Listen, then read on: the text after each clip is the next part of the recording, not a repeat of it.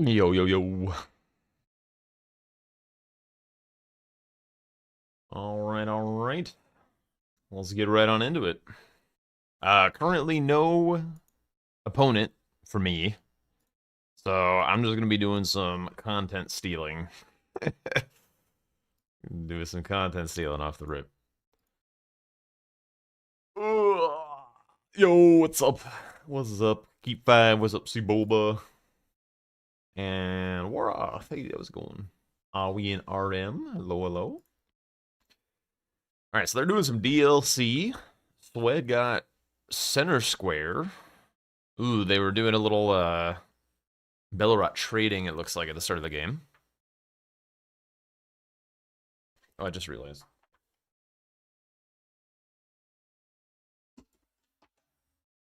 Had fallen over from earlier.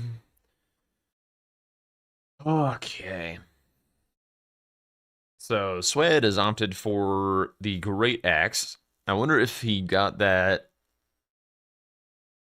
in his starting class or whether he picked that up in Bonnie. I feel like he picked that up in Bonnie. Meanwhile, Blanks has balls. And he has Shriek of Sorrow on. So he does actually get to attune these balls. He can't do like a cold, but he can do heavy. It looks like it's standard right now, though.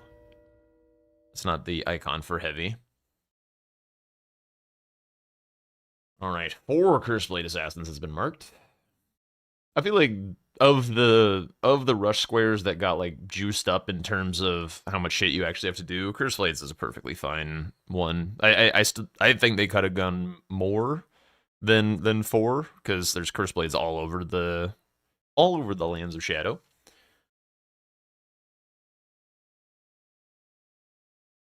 Can do that square a lot of different places. Okay, so I'm going for presumably Hanging Pot Bell Bearings. Where's that out on the board? Okay, it's a column 5 block. Row 3 already dead. Nice little pickup. He seems to be pretty good at breaking them with Torrent. I find it to be kind of hard to do with using Torrent as the breaking mechanism when you're on controller. It can be hard to kind of get the angles that you need quickly with thumbsticks. Blanks is doing this skip to get to ADM, I guess. Yo, what's up, Tatara? Oh, he's going for the bell bearing? No, he is going for ADM. Okay. I guess some people like going from Scorched Ruins to ADM in order to get that skidoo from the pot guy. It's kind of slow, and it's just one skidoo. I don't know that. I don't know that I care all that much about doing that myself.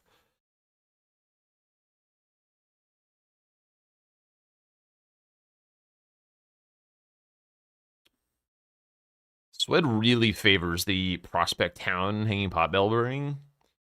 I don't. Whenever I am doing 2, it's basically always the back section one, just because it's like so close to the Grace.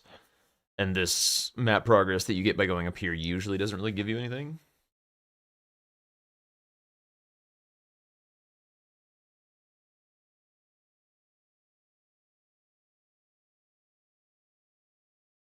So what is post ADM? We got dragon bosses, we got dragon hearts, sort of the finger, maybe. Sort of a hippo, maybe. Potentially 2 base game bosses. Lamentor. It's okay. Dupe 3 remembrances.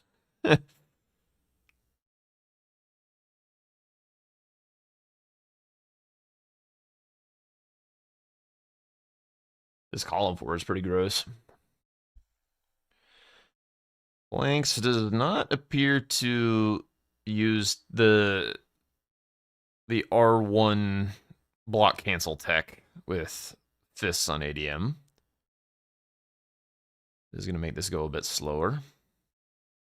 Sweat also coming into ADM. Okay, they both like ADM. I don't really see it, to be honest. I feel like, okay, counter example, if we went back section here, what does back section look like?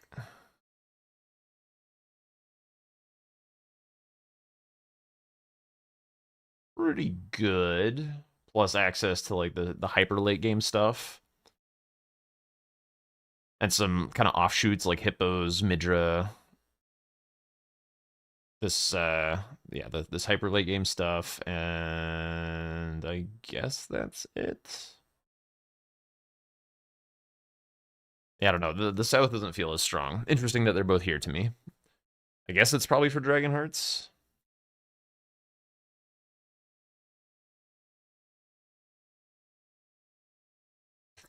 Such a goofy charge attack. The big, like, Happy Gilmore golf swing.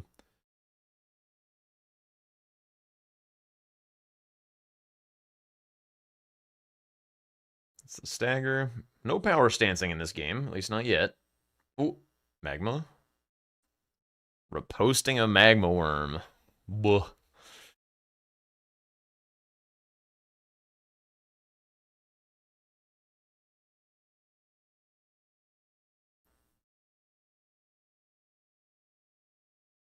So nice headshots, another stagger. Blank's going for Ghost Flame. Makes sense, he's got a strike weapon. Swed still has to get through ADM himself. But, so what Blanks is doing here is he opened up ADM so that he has access to Jagged Peak Drake, and then he goes for this one first, which is cool, because after he kills this one, or after he kills this one, he goes back to Dragon Pit Terminus, and goes and kills the Jagged Peak Drake, which is right in the middle of that fork point, like where you can go either up the Jagged Peak or south towards like Lamenter and PK and that kind of stuff. And so when you kill the Jagged Peak Drake there and mark the square, Jesus, he almost gets double hit and killed.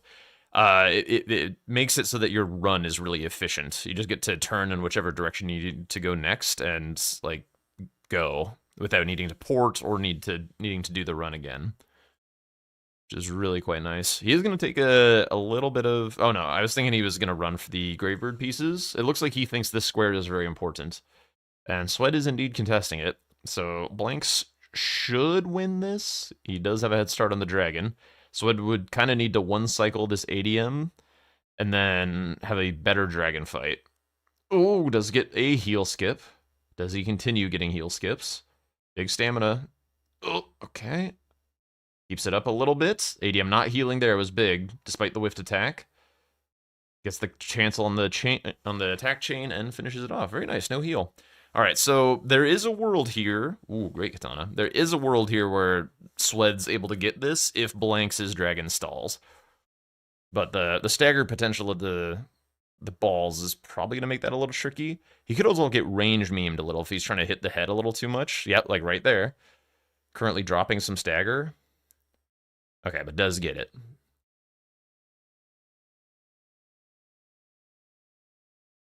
Pretty big damage. Swed also looks like he's pivoting. Okay, he's going to do a buy. So this is Blanks to square for sure.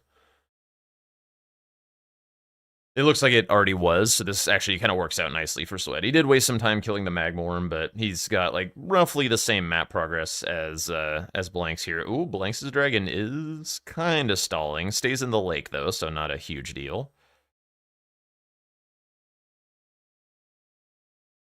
Another stagger.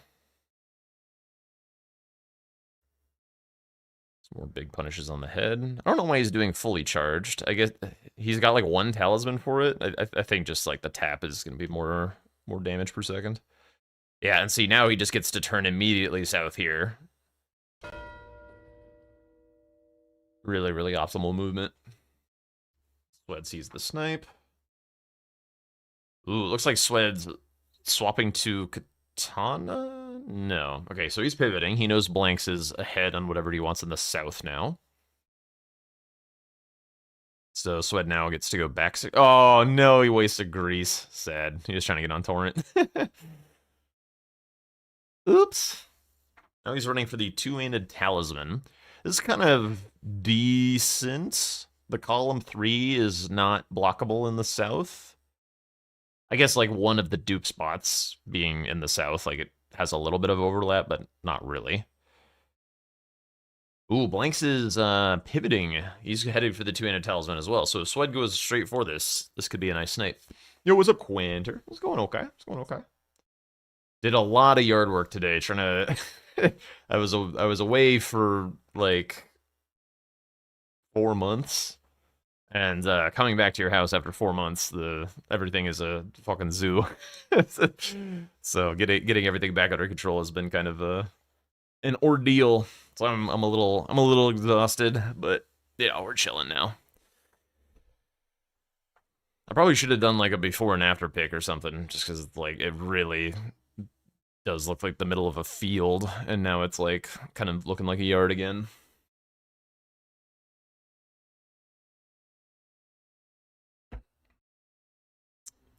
Okay, does Swed pivot at the Grace? Swed is not much of a pivoter, so I would kind of expect him to just grab this Grace for, like, hypothetically his second Forge later, and then go straight for the Talisman. He didn't do a Grace Warp, so, yep, on Torrent, on his way.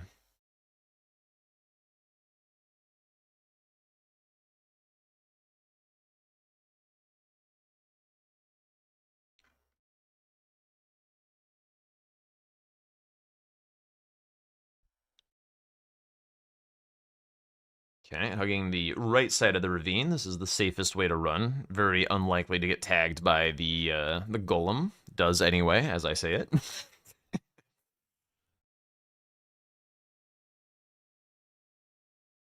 The other nice thing for Sweat is like he is actually using two-handed weapons, so he does get to use this talisman, which is nice for him.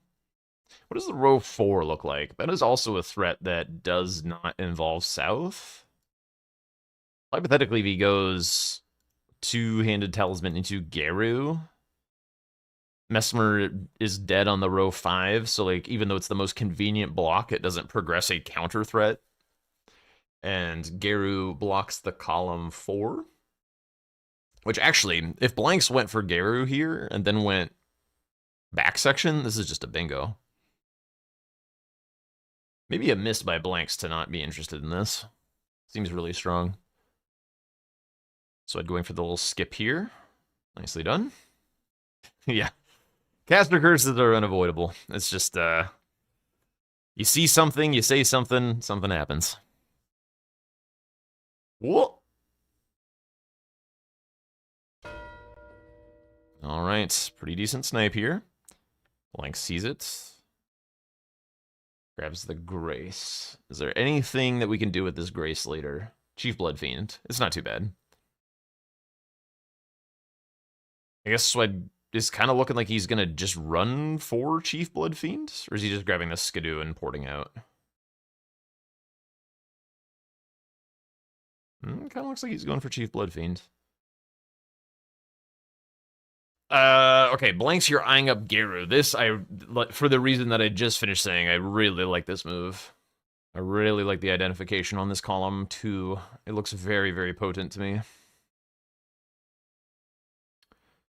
Chief Blood Fiend blocks this column 1, which is relatively good, because Blanks already has 2 dragon bosses, and Swed will assume that he has at least one. He has to know he has at least one, because there's no way to get 2 dragon hearts without killing at least 1 dragon boss. So, once, like, if Blanks got Chief Bloodfiend here, then he could just, like, kill his final dragon boss at any point, and then Burn is relatively powerful because the Inner Limb stuff is good, Mesmer's on the board, duping Remembrances is good, and then, like, there's like, the Hippo's on the way to Midra, or on the way to Burn as well, so pretty decent line as well. These first 2 columns are quite nice, actually. Swed still has this column 4, which isn't a threat, but it's really annoying for Blanks to block for majority. It shouldn't be too bad to get around to doing something in that line.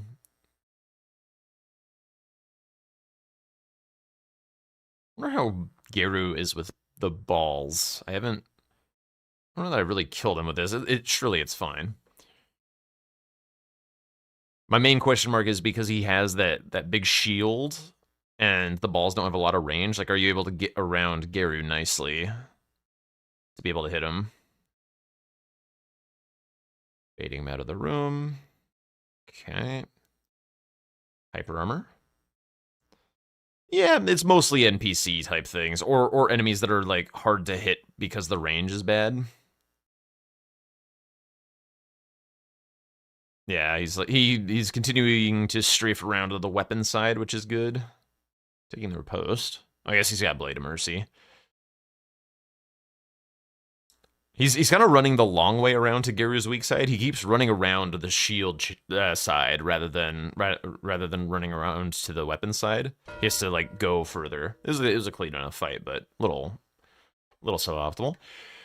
How are the changes landing? Did I get the chance to observe any matches? I didn't get the chance to watch any off stream, so just the ones that I've seen on stream and the current one right now. I mean, I still have pretty massive issues with the power stancing meta, but they're not doing it this game. Whether they didn't have the option or whether they're fed up with it, I don't know. I wasn't here at the exact start.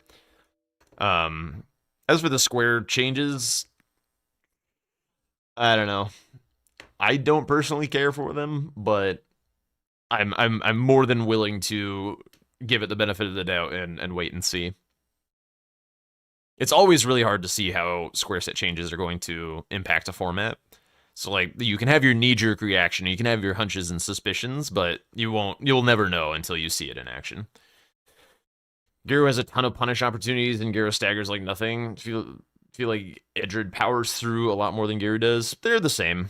They're really just the same. Geru just has the shield, so sometimes if you bonk into his shield, weird things happen. But they've got the same poise, the same micro stagger potential, roughly the same number of hyper armor moves. Also, what is up, drink time? And Wolfie.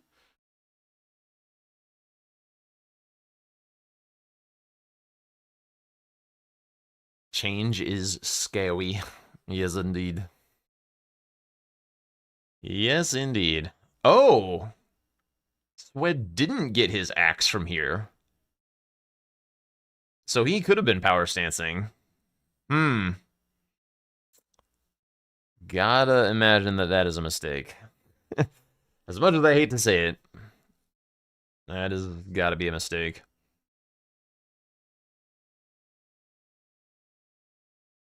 He had the crescent axe, and he has Revered Ash marked, which meant he almost certainly went to Bonnie Village, and he just like ran through it just now. Like if he doesn't have that second axe and doesn't swap to power stancing, he is giving blanks a gift. Yo, what's up, Nightmare? Oh, I'm doing all right. Very, very tired today. Doing a lot of yard work. So in a way, it's kind of nice to just like jump into some content stealing right off the bat rather than go into a bingo game immediately. I think a more enjoyable DLC would have been if we nerfed the starting power levels and leave the rush squares as they were. Should have risk reward. Yeah. Yes. Snowballing is a concept that I think people throw around a little bit.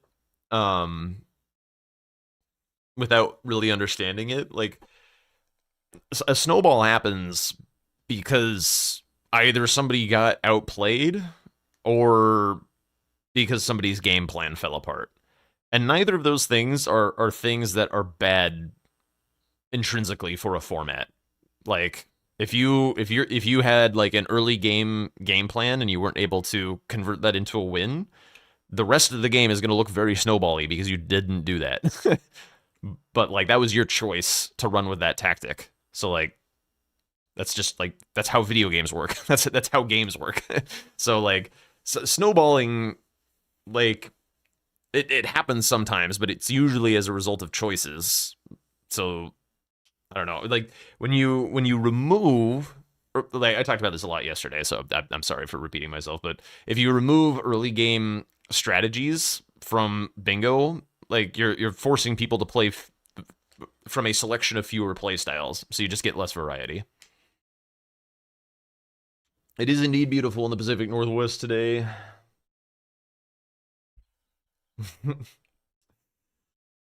Forgot I moved. How's the weather? The weather is nice. It's a bit humid and cold at night. Like I have like a shocking amount of blankets on the bed right now for what most people living here would have this time of year, but like to me the bed feels like damp because like I'm going from like sub 10% humidity to like 70% or something.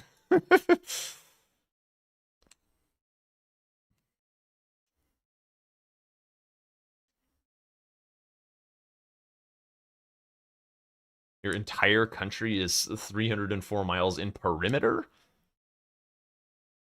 Perimeter. That's a pretty small country. A lot of issues about fast boards would get solved by just having 20 more squares than the list, so you could reduce the relative chance of each square showing up together.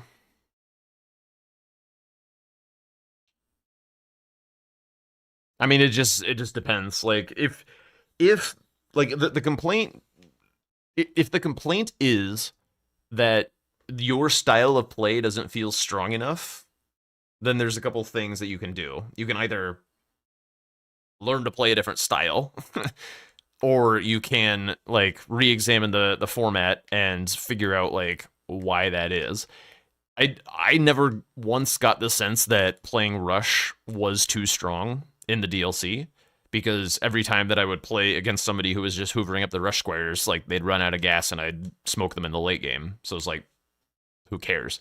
So like for me, they nerfed a play style which I was very comfortable beating. So I to me it felt very very unnecessary. Like if you feel like the reason to nerf something is if the counterplay that like this is the counter strategy to this playstyle, if that strategy doesn't beat that playstyle, that's when you have to nerf something. But that was definitely not the case.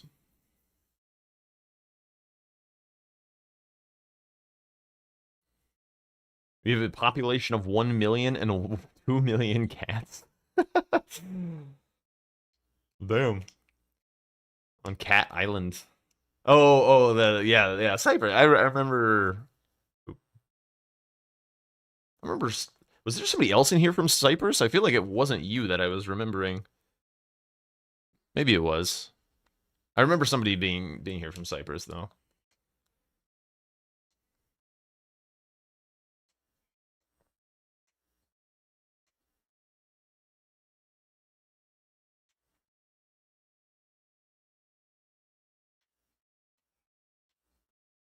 Half the island is held by Turks from an invasion 52 years ago. Hmm. Interesting. Swed thumping along to the music. All right, now we got the back section run going. Swed ahead. So this tasty column 2 is going to be taken away. Which square is Swed going to be most interested in? You can see blanks hovering below a finger. Makes a lot of sense. That covers his row 1 progression as well. So hypothetically, if he didn't win everything in column 2, he would open up a counter option for himself, which is very strong.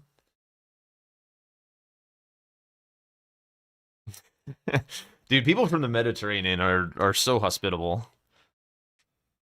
It's really, really cool. It seems like removing high execution squares in which you need to practice to always snipe them and replace it with a lot more stagnant, stable squares. Do you have examples? So I do think some people don't necessarily feel like something like larval tears is a high skill square or something, but I mean, it really does reward a lot of practice on it to like optimize your route and stuff. So like whether it's like a high skill or execution square feels wrong to a lot of people because like you're just running from point A to point B to point C and then you're done. But the differences in movement really add up because like we're trying to earn fractions of seconds as we run. So like it is potentially something that's kind of skill expressive, whereas something that people would normally think of as being skill expressive, like kill a boss, like if you have power stancing, it's not particularly skill expressive.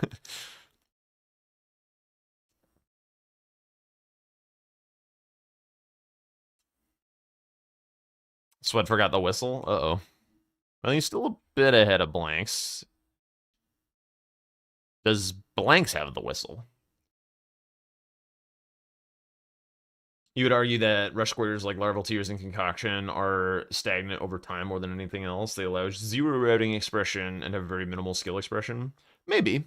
I think like we didn't even like these squares got, well, at least larval tears, but like some of them have gotten removed before we even saw like the Rosa stuff come into play. So like there's definitely more out there.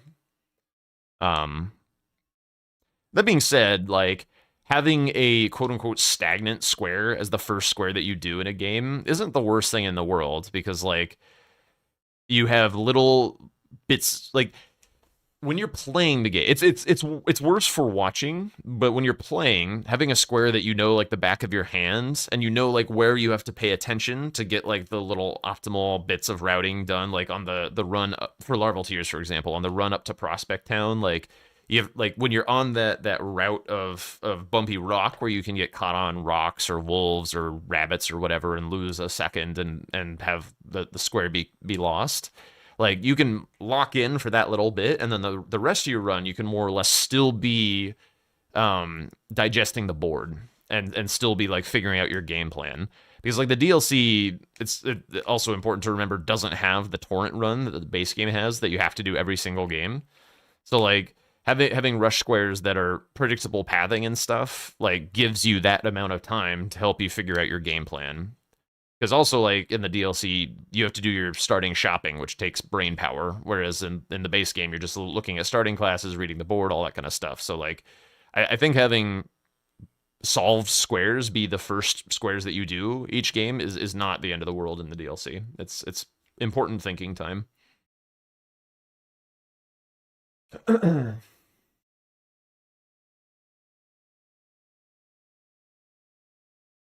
Running around on the fly choices should matter in bingo. Sure, sure.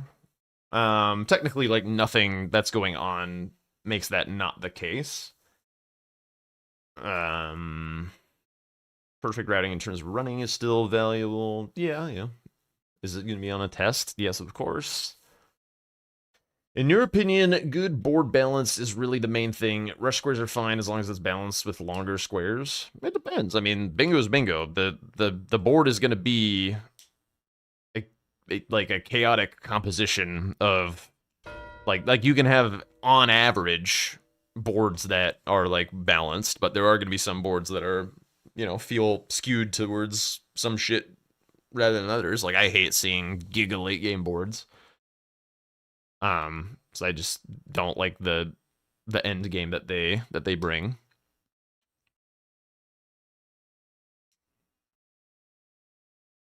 But I don't know. I think it's fine to have boards that, or like a format where there are boards that suck and a format where there are boards that are like really good interchangeably. Like you're never gonna have a perfect format unless you like really hand curate how the board is made. In which case the format will stagnate quite quickly. Yeah, that was a relatively close snipe. Indeed. And very big for Swed. 2 big blocks. In fact, does that bring him? No, there's still row 2. So Swed still has to do row 2, which he is behind on. Because Blank says the Dragon boss progress, he has a grace towards Lamenter, and he's getting Giant Hand right now.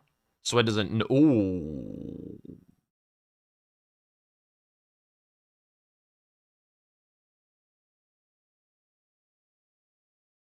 Oh, he got frame perfect killed. Yikes. Oh, he couldn't quit out in time. Because you can't quit out until you regain control of your character when opening a door. and Cood killed him right before he could quit out, and didn't get the stake. That sucks. Also, hi, Twin Beaks. Showdown 2 is a good example of too much rush. Was it? I don't know that I agree. Showdown 1 was a good example of too much rush.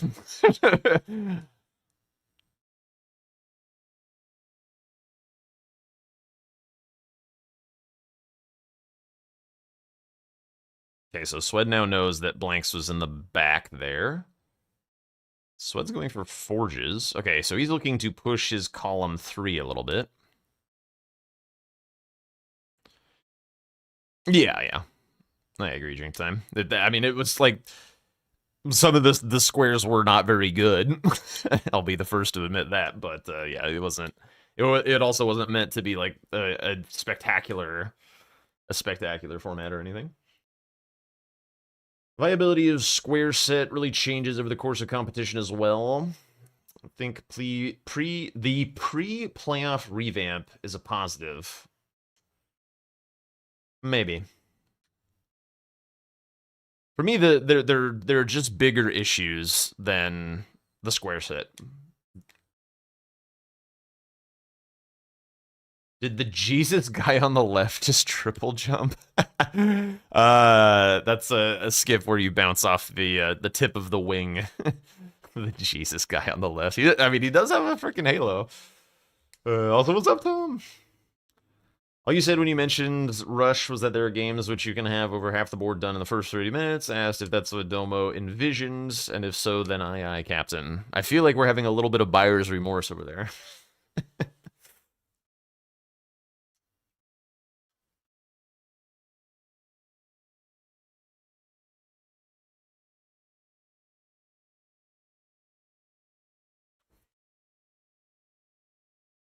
Okay, forge number 1 done for Swed.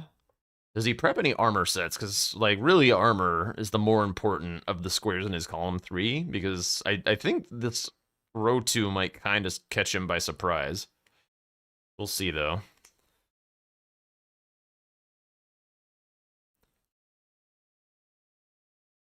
Maybe Jon Snow is Jesus? I mean, he did resurrect. Also, yeah, Blanks can't be Jesus, he's white.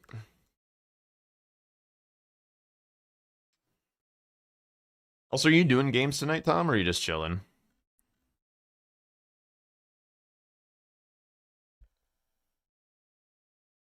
Snoop John? How about that one? Since a lot of the Season 6 players are new, having those easy squares benefits them. But a lot of those squares are gone now. Yeah. One thing that I've been talking about, I don't know if you've been around for any of this yapping, but like having less rush makes the early game more challenging for newer players, because when there's only 1 or 2 good ideas on the board, it's less likely for the underdog player to be able to win what they want. Whereas if there's lots of opening ideas on the board, it's way more likely that they can get like something good going.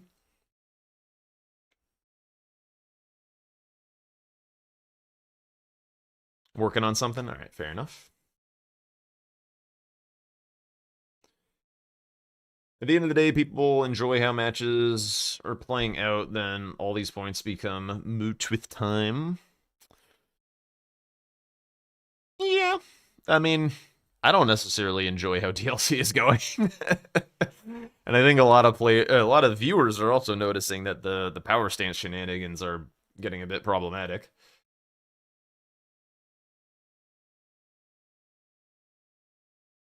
We had 96 squares originally, and now it's 94. Really, we're under 100 squares. I mean, it did kind of feel like the square set was a bit small, to be honest, but like 94 is pretty tiny.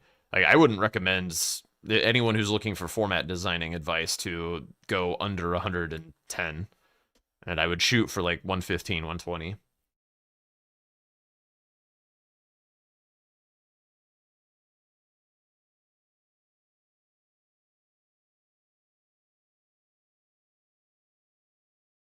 Problem is, folks get better at the square set, and mid-game becomes rush, and then the balance gets wonky again. Yeah, I mean, it's all relative. So, like, I mean, it depends on how long you want your games to last. Like, Domo is running a broadcast, so having longer games, like, might be what he needs as far as, like, I want to have the games go long enough so that I get paid more ad revenue or whatever because I have 4,000 people watching. So if the games end in 50 minutes, then I get like half as much money from ad revenue than if they go for like an hour 45 or something. So like let's get rid of some of these rush squares. That's a perfectly valid thing to be considering. But like in terms of pacing your format, you're always going to have like the first set of squares, the next set of squares, the next set of squares, blah, blah, blah, blah, blah, blah. And then like having a nice balance of that is like ideal, but also having boards play out weirdly makes the format more interesting because oh my blanks. He just got beat down by Torch Boy. What the hell was that, dude?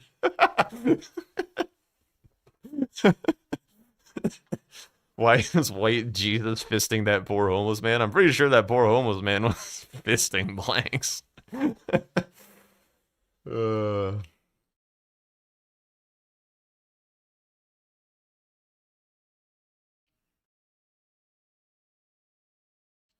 If you really want to go in depth in regards to board format, then you need no, you don't need that many, Jackal. That's like you do also need to keep like the amount of objectives like learnable.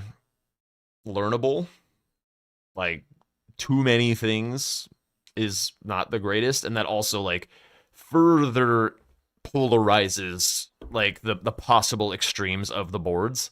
Like because if you have like 200, like say you went like quarter as far as your division of like early game squares, ultra late game squares, synergy squares, map squares, like say that was your goal, and then you had a 200 square format, hypothetically 25 or like I guess that no, that works for 100 squares. Never mind. It's more likely that 100% of your board is rush, basically is what I'm trying to say. Like the odds are that like the odds are twice as good with 200 squares compared to 100 squares that all of your rush squares are on the same board.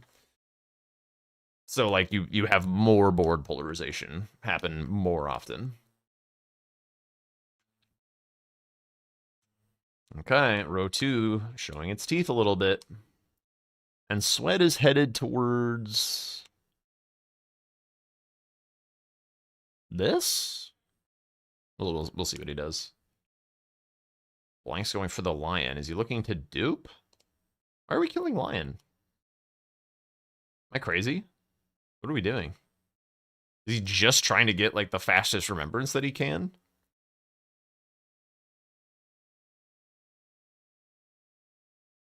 I'm very confused. Well, we'll see how it plays out.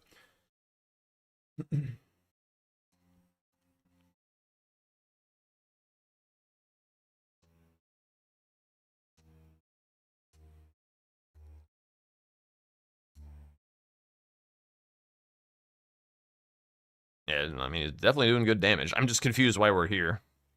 I will say another thing about speed though. It like again, the speed is all relative. Like if you the difficulty is not relative. Like the speed is. So like right now everything's pretty fast because we can kill everything super fast because we're juiced at all times. Because in the base game with auto upgrades, like you get pretty juiced pretty quick. In the DLC with the auto upgrades, upgrading the seal, we now have more starting money. We can get the power stancing thing. Like just so much cash and power is available that like that has an influence on the speed, but it also has an influence on the difficulty. And the difficulty is more of a problem, bro. The difficulty is more of a problem because like you want the format to be at least difficult enough to have player skill expression and variance in like if a player can't execute, which like the easier the format is, the less likely that is to be a factor, so games play out more predictably. And in my opinion, that's part of what causes matches to be more snowbally is because like another player doesn't have a hope of coming back because the game's too easy. So like the player in the lead will never really have as many options to throw as if or compared to if the game format was more difficult. But speed itself doesn't really have a bearing on like how a format like feels per se.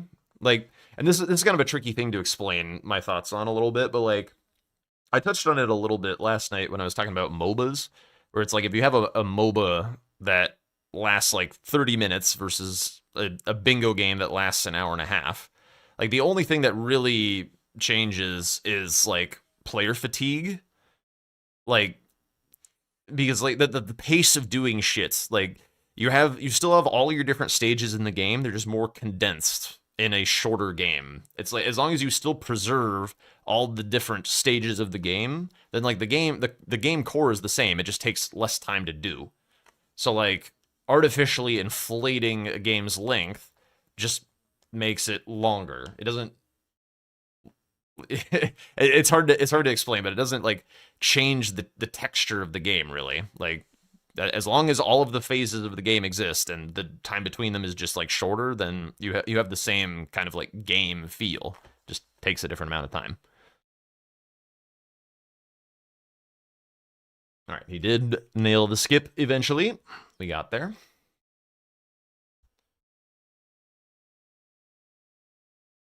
I'm not saying they're dissimilar, Endo. You both have to do in both like a MOBA and in bingo, you have to do mechanically complicated things and strategically complicated things at the same time. And there's a element of fog of war. So you have to like figure out what your opponent is doing in the fog of war. You have to execute mechanically and you have to execute strategically. So like the mental strain is relatively similar on your faculties. But in a bingo game, you have to do it over an hour and a half on average, or maybe an hour 15 on average. And in a MOBA game, it might be 30 minutes to 50 minutes. But like, I don't think anybody would say MOBA games feel short. Like, I don't think most MOBA games feel very short. Yeah, and bingo is, well, sometimes a solo thing. You're guessing bingo isn't as addictive as crack cocaine, but MOBAs are? You want Dupe X remembrances to be Dupe X unique remembrances? Yeah, I agree. That's what I thought it was at first, and then I was like, oh, wait, it's not. Okay. Let's just visit 3 coffins, like, with I don't know, after having killed a remembrance. Little peculiar. Excuse me, a little peculiar.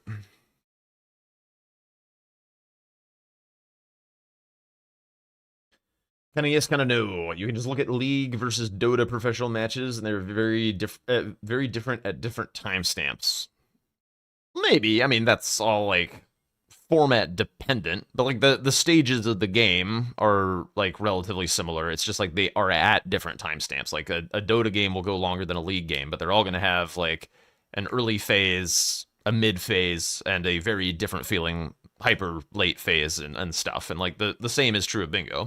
There's always like the early phase when you're getting your initial squares, setting up your initial threats and your board presence and your character setup and stuff. Then there's a mid-game phase where you're getting more map, resolving a lot of these threats, and then there's a hyper late game phase where the options are very minimal, information is very low, power level is very high. Like it's structurally very similar, which is why I'm comparing them a lot. Yeah, Woofy.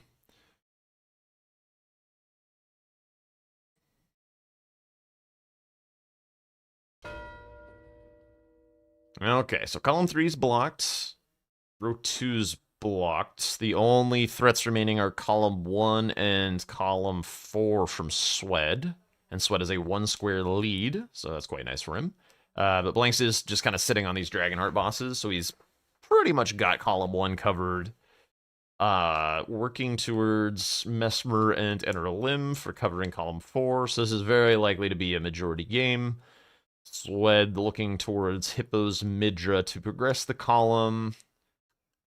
They're both playing chicken with the base game bosses. They both have access to a lot of them right now, but it's kind of a dead square, so. It's fine. It's just funny.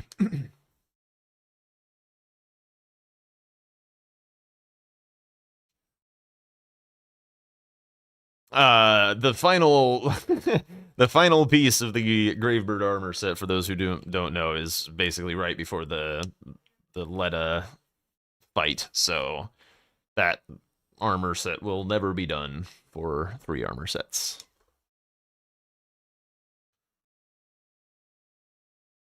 Blanks would absolutely nuke Deathrite Bird. Probably.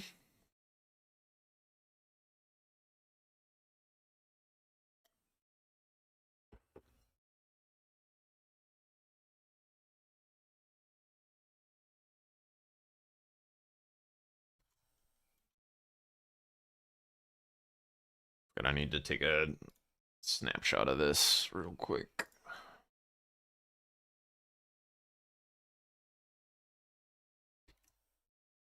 Okay.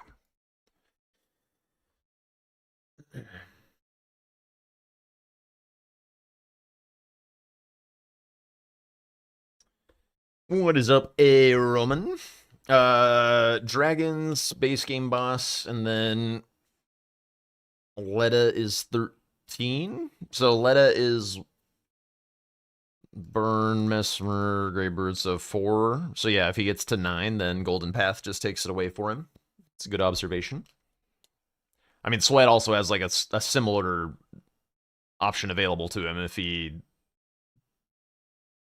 I mean, if he just did the base game bosses or the hippos and then went that way. I mean, obviously Blanks is in Mesmer first, but from his perspective, yeah. I mean, Swed could just get 1 square and then full send Golden Path and hope it works.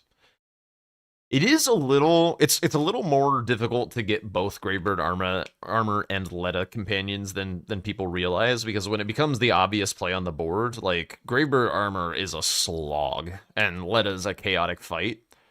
So it's pretty abnormal to get both of those if those squares are important, because you got to like run around the rest of the map to get the Greybird pieces, and the aforementioned Letta fight is a nightmare. So those squares are not uncommonly split, even though they might look like kind of runaway combos. It's an interesting way to get down to the hippos.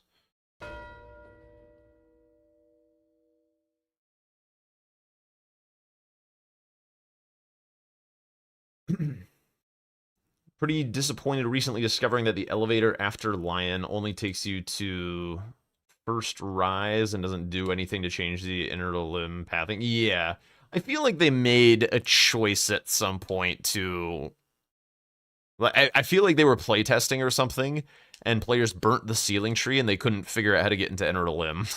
And so they were just like, fuck it, we'll warp you there. And I'm pretty sure, like, that to me just feels like what happened. That they were originally planning for Dancing Lion to be a required boss, and that's how you get into Inner Limb, but people too dumb.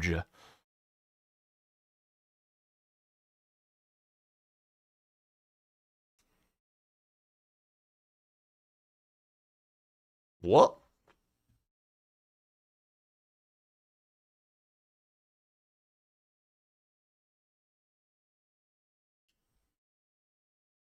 Okay, on to the second hippo. Blanks, meanwhile, is kind of just full sending the ceiling tree.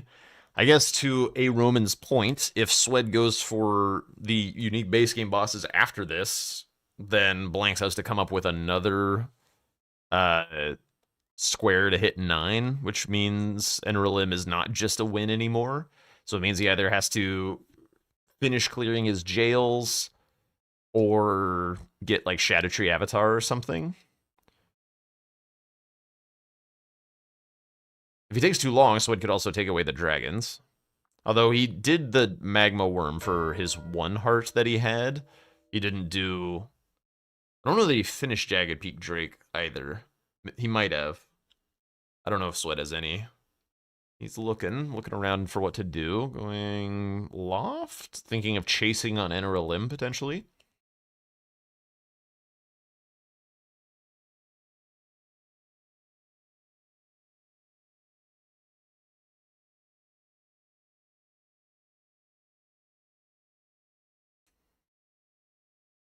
Yeah, I mean, I guess they could have warped you back to stage front or something, so that you could then go up the thorns or whatever. I don't know. It's just weird. I think they ultimately made like the best choice for it. It's just like a bit sad that Lion isn't a required boss. Because Lion is cool.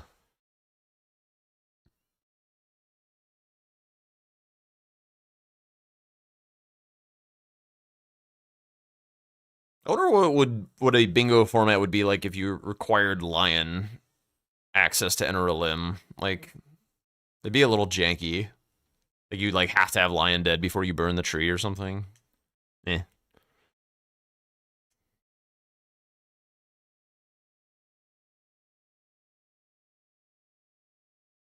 Okay, Swed. Yep, he's committing to the chase here.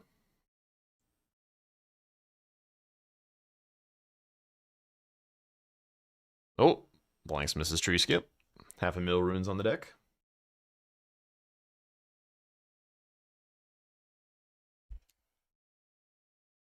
You have to kill the lion again. Like the Deathblight lion shows up after the regular lion is dead.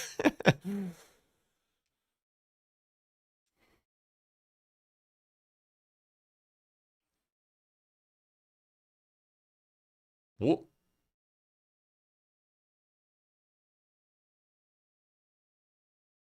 Nice jump punish.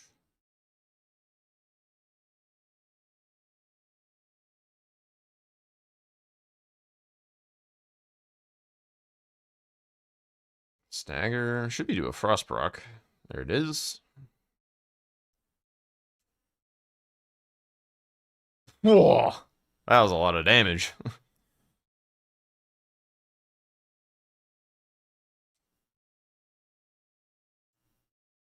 Ooh.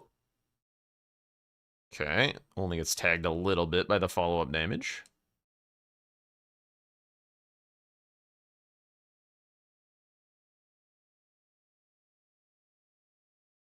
Ooh, staggers him out of the snake move. That's quite nice. Doesn't get a frost proc in phase 2, which is a bit unfortunate, but whatever. Gets stabbed in the ass.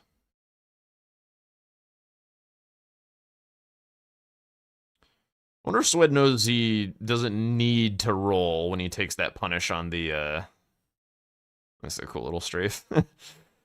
This right here. He actually doesn't need to roll the follow-up spear dive the way that he's attacking Mesmer there.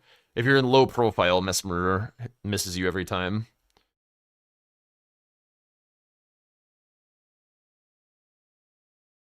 Where are we going? Ancient Row. Okay, so he is fully chasing on the inner limb stuff.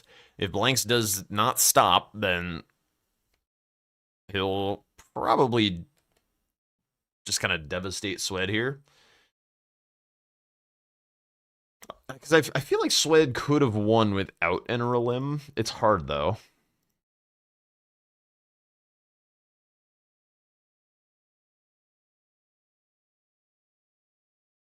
He would need, like, these 4 squares or Dragon. He would basically just need to get these 3 and then take away either Dragons or Jails from Blanks.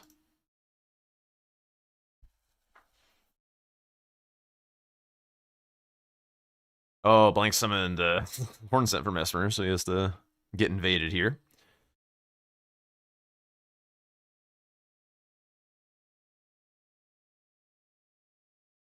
I think that, like, a useful tool in the late game is to figure out, like, when there's a big hotspot of squares, like right now, Enter Limb is pretty jacked. Like, and in base game, there's going to be some late games where Capital is also kind of jacked. And then it's like, okay, I'm in a position where maybe I can win without going to that pocket of squares and just, like, not wasting any time there, not getting sniped. Like, is that viable? And I feel like that's a question that Swed should be asking himself when he sees Mesmer die. Like, can I win without it? The answer might be no. He may have made the determination that he cannot, in which case chasing is the correct course of action. Because, like, hypothetically, you would think that, I mean, maybe if Swed doesn't mark anything, then Blanks is like, smells a rat and is just like, I'm just gonna keep going until he shows me something. But, like, hypothetically, if you're Swed, you could also just be like, okay, he marked burn. He might keep going. Let me start prepping the other stuff. If he keeps going, then I'll get every other square, essentially, that's not in Enter a Limb, and I'll win that way. And by being dark, it means that blanks won't feel comfortable leaving Enter a Limb. But you got to make that choice, like, quickly before you waste too much time. Like, it's got to be... Oh, man, that's some nice damage. It's got to be a very... very expeditious choice such that you don't waste a bunch of time. And her limb is faster than making it out. Yeah. But I mean, you don't need to like do everything. You just need to I mean and like yes, if it was like consort Leda or something. I mean Gravebird armor's kind of slow as well. Maybe if it was like Gravebird armor consort or something. But yes. Swed could get like an amount of prep on things that like allows him to win. It's not like he guarantee wins, but like, and I'm not saying this is the game to do it, but it's a possibility to entertain.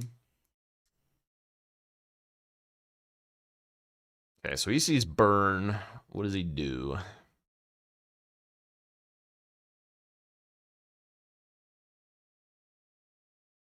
Blanks is continuing. Swed, I think, could have gotten the jump off the side there, but he didn't.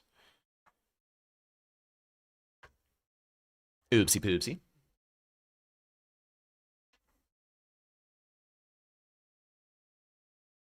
Now he probably feels pretty inclined to continue because his money's on the ground.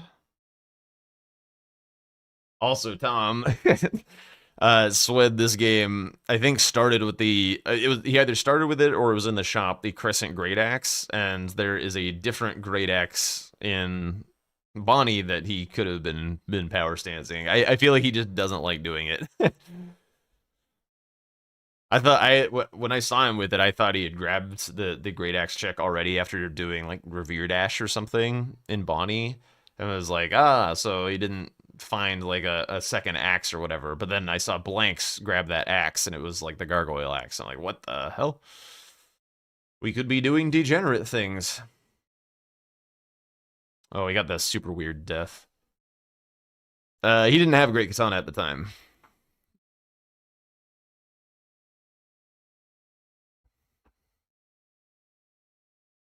Great Katana was from ADM. It showed up later. I think no one likes having to do it, but you just have to if you want to compete with somebody potentially doing it. Yup, that is the problem. I would be down to gentleman's agreement every single game to not do it.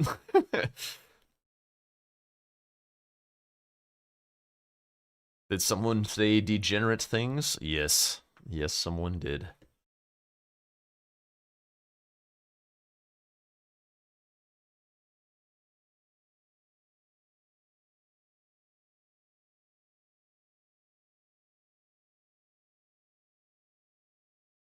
That was 2 deaths this skip by Swed. This looks better. Yep, okay.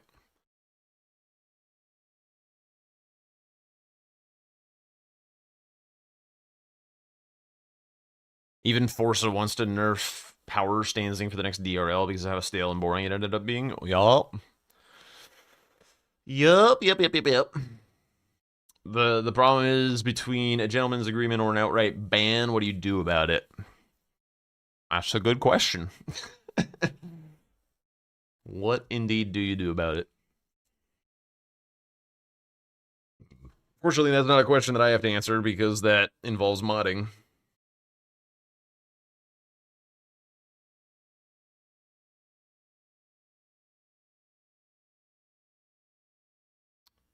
Like, just grabbing the skidoo and running past this guy? This is a little crazy.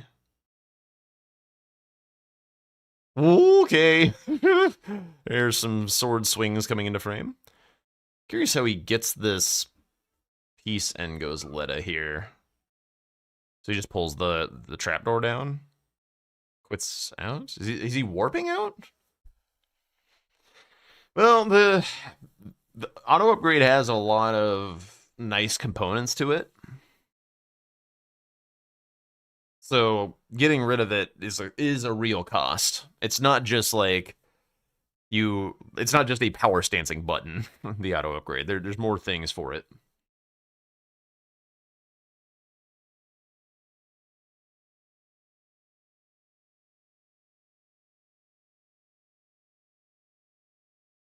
I also personally think that more needs to be done about DLC power level than just the power stancing thing. The power stancing is just the easiest thing to point to as being like, this is dumb. But I feel like we will only be able to get rid of power stancing, if anything. So that's a good place to focus at the moment. Oops, triggered ADM Invader. Auto upgrade is the essence of Season 6. It's not going away. Yeah, I would agree.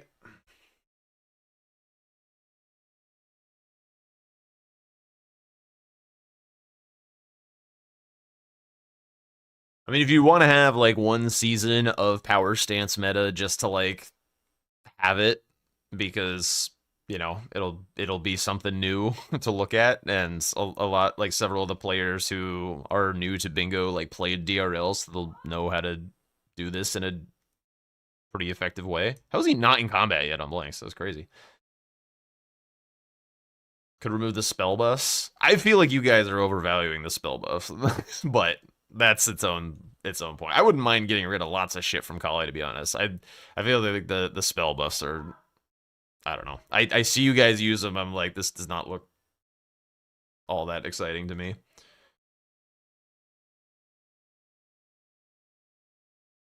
That and the, like, going out of the way for Blade of Mercy things. It's just like, really? We're doing this for this little buff?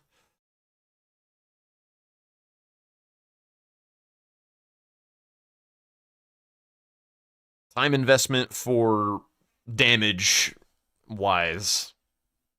The strongest things are getting your second weapon for power stancing by a mile, and then just like regular Kale shop. This is like so fast to do.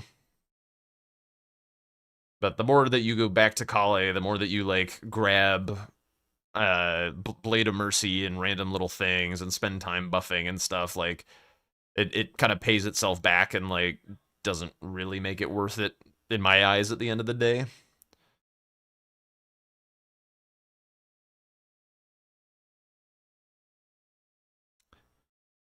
How is jump L1 any different from R2 spam with the balls or R1 spam with any other weapons? Let's be real. Is that real? I don't know that that's real. Oh, sled. That was... I do hate power stancing. But yeah, I kind of agree with drink time. Like, if you do have any, like, game trivializing power boosts, like, all of that is a problem. I mean, having balls is a bit more like, or Starfist is a bit more like random, but like the rest of this stuff is shit that can happen pretty consistently.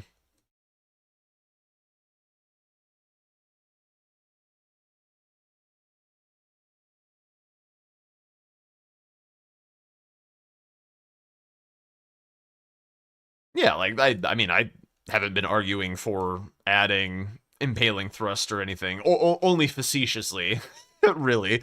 I was saying, like, if we're gonna allow this, we should allow impaling thrust to at least like allow some options for people who don't want to power stance to be able to keep up with the absurdity that power stancing brings. But the power stancing thing is definitely stronger than impaling thrust still. Like, I've played with both now. The power stancing thing is easily the most like fucked up thing to do in Elden Ring as far as damage goes.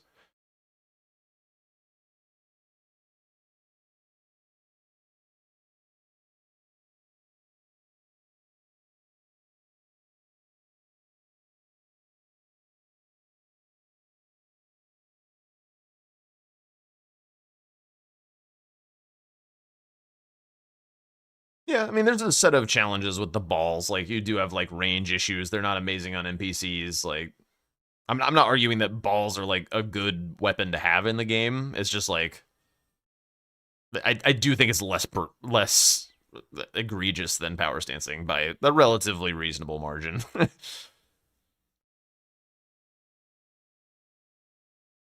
like power stancing is a lot easier to like make happen as is, because there's like a pretty decent hammer check and a pretty decent axe check that you can just like go do every game if you find one of those other weapons in round table or the starting classes. It's possible that like removing the starting class randomization could be a solution so that power stancing happens less often. Sweat's just getting sniped in the late game. Bummer.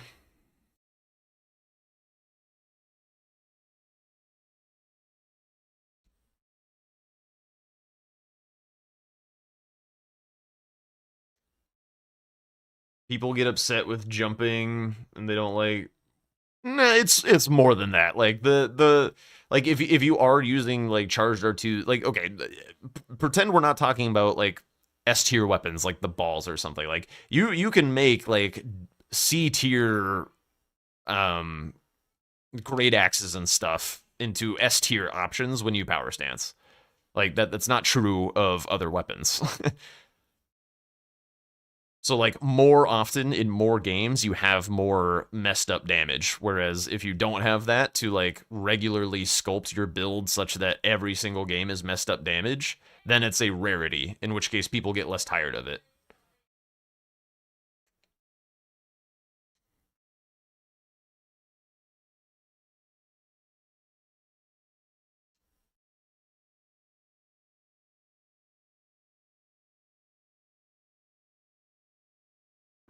And like when you do get super juiced with like the balls or Starfist or whatever, like they do look impressive, but I swear they do not look as impressive as just some regular dumbass power stance great axes or great hammers or something.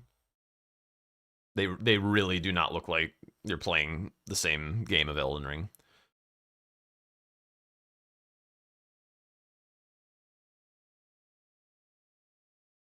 If you wanted to like metricize it or something, there's probably like an unacceptable amount of time to kill on these big late game bosses that just makes the fight not really all that fun to watch. And anything that like brings you over that bad time to kill is something that should probably be addressed. It's like hypothetically, I don't know how modding really works, but like if you really had a problem with Starfist or something, like you could probably just remove it from the mod. Like you just like not have it be in the pool.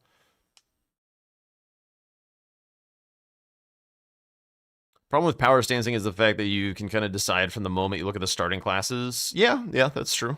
I do. Like while this is like basically my solution to like seeing things that are messed up in games is to do it and complain about it. Like show how messed up it is to anyone who will pay attention. And either people agree and they get rid of it or they don't and you just are doing a strong thing. But like it won't go away if you don't like do it and show people. If you just like complain about it and like don't use it, like like a few guys are opting not to do it because they don't think it's very fun. But like I that's not how you change things. So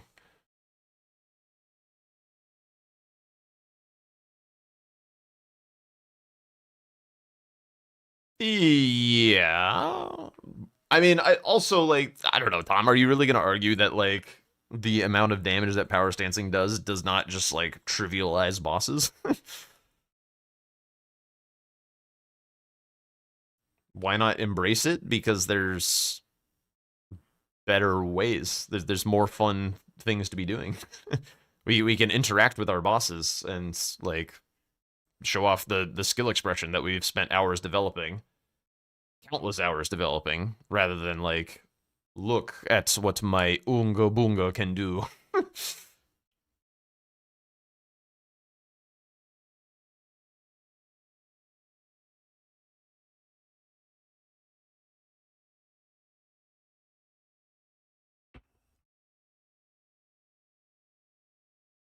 I mean, also like bingo doesn't exist in a vacuum. So if people are tired of seeing DRL tactics of people just power stancing and deleting bosses, then like it's better for content to not do that.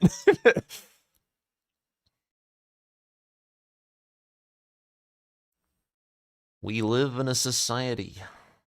We're part of an ecosystem.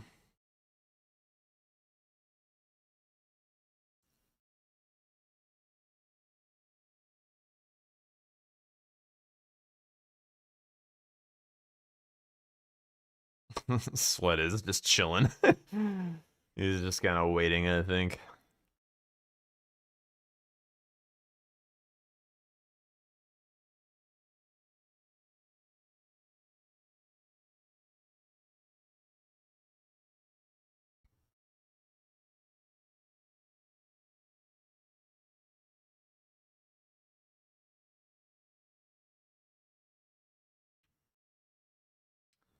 I do kind of think like if I were making like a bingo brawlers type format, like I would do my best to find a way for player skill expression to be like at like the focal point or whatever.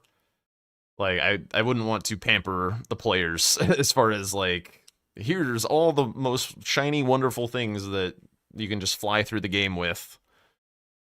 Like, no, you guys are challenge runners and speed runners. Like, here's a very reduced set of things. You figure it out. Like, the fights will be longer and more grueling, and sometimes you're gonna die. But like, that's what we're doing. We're doing a skill expressive game here.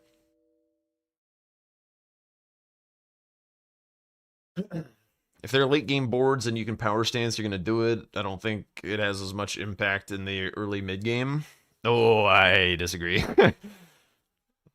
If I have to like mow through a 3 ulcerated tree spirits amount of HP and I have the option to power stance, like I would much rather do that because fighting those things is very long.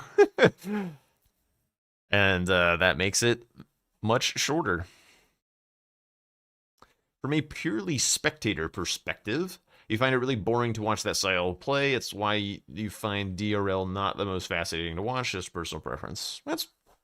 Yeah, that's fair. I also don't find it particularly exciting to watch. Like, I like watching what Sweat is doing right now. Like, this is, like, amusing.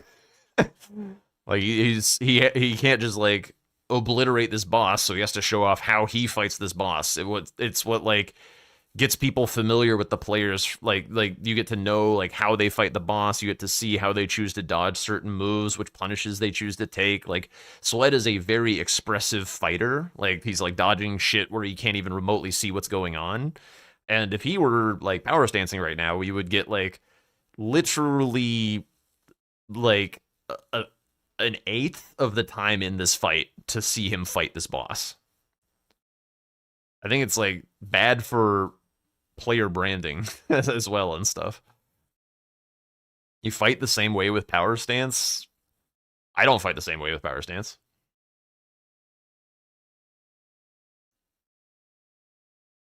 I literally do not.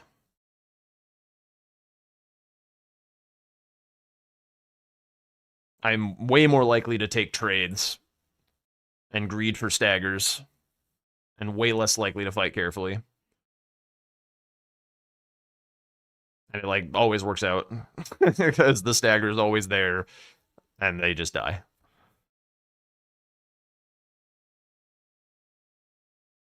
I mean, there is an element where I do have to like relearn certain bosses. Like I because I fight them differently, and like the punishes that I take don't necessarily like work the same way.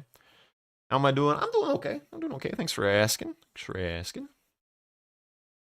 Kind of tired from doing a lot of yard work, a lot of yard maintenance going on after coming back home.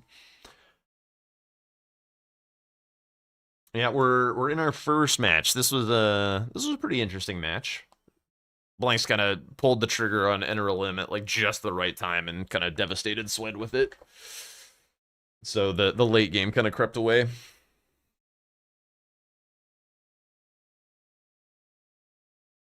To be clear, it's also an entirely separate argument to talk about the acceptability of using the most optimal damage output option. No one claims you shouldn't use it if it's there, just personally against the existence of it at all. Yes. If it's there, you should use it because we're here to win games. So do what is best for winning games, or at least what you personally think is best for winning games. Like, really, like, we're here to entertain, but like when we're participating in an event, we're there to win an event. So like I, who have no stake in like winning an event anymore, would be more likely to like goof around and try weird shit. Like Sweat is opting for Great Katana, foregoing an option to power stance. Like, that would be more like responsible for me to do because like I don't have to put up results anymore. I just but also like I'm here to help my fellows practice, so like I do want to be doing the most optimal things that they can see or like so they can test against it. I'd have to agree, watching people power stance is boring. Same thing as with any other overpowered weapon, just more boring with power stancing, in your opinion. I roughly agree with that. Yeah, I also think watching the super fucked up weapons is a little bit boring. Um, some of them more so than others. Like I do enjoy watching like a really nice backhand blades fight, and the backhand blades, don't get me wrong, are a very overpowered weapon when you can infuse them in an event. They have like absurd damage output, but like the flashy like dex weapon nature of the thing, like it feels cool, and like it's still like you can't necessarily bully a boss with poison abuse and stuff.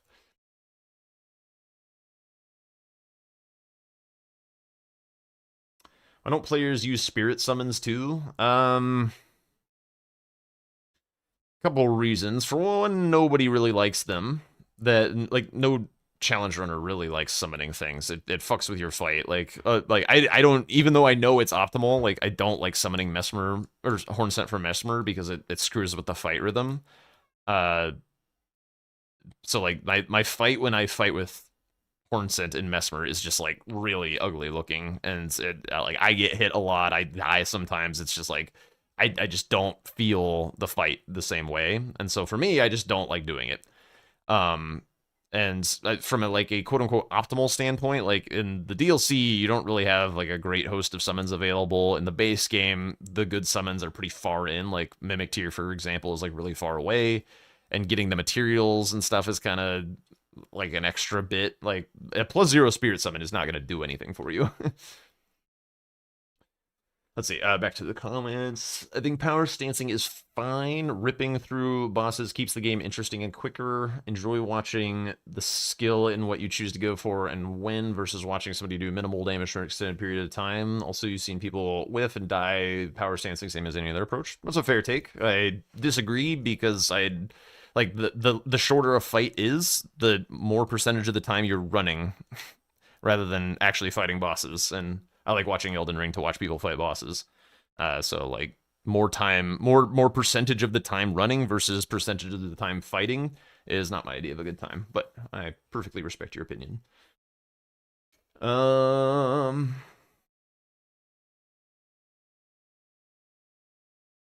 Thought you could summon Hornsent at the very end of the Mistford fight. You can sometimes if you like end the fight at the wrong part of the arena, you can't actually get to him in time. In which case you spent the time talking for nothing. But that is pretty rare to happen. It's just a little bit of a gamble. It's like you do spend the time to set up the conversation if you don't actually get like the value out of it. And a lot of times you're just like racing for Mesmer itself. Like I'm surprised Blanks had time to summon Hornsent for Mesmer this game because like Mesmer was on the board and it was a square that he wanted to get. So like typically if you want Mesmer itself, you don't want to spend the time getting Hornsent set up because it's not going to save you any time there. Where it saves you time is Leda and Consort.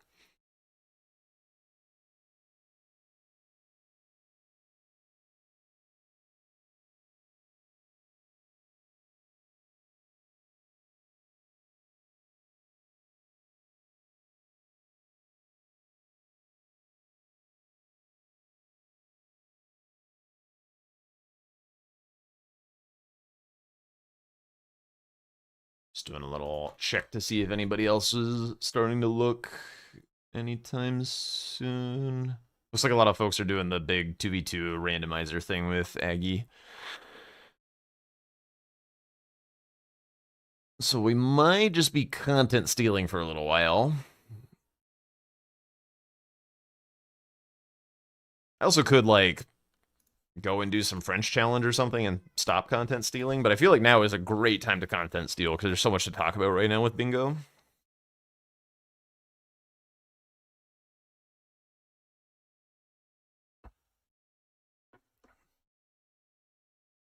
Could also jump in with them in chat, but I feel like Sweat is probably just in go next mode. It looked like he was not having a Fight Queelan got removed. No, it's on the board right here, bro. Do you not have eyes? Look at this. Look at this. Look at this right here. Look at this square that I'm getting. That's getting starred. Look at this. Oh, you're talking about the channel point redemption.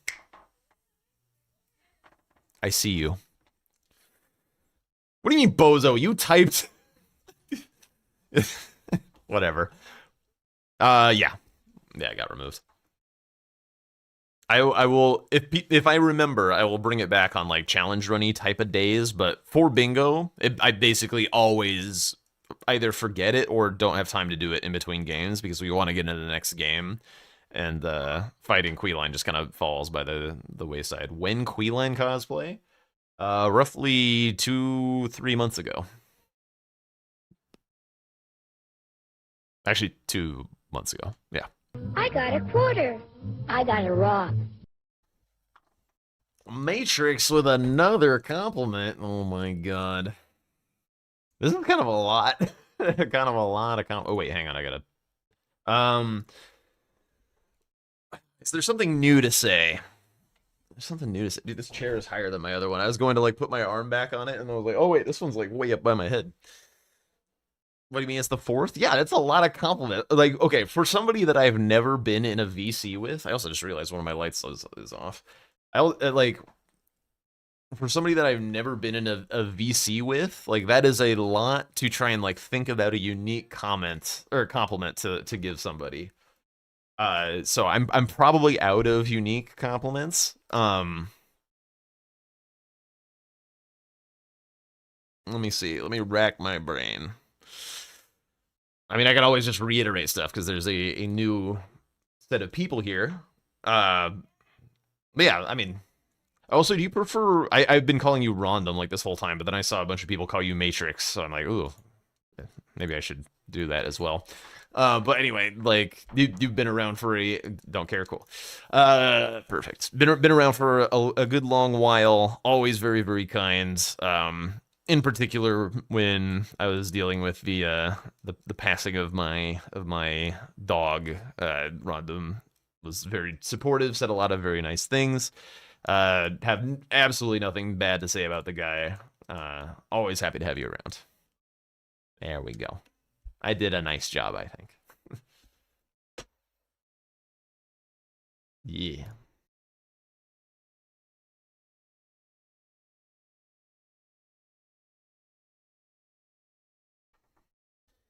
All right, are they spinning up a new one? How am I supposed to be in VC with Mr. Famous? I mean, I'm in Bingo Club public VCs all the time. I already know that one of these Bingo Club guys is typing, not anymore, you're not. Not anymore, you're not. We never see you anymore. Bro, I've been busy. I've been busy lately. Fuck off. At some point, life will get a little bit less busy, but it's not gonna be for a little bit. I got a quarter. I got a rock. Drink Time is a smelly piece of shit who has toe fungus and steps on cats for fun. Fuck you.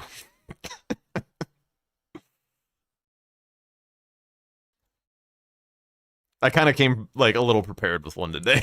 I don't know why. I got a vibe. I got a vibe that somebody was gonna do it.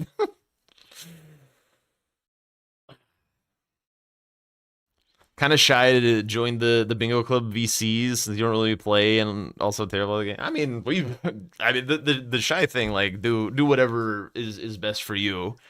But I mean, we have lots of people who like join and stay muted and stuff. Like the bigger the call, the less likely it is for people to be like, "Well, that's weird. Why is this guy here?" But like, I don't know, just if you feel like it, hang out. If you don't, then don't. It's no big deal. It's chill. People are just there to enjoy bingo, goof around. You know, that's all it is.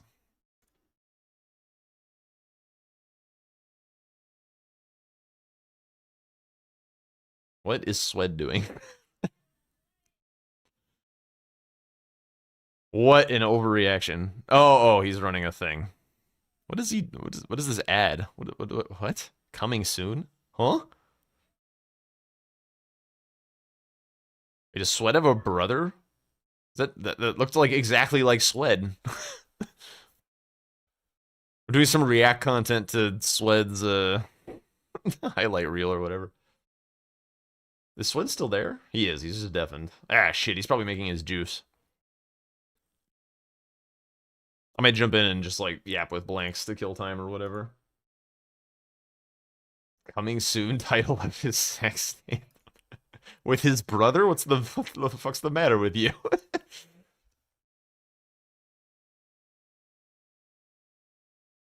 One hell of a moment to come in, taking a jab at Woofy. I was not taking a jab at Woofy. I was taking a jab at Twink Time, who redeemed the insults you message. Oh yeah, sorry, I literally just caught. Yeah. Carry on. Yo, what's up, say? It was another guy with a handlebar mustache. Yeah, well, unless there was some shenanigans afoot, yes, it looked somebody who looked like what I would imagine if somebody was like, imagine what V Swed's brother looks like. It was like exactly that, and there was a younger, less mustachioed V Swed sitting right next to him. So I feel like V Swed like killed his brother and stole his mustache. That's my current working theory. Because we haven't seen V Swed's brother around recently, and we have seen the mustache, so simply put two and two together. Yo, what's up, Meister?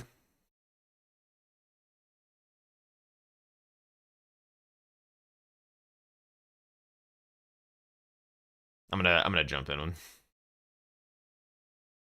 Yo, Swed taking a break. He said he's in the bathroom. He'll be Oh, right back. okay. It's like running a whole ass video. It's like wondering what was going on. Yeah, he's just doing a BRB, I think.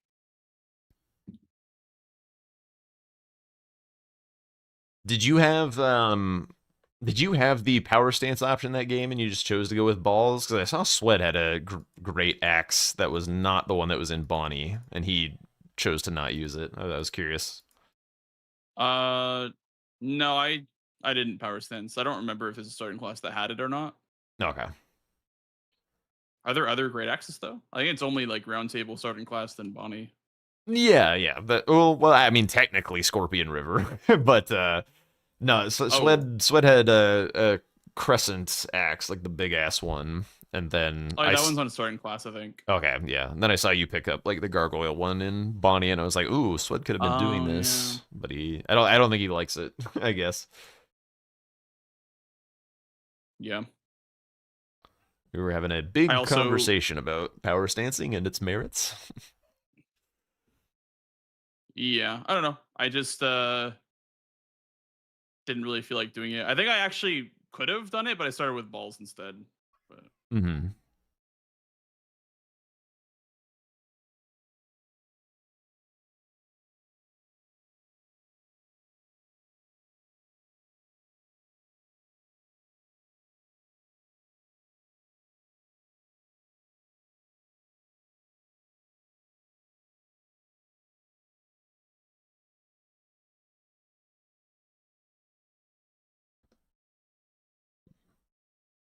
Probably shouldn't have jumped in right when he was like fighting Radon. little distraction. Swed does AFK videos, so it's not just chair stream. Yeah, I like to do chair stream when it's like not a big BRB, because I never really go away for all that long, like 2 minutes max. And I feel like a BRB screen is like long enough that people will like are more likely to leave. He'll only play something if it's like a 10-minute break. Oh, okay, so it's not just a bathroom break then. He said he had to poop. Cool. Thank you for the info. 10-minute poop though, dude. I guess he does need that vegetable drink. One of his union mandated breaks. Yep. I'm not even gonna like make a joke about streamers unionizing because I'm pretty sure like I just applied for partner, so I think the Amazon review bots will drive to my house and murder me.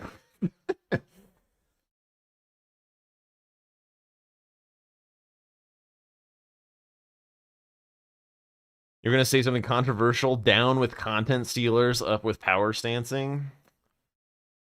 Damn, that's crazy. Take a 20-second timeout.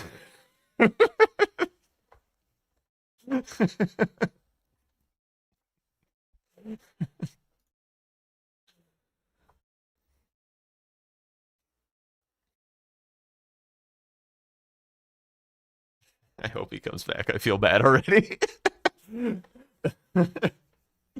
Just watched Nightcrawler yesterday, where Jake Gyllenhaal's character would go on some 45-second tirade about how you have no bargaining power in the streaming marketplace. That's true. We have no bargaining power whatsoever. It was deserved? No. I mean, 20 seconds isn't very long, but no.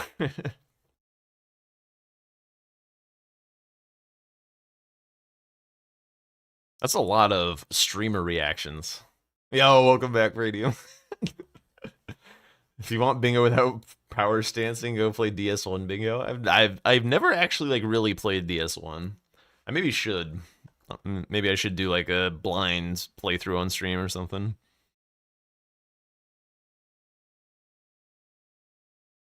I don't know if people would like care that much, but I should not. Tom comes out of the woodwork. Don't do it. Don't do it. Why not? Is it just people would be insufferable? Like 20 years of like, well, actually, you should go do this. Like pent up waiting to play Liza P instead. I have played Liza P. I don't really like it very much.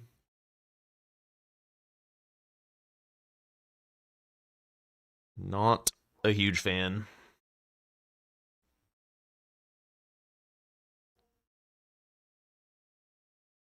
We can't be friends anymore. I'm not a big fan of the like deflecty gameplay. Like I didn't get all the way through Sekiro. I did get all the way through Liza P, but I don't know. Like watching people play Inotria and things like just like deflecting gameplay. Like I don't know. I like the rolling. I think Liza P parry window is good. especially punishing. Sekiro is too lenient. Sekiro is pretty lenient. That's true. I'm back. Hello, welcome back, Swed. Hello. Nice, Wed. Did you? Hi, I saw that there was a witching hour slash, or no, the. Oh, you know I got it.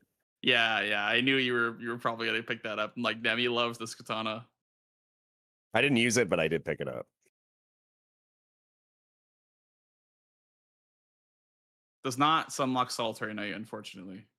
It does not. No.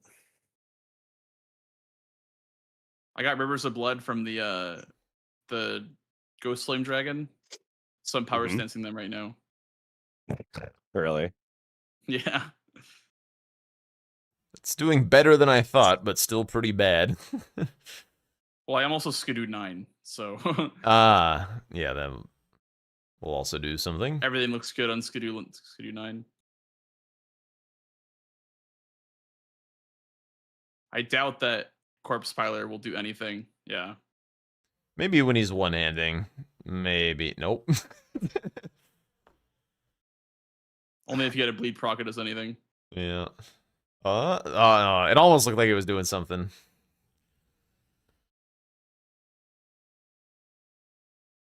Yeah, not even the L1 staggers him out of his R1 combo. Damn. Jack was asking about power stance Swed this game because I guess it was an option, but I didn't use it at all. No, I didn't either. I didn't even loot Bonnie Village.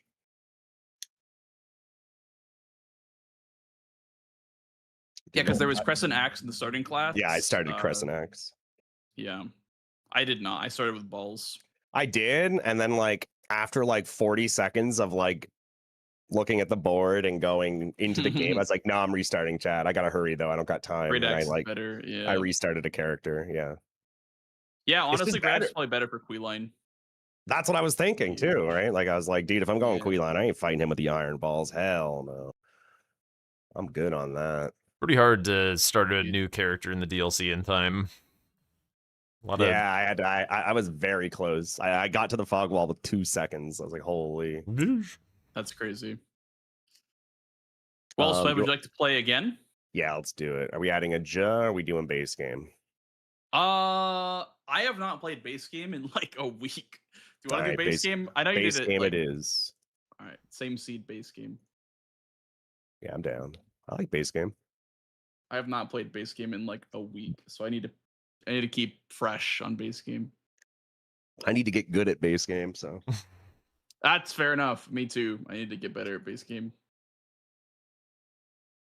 Did my bingo just crash? No, my randomizer just crashed.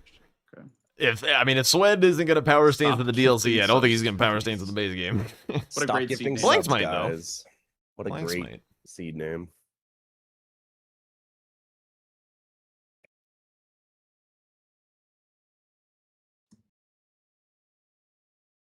I'm so glad that there was that you were around, because last night I was sad that I was only able to get one like full game in.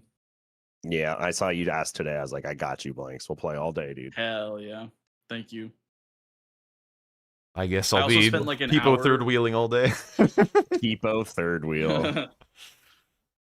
I spent like an hour practicing the Age of Untouchable parry with medium shield, because I doubt we'll have parry Ash of War for the season, so I wanted to practice with the worst possible parry that's available in the DLC, which is True. medium shield.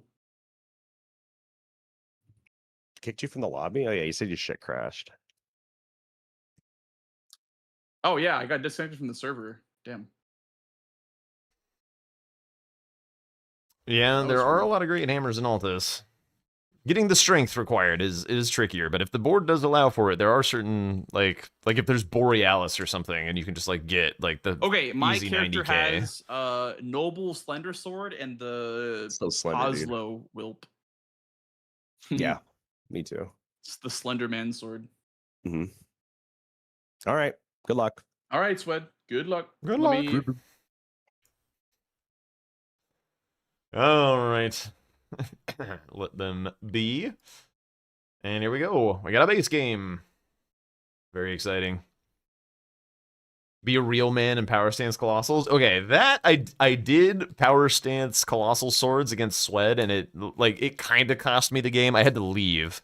It was like the last game that I could play before I left for home, and I did have to call the game early after getting sniped, just like kind of two-heading the late game just because I needed to end the game. But I was dying with the power stance colossal swords. The moveset is just like too fucking slow, and I was getting blended by shit. All right, what do we got? Looks like I am a bit behind on Swed. Let me restart Swed. That looks better. Change the delay a little bit on the board so that the marks line up a little better with the actual delay that I'm looking at. Can't wait for people to suffer with your square. Did you make a power stance colossal square? Just kill Radon? Yeah. Radon is... Let's see. All right. Well, hang on. Board. There's the board. Fast things.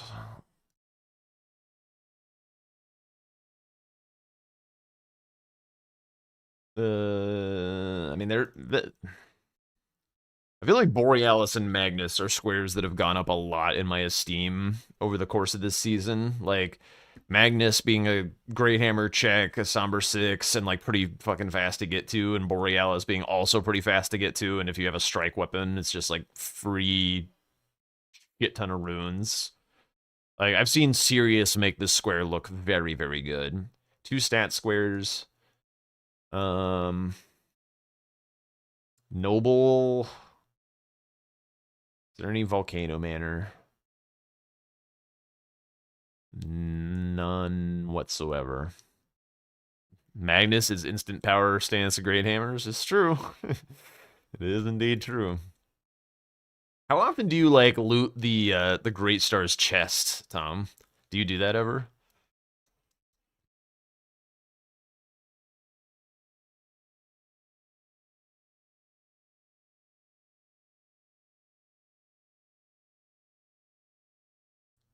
Every time when you go to Magnus? Oh, shit. I feel like I'd be more inclined to do it afterwards. I don't like doing extra fluff activities before the square that I'm doing is done, because, like, if I'm racing on it, I don't want to lose it because I wanted to look at a Great Hammer. But I do feel like that behavior is more rewarded in the base game than it is in the DLC, so that's something I've been trying to learn from you. Yeah. The man on the right looks like he sells coffee for $15.90 at Starbucks while getting paid $3 an hour plus tips. I don't think he has enough tattoos to match that description. Respectfully.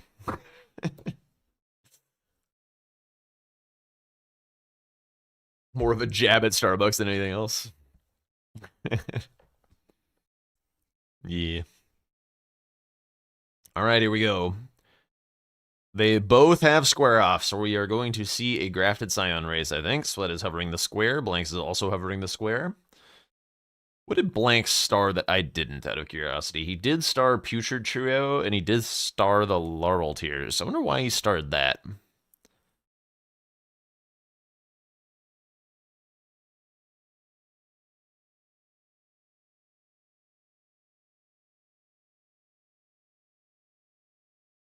Looks like Sweds is going a little better. Although he is 2 seconds faster for me, 1.5 seconds faster. I think he's ahead. It's a little hard to tell. Ooh, gets tagged a little bit. Oh, the Grafted Scion did the fall thing where it falls off like nothing and resets its animation. Didn't screw with him too much. This is really close. Got a dodge. Dodges in. Very nice. Gets one more square off. Gets the stagger. All right, he's got this. Huge. And didn't take the repose too, so he got it done even a little bit faster as well. Oh, yeah. 2 seconds snipe. Yeah, Swed's feed is a little earlier. I could reflourish Blanks. I think he gifted me a sub to Blanks, so yeah. Now he's 1 second ahead on Blanks. Okay, it's pretty close now. Pretty close. Also, I guess I can reduce my own board delay as well, since I'm only just a second off or something.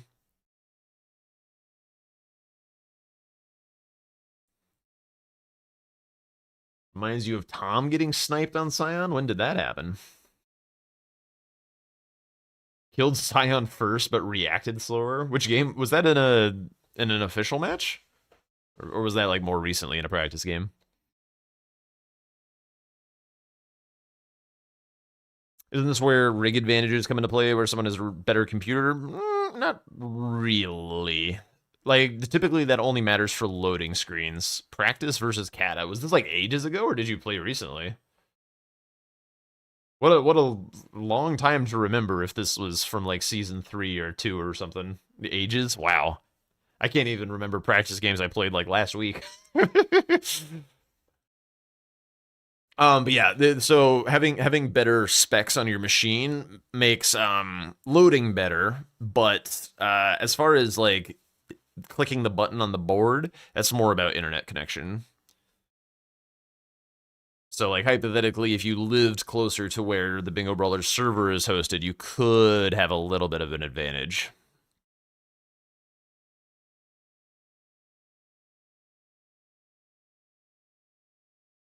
It's a featured clip. Okay. That makes some sense.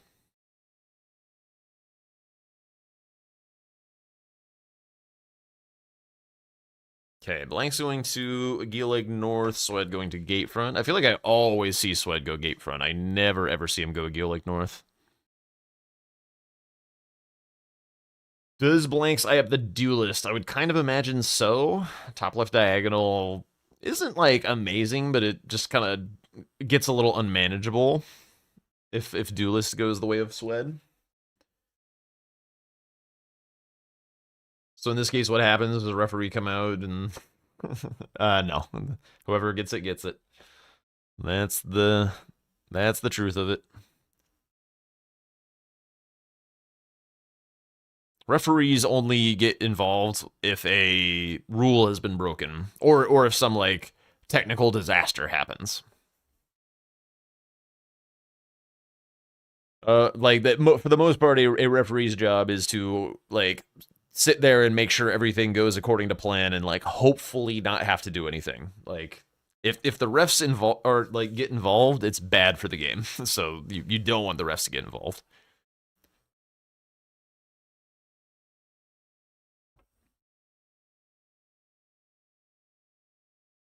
Okay, Sweat is going duelist after going gate front. Curious. He is dismounting to make this jump. Interesting.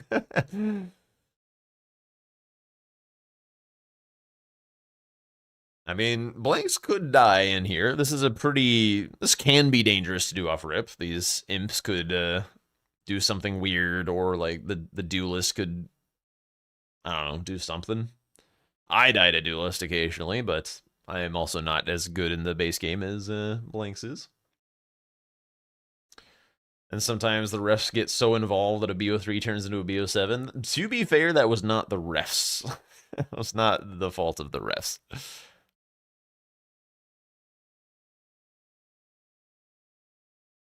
There's a clip.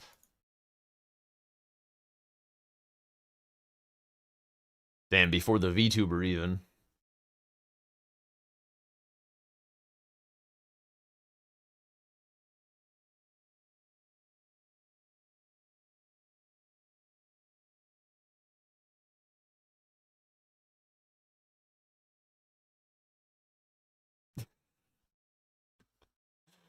Damn, Tom be pissed in that clip. What? Fuck off. Alright, Blanks is cleaning up this duelist Coolite nicely. Pretty free. Should probably not be a huge surprise from Swed, since he did go... Ooh, he does lose his Grafted Scion money. 3k is not nothing.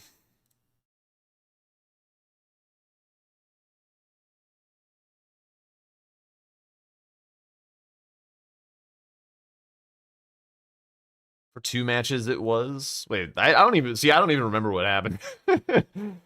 Oh, seed mismatch. Yeah. That I do kind of remember.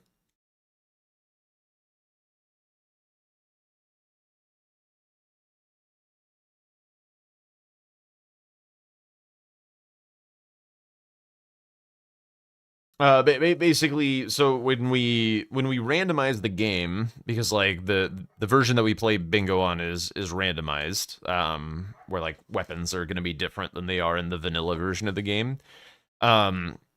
It like in order to do that, we have to synchronize our randomized seeds. So seed basically is just like a unique code which will always randomly generate the same randomness, so that like when we play against each other, if Swed checks item A and it turns up to be Starfist, that if Blanks also checked item A, it would also turn out to be Starfist.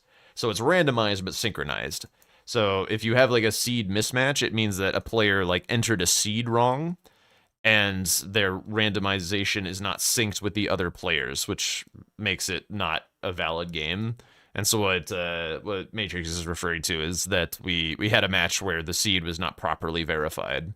So we started a match where one player was on an incorrect randomization compared to everyone else.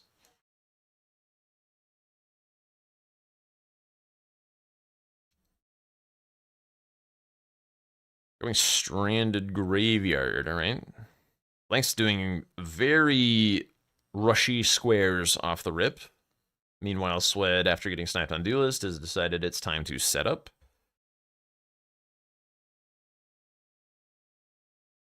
Going and grabbing the smithing ones, getting a little closer to Stormveil. Is there anything in Stormveil? I feel like I didn't star anything. No. Blanks will be able to get a crackpot if he goes both a cave, which will be nice. You won't have to go back for that. Could potentially build out a little bit of a column 3. You don't forget these things, just like you won't forget Pee-Pee Jack. Spectacular. Because of your seed mishap, your garden is all fucked up now? What happened to your garden? We're talking about the Two Worlds event. Reffing is not held to the same type of standards as Bingo Brawlers, where you're actively working during... Yeah, absolutely.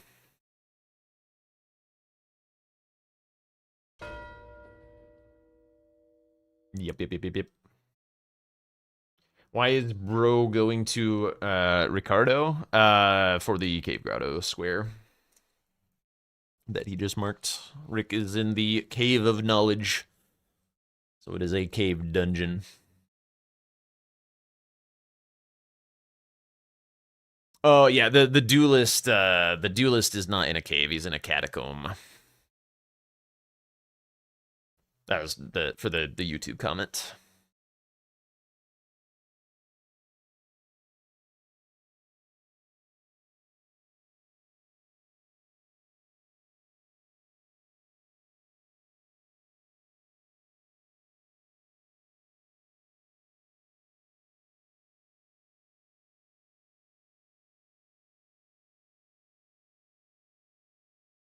Okay, Swed. Is he ready for Apostle? He has it starred, and he's kind of heading that way. For a second, I thought he was heading towards the old Altus tunnel for the 4, 5, and 6 Somber Stones, but kind of looks like we're headed towards Apostle. I always do find it interesting, like, what people star at the start of the game compared to what you star. It looks like Blanks and I mostly starred similar things. I starred a few things that he didn't, but he starred Trio and I starred Magnus.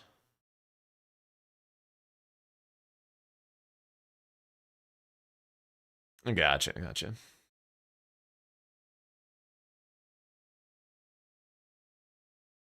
Ooh, Sweat finds Starfist.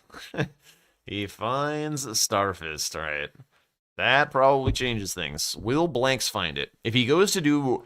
Okay, so here's actually something that's kind of interesting. Like, if I find Starfist at, like, a weird merchant check, a thought that's running through my brain is, like, I kind of want to do every single square that would cause my opponent to come to this place, to minimize their chances of actually finding it.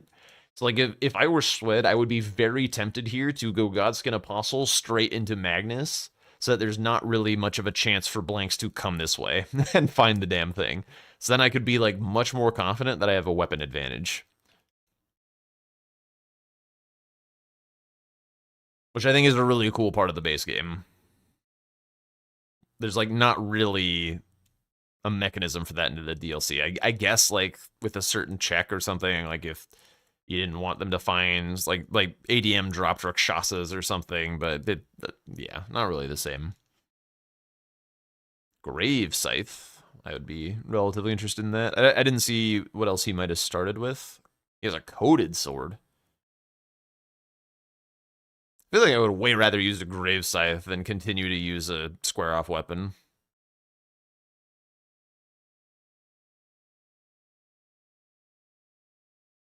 Blanks' portrait is in a spot that a lot of times I can't tell what he's looking at in the menu.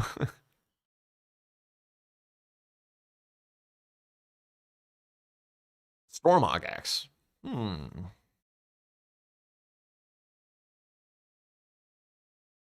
Why do you call him blank? Is there a reason I'm censoring or redacting his name? if that is not a joke, his handle is blanks. That is his name.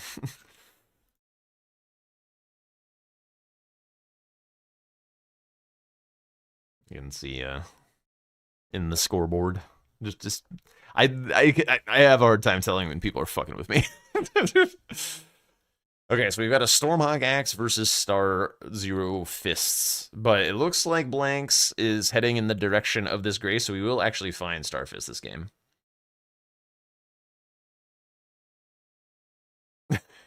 I have no idea. I have no idea, dude.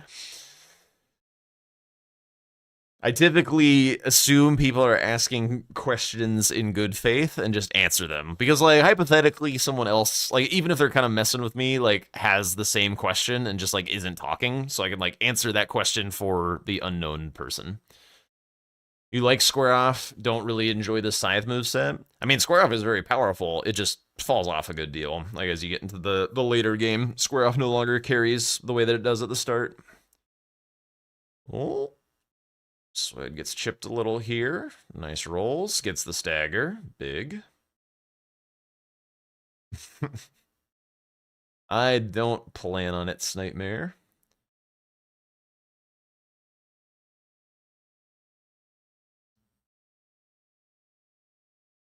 Yeah. I think that's a roll catch. I don't know of a way to dodge that properly other than just like getting out. I also quite like the Grave Scythe moveset in particular. The regular Scythe is a little goofy because it's got that charged R2 that's a double hit. Those are never very good, but the Grave Scythe does not have that. Nice moves. Does whiff the Starfist a little bit. He's going for the stagger. Oh, he's dead. Yeah, and here comes Blanks. Uh-oh. I mean, Swed does have a huge weapon advantage, so it's possible that Blanks gets here and... Wait, what the hell is this? Oh, okay. Blanks did find Starfist. He was bringing a Star Zero Fist thing. You just have to roll it early. Gotcha. In order to not be frame caught. I spent like a little while in the like hitbox lab with Godskin Apostle trying to figure some shit out, and like I was having a pretty hard time on my own. Which like normally a lot of bosses, once I do the hitbox visualizer science, like I figure out what I need to. But Apostle, I never really got down to the point where I could just stand toe to toe with him and dodge all of his shit. So like I kind of rely on spacing him.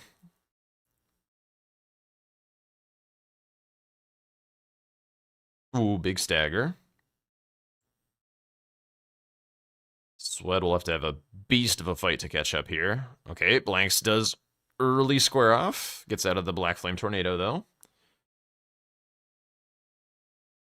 This is pretty bad if Swed loses this square, I think. That death is pretty costly. Ooh, Blanks gets tagged. Oh my god, he gets out of that potential roll catch. Very nice. Gets the space to heal. Only one heal left. Oh, this is a really good attack for him to get, though. He gets a bunch of free poise damage here. Stalling. They're both stalling at the same time.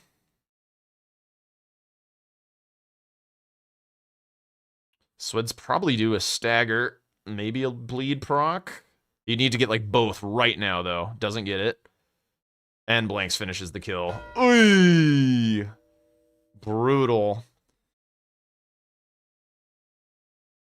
Swed probably sticks around for getting the cash. Aye. That is tough. Blanks continuing to push the column. It looks like. Kind of heading in the direction of crackpots. Swed's PC froze for a bit after death? Oh, really? That's unfortunate.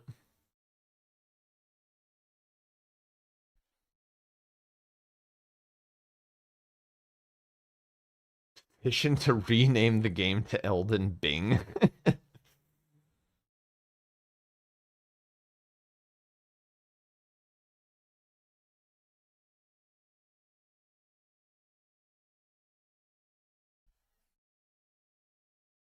$33 gift subs for Pedro? Did it actually happen?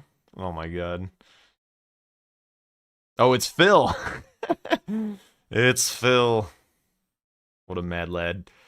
Dude, some of these people who like gift ungodly amounts of subs, I do wonder what they do for a living.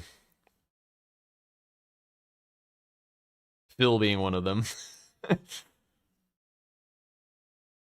Phil is like very generous with like everyone. He's been generous here as well. As you can see from the current gifted sub leaderboard.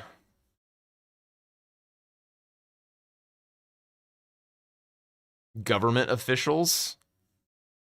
You must live in a highly corrupt government.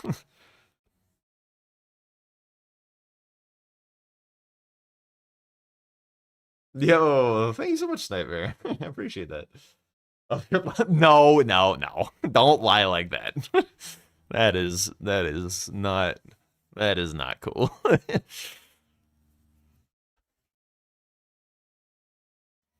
Like the US government. We can dive into some bingo controversies. Maybe we should steer clear of huge American politics drama.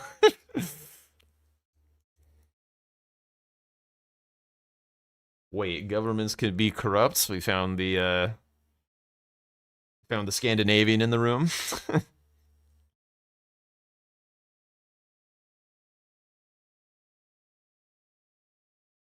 Let's talk more about it. I feel like there's nothing new to say. We're just in the waiting game. Alright. Do we have a solution to the column 3, Sled? Noble is not great. Deathbirds are okay-ish. Might be slightly exaggerating, but won't go that. Alright. I'll take the exaggeration, that's fine. I mean, I do appreciate that. I really, really do. Glad you're having a fun time. Could hypothetically get Burge if he goes for it. He could. I mean, Blanks is also...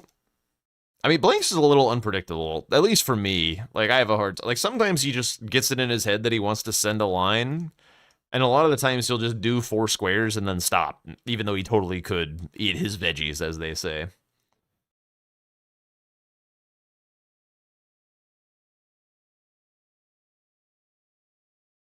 What is Sweat doing? Oh my god, another 33 gifted. Alright, well, Swed no longer cares if he wins or loses this game. He no longer gives a shit. He's Pedroing it up.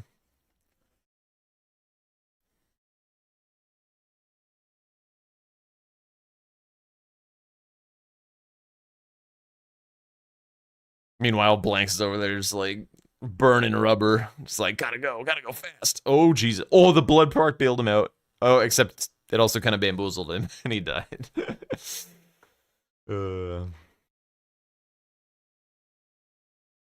the last game, he talked about not going Letta for the 13 square. Yeah, I mean, Sled was very dark in the last game, so like, what else could he have been doing other than hypothetically prepping some Mineral Limb? Blanks is probably the most infamous eat your veggies moment. Yeah, that was from the preseason. Yeah, one of the official matches. He like kind of had a pretty obvious bingo and didn't go for it or something. That was the NPT game. Which format? Did he have a bingo in both, or was it just DLC? Well, yeah, I know that one, but like, was there a bingo that he actually he feasibly could have won with?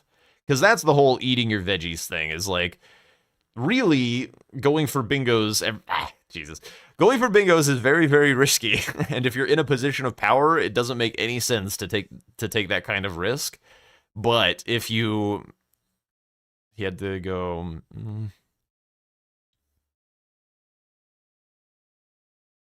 Oh, right, the Yolan and Ana one. Yeah, Meta into Yolan and Ana. Yeah, now I'm remembering. Yeah, that one, he had his reasons, like because he did die, but he did still mark Meta first. Like, I don't know, he probably should have gone for it.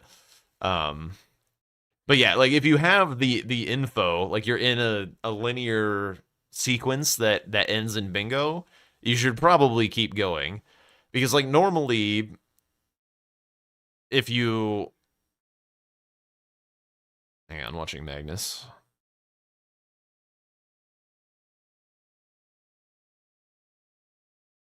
So not super free with the Star Fists. Magnus rolling around like an asshole. Lion's Claw, expertly dodged. Let's take a little bit of a tag with the Pocket Sand. Nice jump. I'm always a little scared of dodging those moves because he can charge them to varying degrees. Like he doesn't have to charge all the way. He doesn't have to quick fire it. Like I don't like jumping those.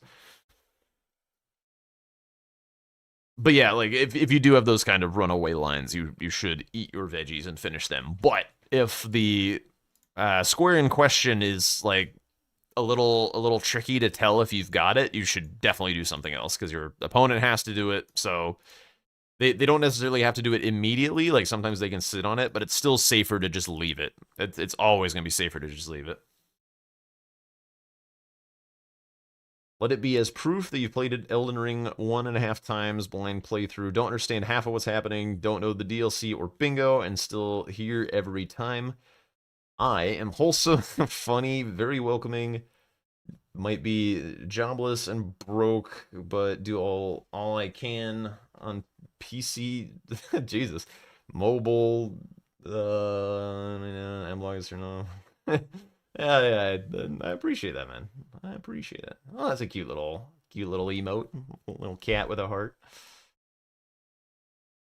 Are we supposed to be able to hear the music? Not really. I could turn it up a little. It was in conversation mode. I mean, I can turn it up a tad. It was in conversation mode. I did do some rebalancing of some audio levels and stuff, so like it is possible that some of my audio levels are a little off when I got home. So like if things are like if that was like actually inaudible, I do want to know because I can fix some of that stuff.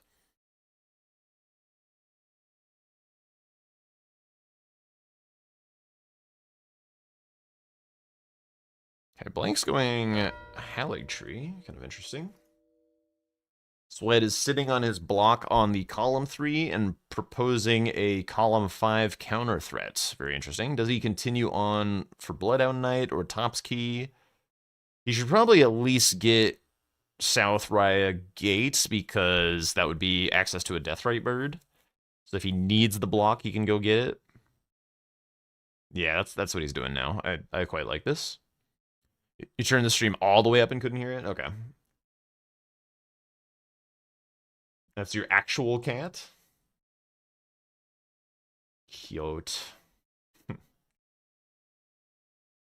I'm not much of a cat person, but I can always appreciate a cute animal. It's not because they're not cute, it's just their personalities.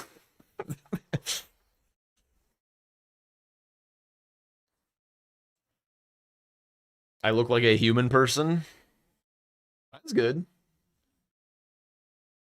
Dogs better than cats, but they're both cute and good pets. Yeah, for sure. I do have some like neighbor cats that are basically strays at this point. Like they're so free range that they're just like constantly like in my gardens, like shitting in my plants and stuff. Like those are not my favorite cats.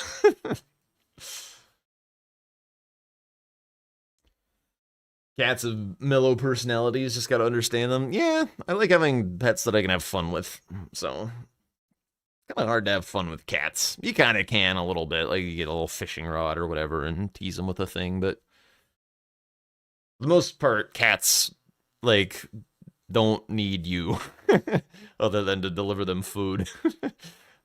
But yeah, they can be snuggly and things like that. Like I've seen I've like met cats that I do like, but by and large, I'm just not a fan of the cat type personality. Going for walks with a cat is difficult. Yeah. This is the first time you heard the term free range cats. I use it a lot, but mostly in regards to these neighbor cats. Nice Deathray Bird kill from Swed. Getting progress towards the block.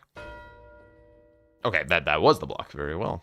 So now he's also got a row 2 counter threat as well. He's played this actually pretty nicely. He's got some good stuff going on. It's still a scary situation, and he's a little behind, but pretty nice board state for him. Blanks is now doing the Blythe block. Sweat is hovering 30 int. He's headed towards Moog. Ooh, is he doing Moog setup? There is no Moog on the board. Is he just going to kill Moog for both stat squares? Dude, that would be such a Giga Chad play, actually. I wonder if he does that. I feel like just killing Borealis and dumping the int would be more efficient with your time, but I'm very curious to see how this works out. He's not running in the direction of Theo. He's definitely headed to Moog.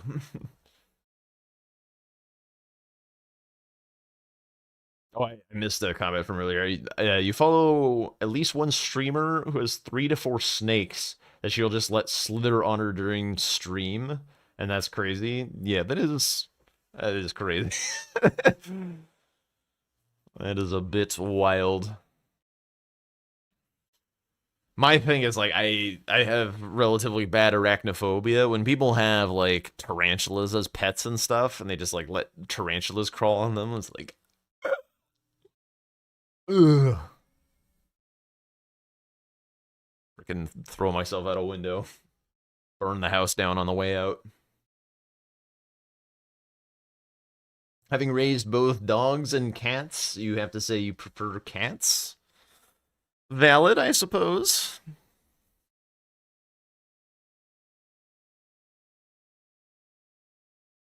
Leaving the house if there's a pet tarantula, no longer friends. Yeah. Yeah. I feel that. I mean, if Swed does get both of these stat squares, it does block some big lines from blanks. The row 3, not so much, though. You would have to do something about that. Yeah, it does. It looks like blanks is kind of eyeing up Top's key now. But the row 3 is very, like, fast if left unaddressed. It's, like, not the hardest to block, but if you're off doing something unhinged like this, like full sending Moog, he's also missing some runes going this way. I don't know that it matters all that much, but... Because it looks like his plan is to specifically kill Moog. Okay, he does get a seed out of the deal, which is cool, I guess. I could, like, pay attention to which way he's running to, like, avoid the invasions and stuff, but I'm never gonna do this. I'm never gonna do this way, so I'll just sit back and enjoy.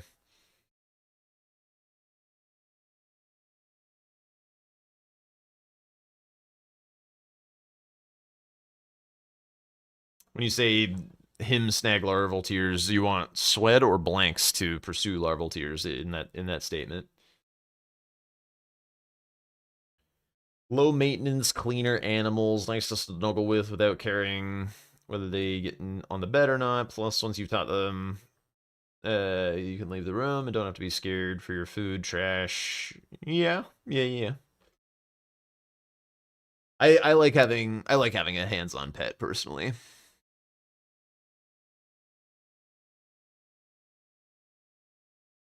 You think one seed is gonna be what blocks the row 3? Is there incants on the board, or is he lost? I think he was looking for the 9, but it's in a different spot.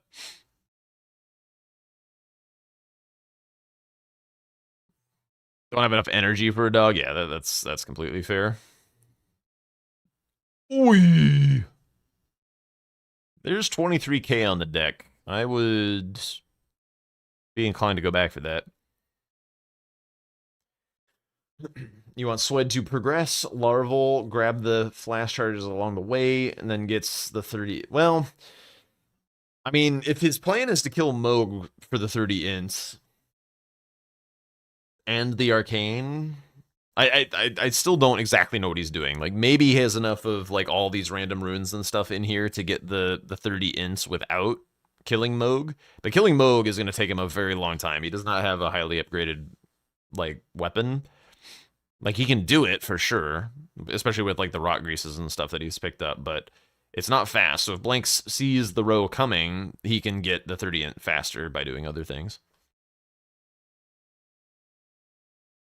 Okay, we're having a little tiny skip issue. Oh my god. Jesus. Okay. The Albinor got knocked in his ass by his own skeleton. Oh my god, Swid, please. Okay. Okay, looks good, looks good, looks good. No! Okay, we're fine. Get onto the outside pillar. Yeah, there we go, there we go, there we go. Now we're all set, now we're all set. Meanwhile, Blanks is going noble. So actually the arcane is probably more important because the once Blanks gets noble, he probably gets arcane, and then the row 4 is faster than all of this.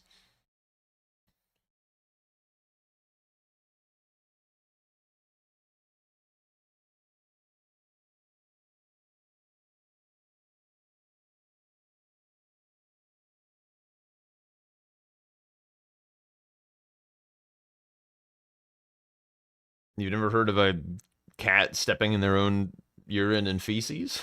I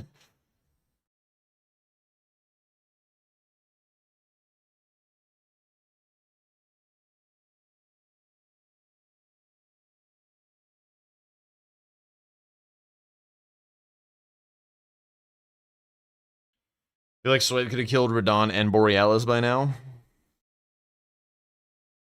I feel similarly. Radon and Borealis wouldn't get him both of these stat squares, but it would certainly get him one of them. I feel like he wants both, which is why he's doing this. That you don't do this if you don't want both.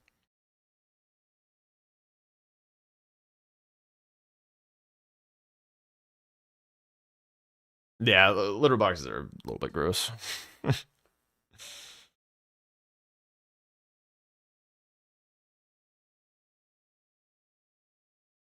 I mean, all animal leavings are nasty, except like I don't know, deer or rabbits or something who just eat dry grains.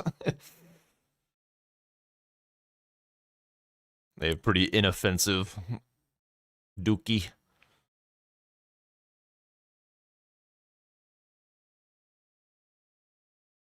Tibias.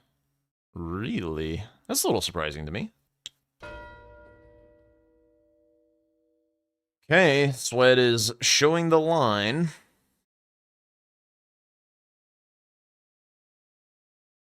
Does he have time to... Okay, he's going noble. Why did he run all the way to Moog to then go noble? I feel like where he's at, like... Oh no, he's killing the larval tier guy. Never mind, never mind, never mind. This makes way more sense. That said, like, Finger Slayer Blade is still slower than... He kind of has to get the arcane, because Blanks is gonna kill Noble, get arcane, and then go Miriam. I don't think... I think Blanks was just killing the tibia because he was there. I don't think he's actually going for tibias. He's going for row 4. Now that he sees Swed is trying to push a row rather than do blocks. Oh, jeez. Please heal, Swed. Whoa! What was that hitbox? That was egregious. That is an egregious hitbox. Bro, like, was going like this, and then did whoop, and like grabbed him around his ass. Unbelievable. What a ridiculous hitbox that was.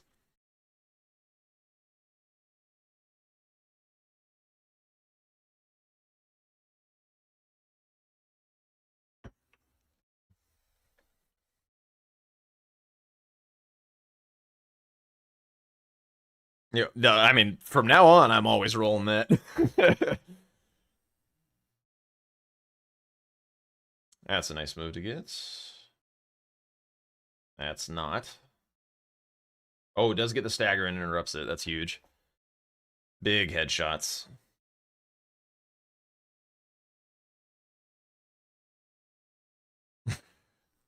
Okay. Bro, he still didn't roll it. You saw what happened last time. Alright, I think we gotta kill Moog, like, right now, Swed. Also, not showing his larval tier. You cannot do your row faster than Blanks can do his. I think we have to get that 30 arcane, my friend. Blanks is sitting on it because he doesn't think a Swed can get it. I mean, obviously Blanks doesn't know that Swed has Moog's Grace.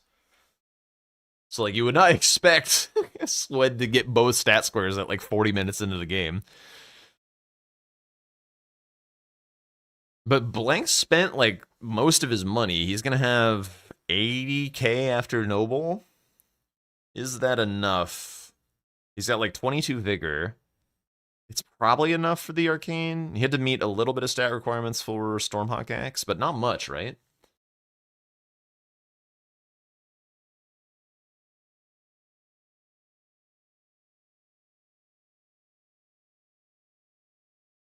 Yeah, Deathblight does build up very, very fast in Elden Ring. The dude disrespecting Kyle? What the hell? Oy! Okay, it worked out for him. That's the problem with the stat squares, since Swed showed 30 int, now Blanks will focus on row 4 till it's blocked because the Arcane is his prio. I mean, sorta, but I mean, with these... What do you mean by problem? Like, what's the problem with this?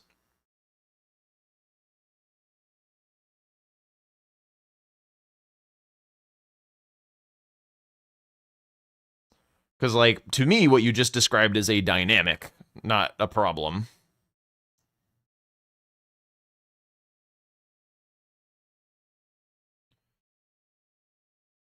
Swed's chat is distracting him. Classic.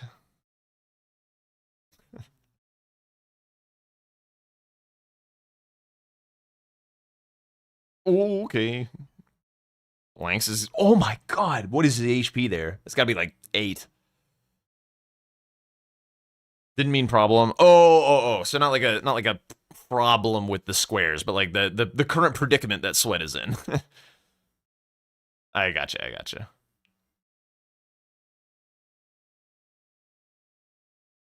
Pretty big damage.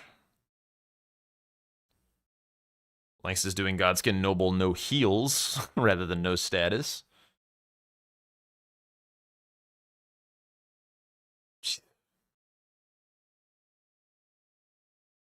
I mean, nice fight from him. Yeah, doesn't have to watch out for Noble Presence. Nicely done, but like, holy shit.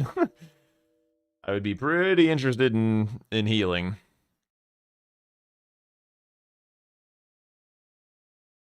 Okay, so Blanks is not eating veggies here. He's going for the block. Sweat unmuted? Oh, he's dying. What is happening? Blanks already went Highlight Tree.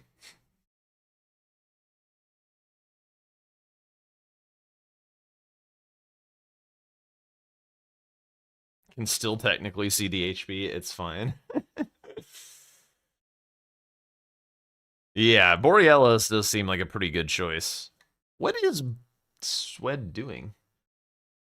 He's not unmuted.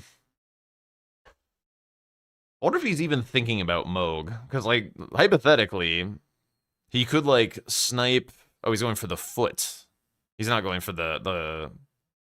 What a weird foot to go for. He had first step, right? He could have just grabbed the one behind. Swed might be clocked out. He's still not unmuted.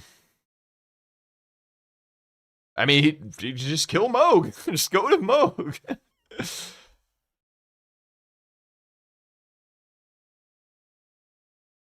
Alright, Blanks is going for Theo.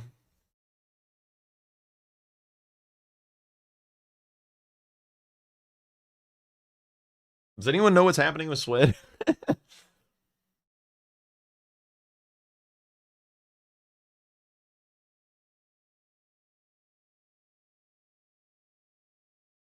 Nobody's typing in his chat. Okay, he's back. He's doing shit. Going back for the larval tier, I guess. Spins in a 360, trying to orient himself. Moog? We going Moog? We're going Windmill Village. Yeah, just simply hit by the existential dread. He did look like he was going through something.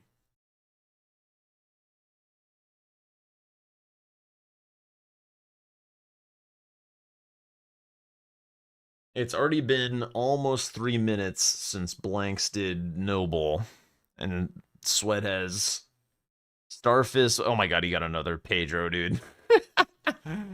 Oh, he's learning the larval tier square. Okay, okay. That makes more sense.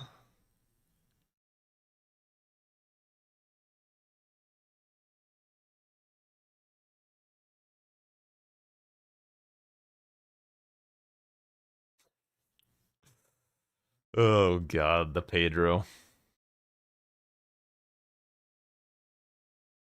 What's his like 99 sub? Or wait, I thought Pedro was his 99 sub. What is his 99? Is 99 the Chippy Choppa thing? Oh, Blanks. Oh, he got the octopuses involved.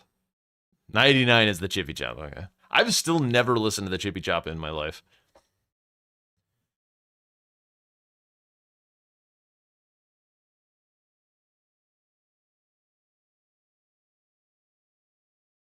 Big headshot damage. I don't know why you get the octopus involved if you have like plus 20. Seems super necessary. Alright, gets his cash. He can't port away because of the octopuses. It's been 4 minutes. Very confident Moog is dead for Sweat at this point.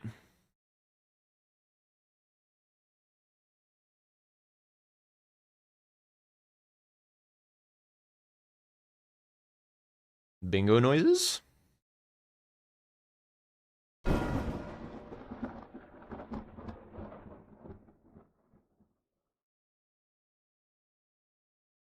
Thanks. You know, I didn't even see those stat dumps until I saw, like, I didn't go Shifra because I didn't get the feat. And I was like, oh shit, there's 2 stat dumps on the board. Also, my starting class was kind of terrible for stat dumping. I'll be honest, Blanks. I can't hear you right now. Just give me a sec. Okay. We're having some Pedro moments.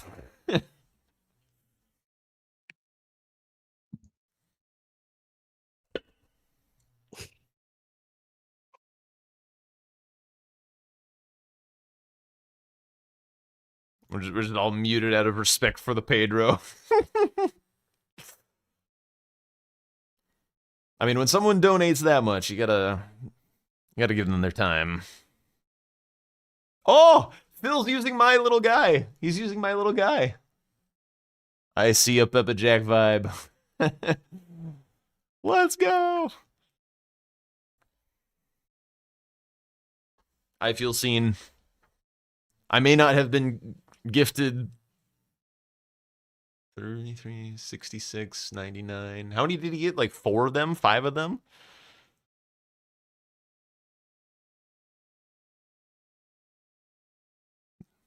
They finally got the Swed version. Swed version of what? Of Pedro? Or of a vibe? Huh? A 10% chance? What? I'm confused.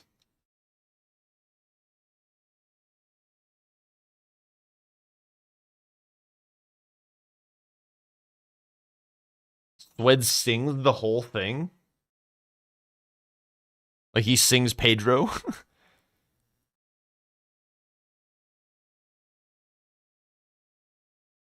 Oh. What a devious little bastard.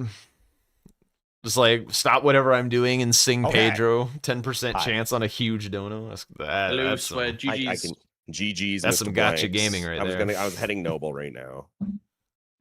I see. Yeah, so what I did was I got the grace. That's also a goddamn lie. like, He wasn't where the going door noble is right in now. Volcano Manor, Doing and then I larval did Miriam. tears.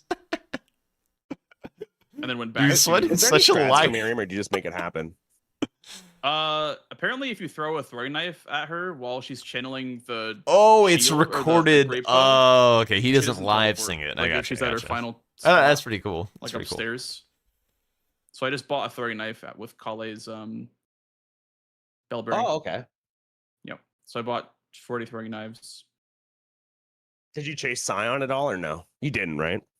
No, I did. You got me on it. Interesting. How did you beat Duelist so fast then? I don't get it. You went gate I was front, Swid. confused. I what? You went gate front. It's that big of a difference? How is it that big of a difference? I mean, it's like 10 seconds or But something. I had a perfect Duelist. I wasn't even halfway through it. Well, yeah. I mean, It's crazy. I was like confident that he didn't chase Scion because I was like, oh, I had perfect pathing, perfect Duelist RNG, and he beat me by that much. Nah, he didn't chase Scion. yeah. I mean, a Gilic North is definitely faster to do list. Oh, that's a good point, actually. I didn't even consider that because we're not upgrading. Sure. Yeah. Yeah, that makes sense. Yeah, I retract my last statement. That makes perfect sense. I was curious, Swed. Which- I mean, I guess you were a little distracted by.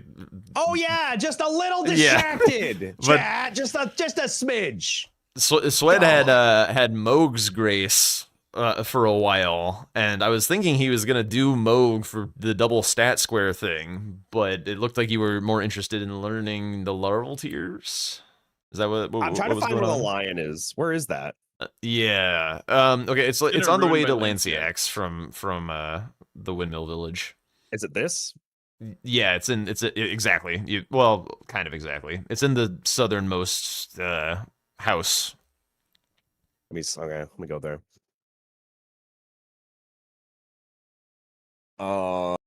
Would Moog be enough for 30? I didn't think that would even be, Yeah. I didn't even consider that being enough. Would that be enough? Yeah, definitely. Oh, okay. Yeah, I would have then. I just didn't assume that. I kind of assume like if I see a stat square, I can only get one unless I kill Millennia. But I guess Moog does give a chunk. Yeah, Wait, Moog is quite a lot. why did you go to Mogwin Palace? Was there anything For there? int, I was just gonna push row 3.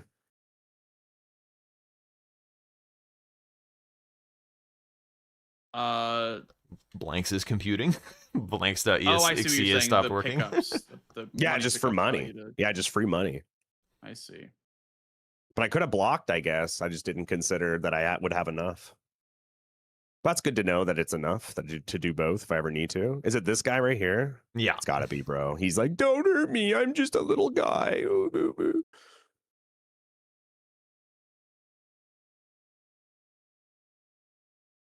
Oh my god, the insane lion synergy now.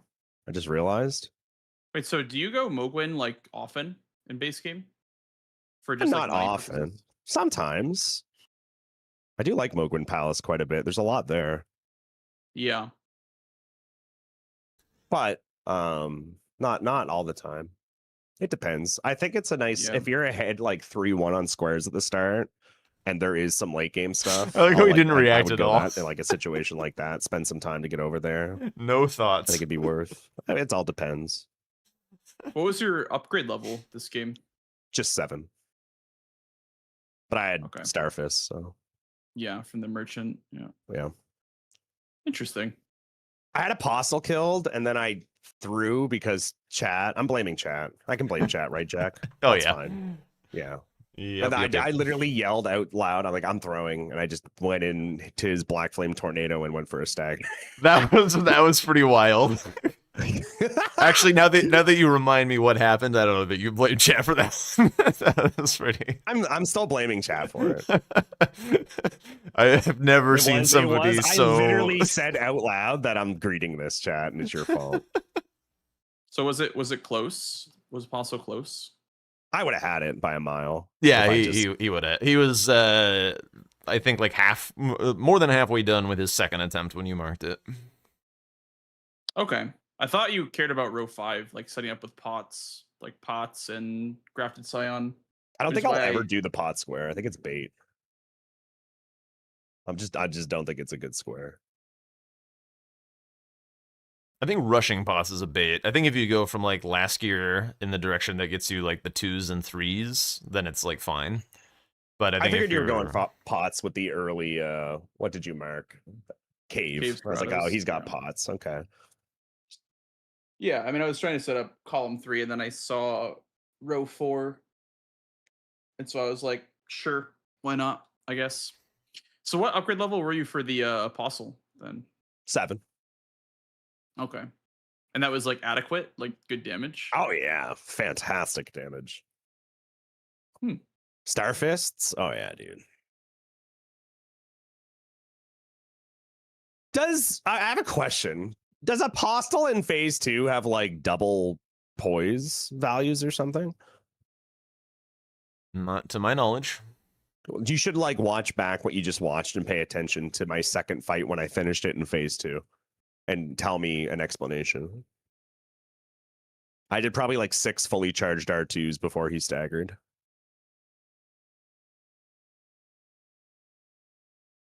But you should watch it back because I was very confused. I always was say like, what does this guy Sweat just says have, with a like, grain of salt. more poise for some reason? I remember making the like Were Swed you fib going counter for one of my YouTube for videos. Academy key at all, by the way? This is like, yeah, that's No. just not true, Swed. So I was looking at row 3 as well. Tom is I saying did Treasure. Magnus. For the Tom is saying 6. Apostle is hyper armor during Black Flame Tornado. So Nah, that's not what I'm talking about. I was talking about my second attempt, the one I actually finished. or and no, killed. not the tornado, the swipe move. I misread what he was saying.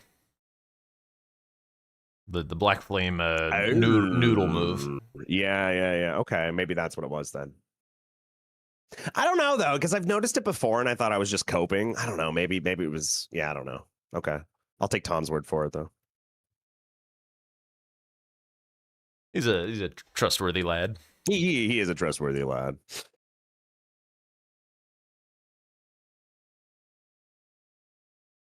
Yeah, no, this one was just a tough one for me, Blanks.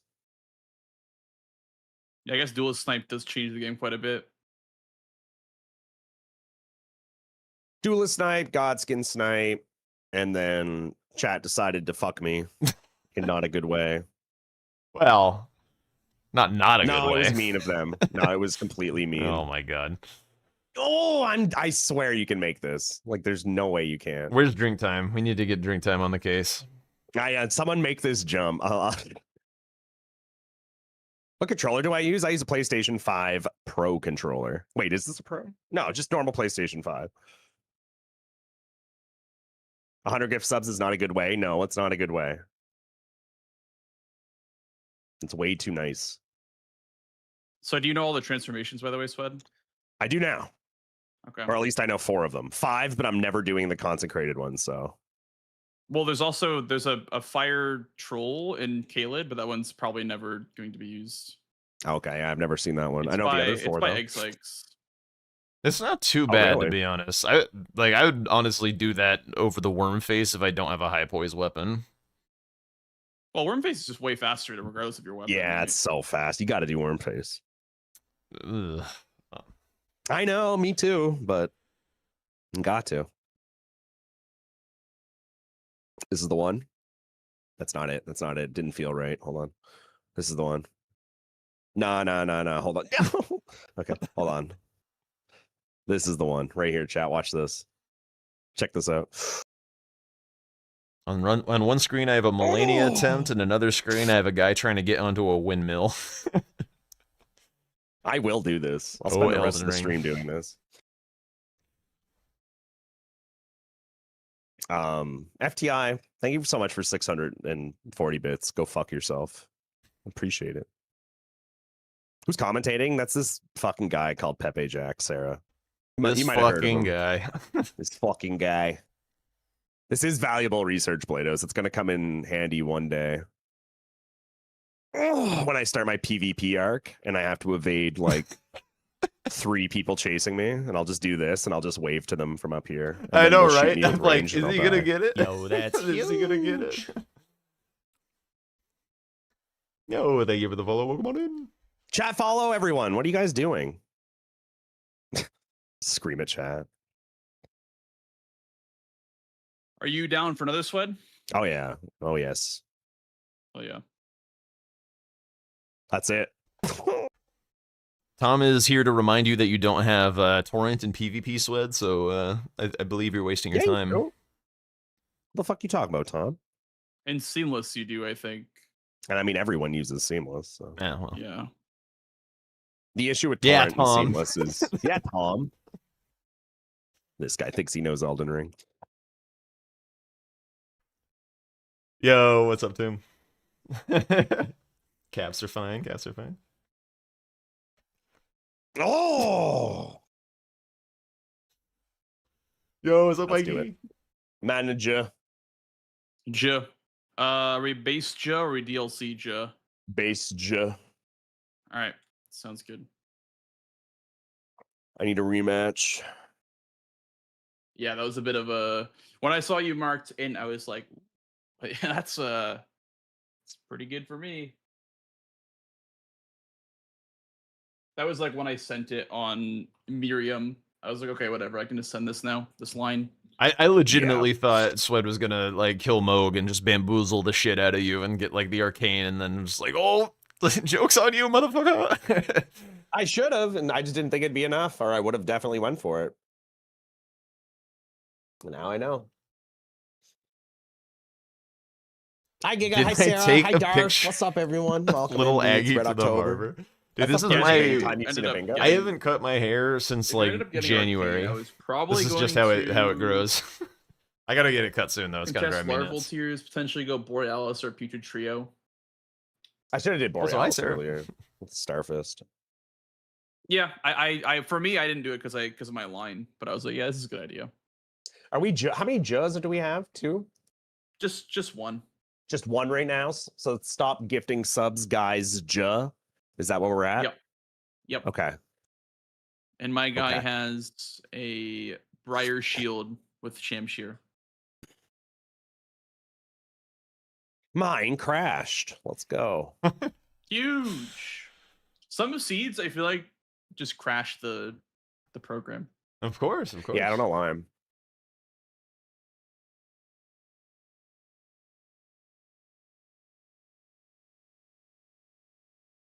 I need more hair to be Aggie. I feel like there's only room for like one look from each of the folks in the scene. So I gotta manage my look. It was almost I impossible gotta employ a stylist. Wrong. Make sure I have my lane all carved out for me. Dude, John said that was the first time he's ever seen Sweat claimed the bingo. mustache. Smart move. Blanks I mean, they don't claimed happen too often. the Jesus. Probably Tom like claimed the 15% of the games, the Horaloo Giga Chad. 20. Gotta be careful. Something like that. Can't be Timu Aggie. Dallas? That would I'd be love a that would stat be for that. not That'd be the really right cool. lane. I don't think. Yeah, some like square stats could be pretty cool. Like if this player gets the square, how likely are they to win? That kind of stuff. So like I don't know anything about coding or how programs work. Here comes a or any base of that take. stuff. Wait, what does this mean? What is it like? I'm gonna say some stupid shit. Is that what anyway? What I was gonna say is like when we do our baseball league with Pooh and them, we're using kind of like I guess a similar thing where like it's like a software. We all like go in it and we like we join a room and we play. It's kind of like similar to this, I guess, where we join the lobby and do our thing. Mhm. But the thing is there are like a lot of like drop down menus and like stuff you could do, and it's like if you play in this drop down menu it like records like a bunch of different stats and stuff like that. I wonder if that could like be implemented into this and how hard that would be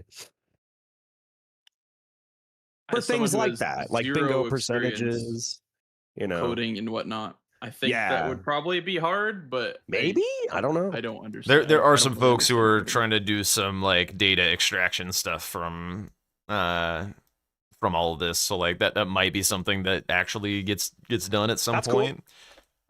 Because like think of it this way, we could all create a username, and then every time we play under the username it would just record your stats, and then that way you would have them. You could see your like record in practice, because like we would play under the practice tab and then it would be all practice stats. That's what we do in baseball anyway.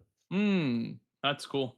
Yeah. Yeah, so like you could like look at your win I'd loss, like to see stats. most yeah. squares marked, like what's the most squares you've gotten to see like tendencies and stuff. For me, could be cool. for Yeah, you, your I'll most either be common That's square. PP fairly Jack or simple the to guy who implement, did the just as IRL bits. twirl. I don't know. The but IRL it's twirl. fairly simple.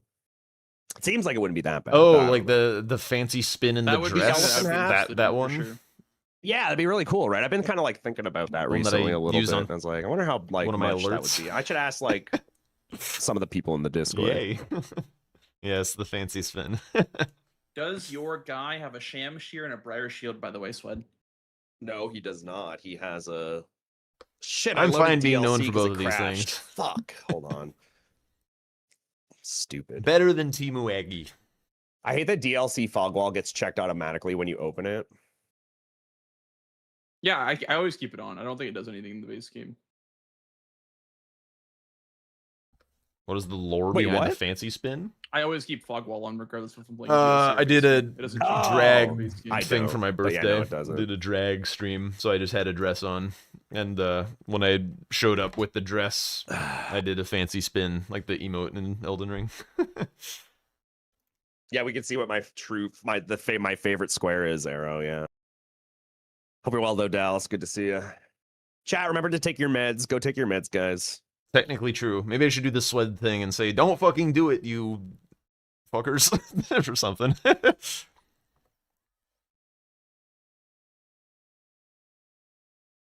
The silly Shazmere and the Briar Shield. And I got a cool metal hat. The Lionel's hat, Shazmere. Yep. The Shazzy Sneer. Yeah, that's what it's called, right? The Shazzy Sheer. Curl Yeah. up in a Shazmere sweater. Okay, good luck, Blanks. All You're right, fucked Sweat, up good this luck. game, dude. You're going to. Okay, good luck. All right, let me refresh their streams so they are at the minimum amount of delay.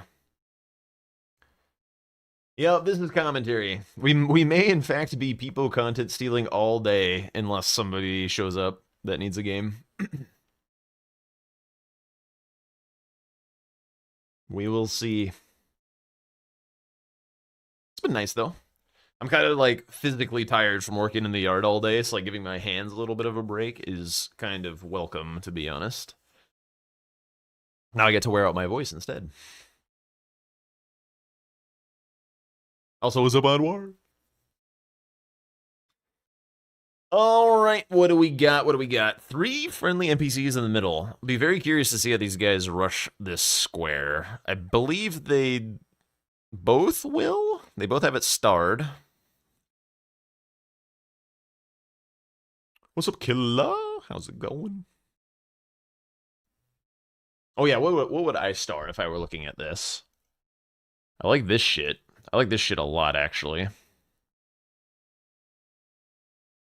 Although Falling Star Beast blocks it pretty quickly. But, like, still okay. Get progress towards sorceries as well.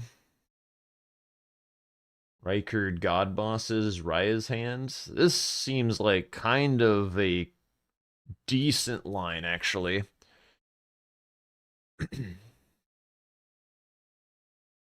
If Wild Strikes rush center. Yeah, I mean, center is obviously really good. Radon, pretty good. I mean, they don't have a wieldable Omen Killer. Not even with the starting rune. Blanks is looking. Yeah, they're gonna have to get a weapon up for this start. So they'll have to meet the weapon requirements. So Whetstone Knives. This is another board where I kind of like the Academy play, but every time I go Academy, I lose. So I don't know that I should keep looking at shit like this.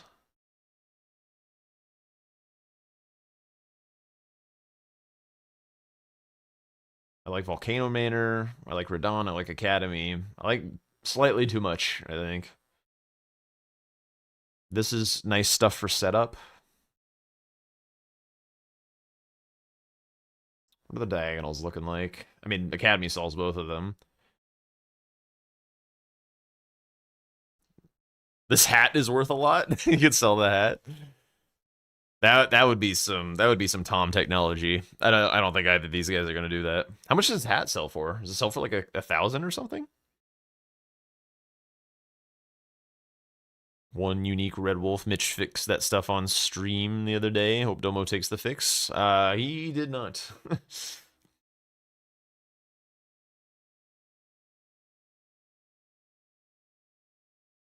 I think the last I heard, they had some plans to go through it with the refs to get like then like Mitch's suggestions got kind of like put that away for now. I was also gonna try out Mitch's square set, but it's not posted anymore. Only 100? I don't think that would be enough. Yeah. Oh, yeah. You thought it was 1K, but it's not. Okay, yeah. But yeah, I hope Domo does go over the square set with the refs, get everything like all phrased nicely so that there's no ambiguity. Everything's like clean. The capitalization is consistent.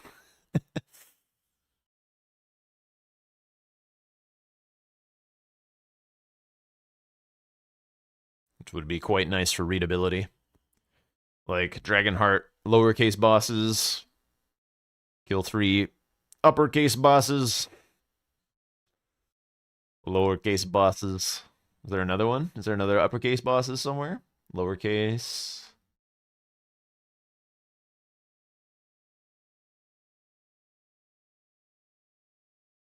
Yeah. Millicent and Crystallion. Domo's doing the one unique Red Wolf on purpose now. Just like Millicent and Crystallion. I don't quite understand what you mean by that.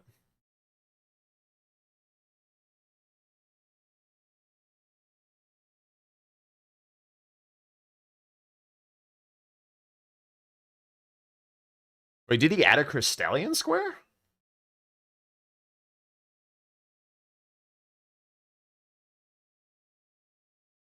Oh, the grammar errors, spelling mistakes is on purpose, and he knows. Is it, he just does it to like tilt people? Is that the point?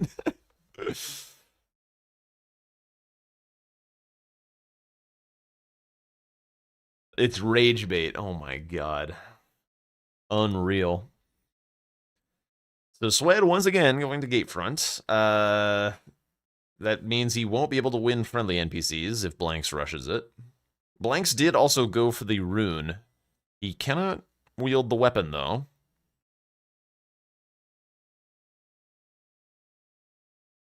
I wonder if he thinks he can. This rune is always 3 levels, right? There's no, like, world where it's less than... or more than 3 levels.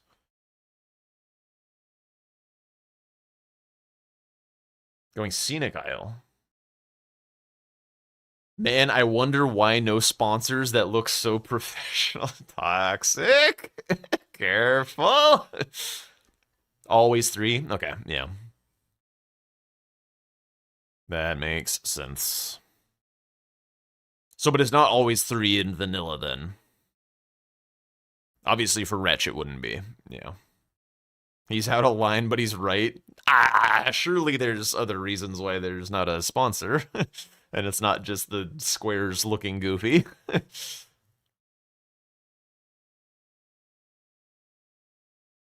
I feel like it shouldn't be that hard to come up with a sponsor. Like, maybe the event isn't quite big enough? I feel like I've seen lower view events that have sponsors, so I feel like there should be a sponsor. Memeing mostly. I feel like Blanks thinks he can kill Boggart here. Oh no, he's taking Raya's hand. Okay.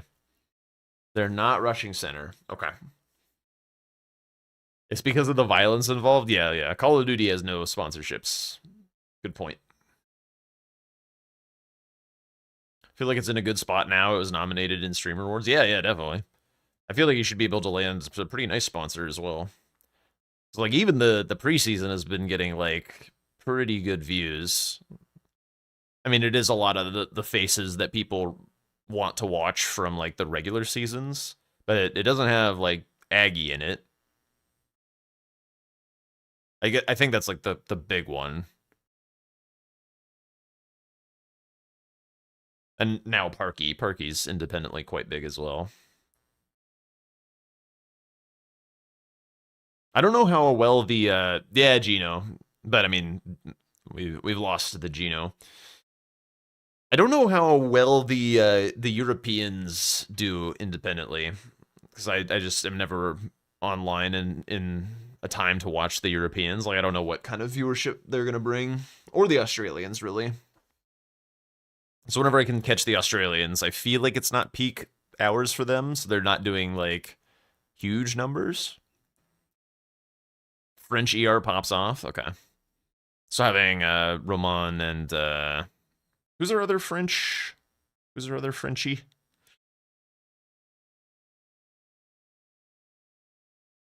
I forgot. Chemist. Yeah, Chemist is big.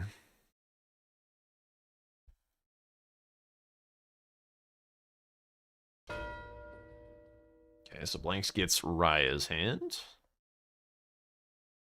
I think Swed was probably expecting him to go NPCs, as he doesn't have a weapon prepped. But now Blanks probably goes for it because Swed didn't. Snowfield. I wonder what they're going to kill Radon with this game, because they both have Omen Killer.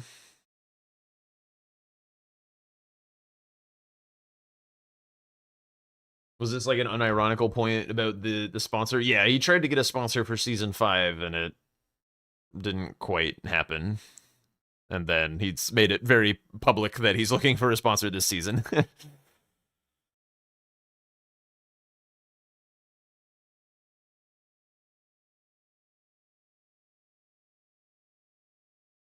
Yeah. I'm sure it's just a oh shit. Thank you, Anwar. Thank you so much. Just cause I want to end the month at 2,500 given. Thank you. A nice clean number. Okay, now Swed gets center square. That works out just fine.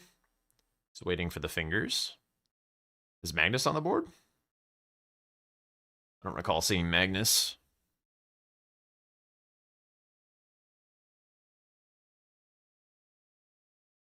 There's like 10 people living in Australia. We're a rare breed. There's surely more. Do you guys in Australia, or do you notice like viewership from Asia come in? Like do people from Asian countries watch Australian streamers? Like either C viewers or mainland Asia?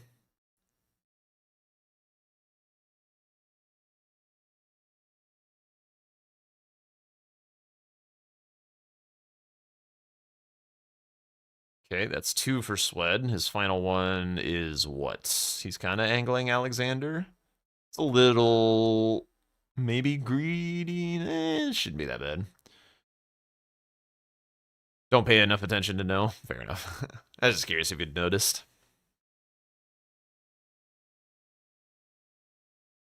Only watch Dan or Twisty.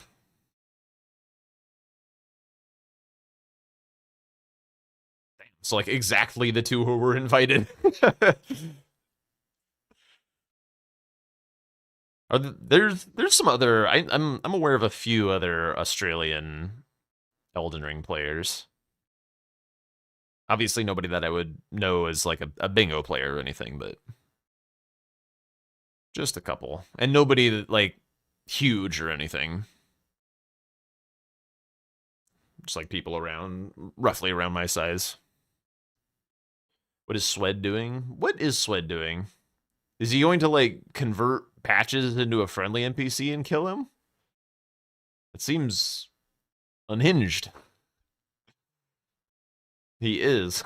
Is there any reason to do this?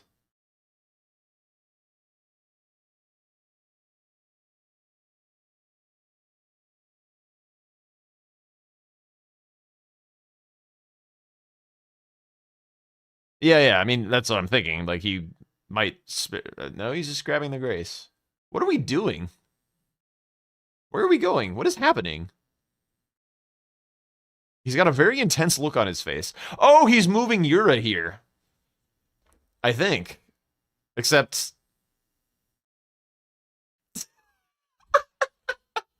he was trying to move Yura here, but that's not how that works. Oh, man. I wonder if he knows that Yura exists outside of this invasion.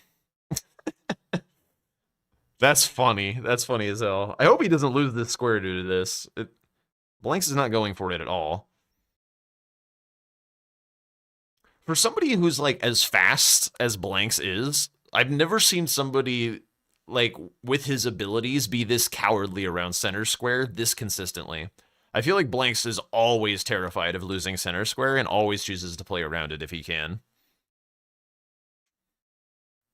But, like, he's got no reason to. Like, Sweat is, like, super dark, and it does not take this long to kill this many NPCs. It's like, he could just do it if he wanted to. Where's Sweat going now? Are we going to Alexander now?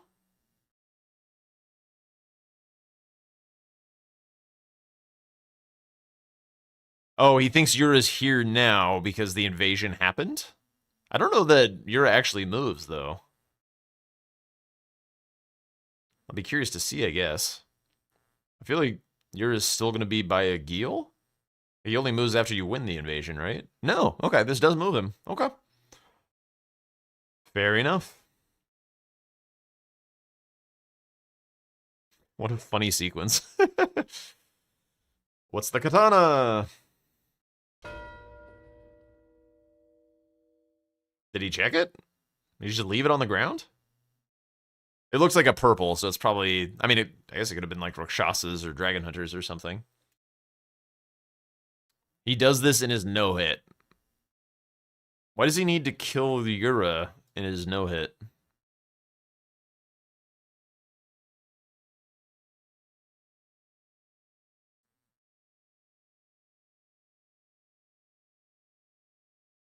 I can't think of a... Oh, is it to get Mogged here or something?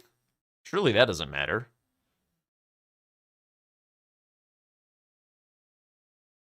The Ash of War from Liurnia invasion guy.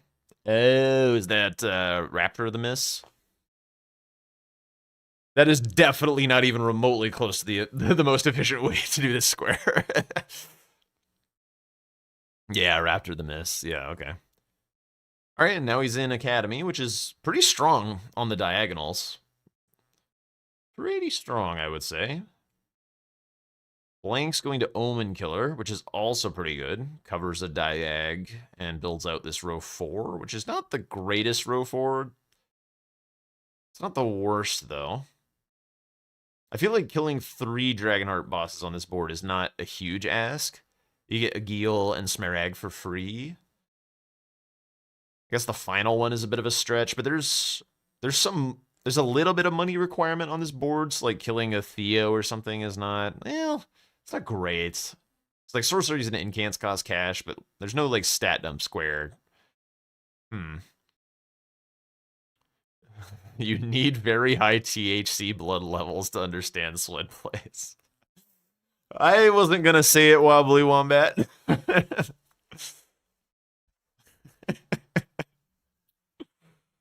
Oh, God. Yeah, for anyone who doesn't know the lore of what SWED means, SWED stands for smoke weed every day. There's a reason that SWED is a goofy goober. Whoa! Getting spit on a little bit by the Omen Killer. Where does the Omen Killer's fire come from? Like, why is he able to just spit fire on people? The V stands for your wildest dreams. Yeah, I think it's mostly a cool sounding letter, I would say. Perfume? Does he, like, inhale something? Like, is that real? It doesn't look like perfume fire. Oh, Red Wolf. Careful. It's a nice move to get. Sweat, I think, is still +0. This is not amazing damage. Oh, God. Okay, he's chilling.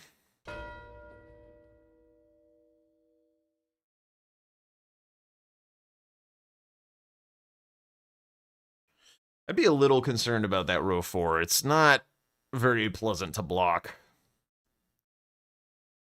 Do we have any healing left? We do. The Awu move. He gets a little bit frame trapped. Nice spacing. It's a nice move. Does not do the jump. Red Wolf interrupts it and frame traps him. Or not frame traps, he baited him. Dude, that sucks. I hate when Red Wolf interrupts that move. It's so annoying.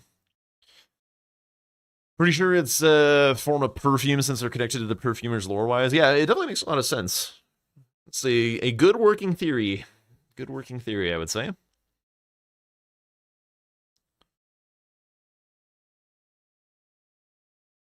I mean, if Swen does get Red Wolves, then he's kind of naturally led into 2 of the blocks on the row 4, because he's potentially going to want the Dragonheart bosses for his top right diagonal, or he's also interested in his top right diagonal in the form of Radon, which would be restoring the rune.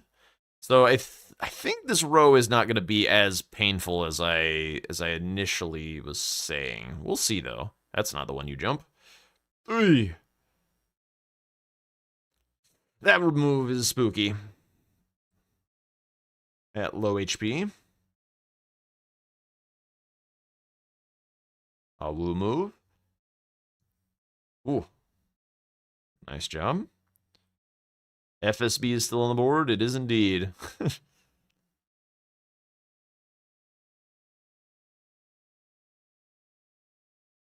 This is like one of the weirder looking Red Wolf fights that Sweat has. A lot of his fights look pretty different than what other people do. This one looks very stress-inducing for me.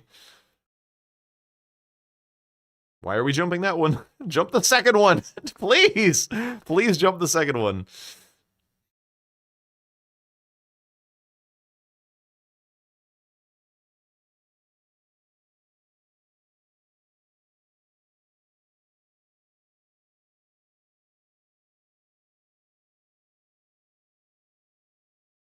Sweat is very locked in looking.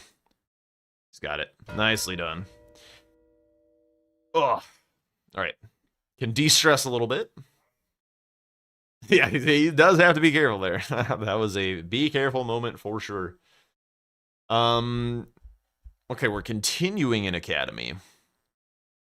I mean, he does get the whetstone knife here.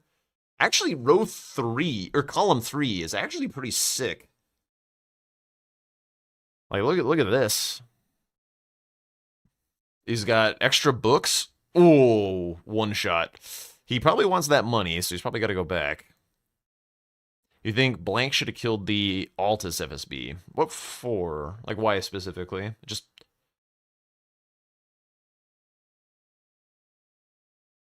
I don't see why. Just for fastness?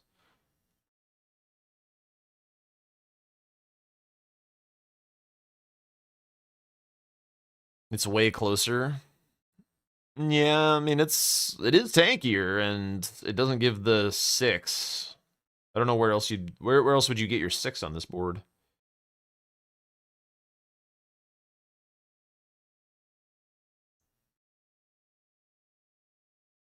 Does anyone scan the barcode on Blank's shirt? Is that actually what it is? It does kind of look like it, doesn't it?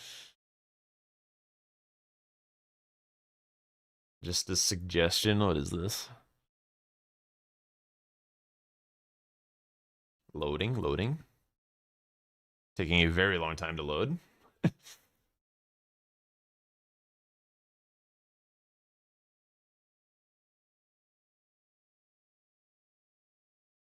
Sure, why not? Why not?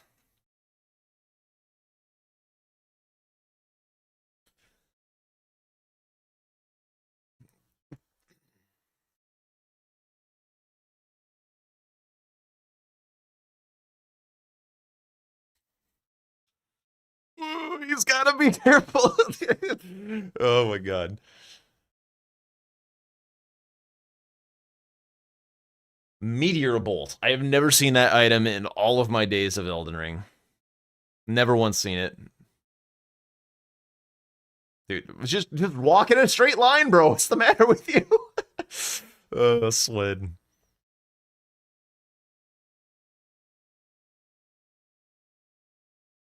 Is Topsky on the board as well?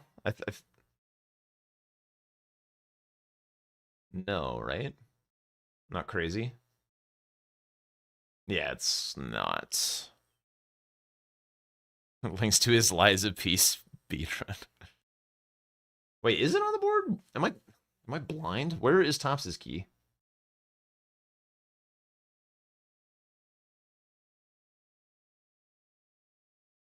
No, he's just grabbing it for the funsies. It was on the last board. Maybe he got it confused.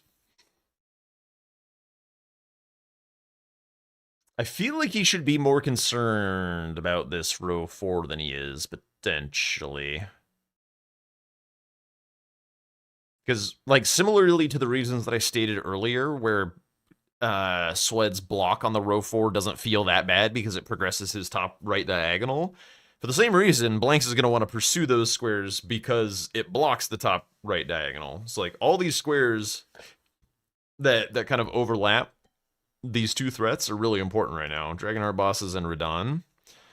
So, like, the players should definitely be paying some amount of attention to this. Unless Swed is trying to get this column, which is going to be very hard, I think.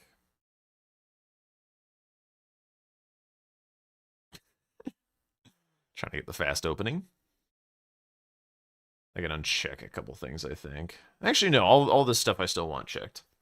One extra sorcery from Tops? Yes, but you don't need the key for that.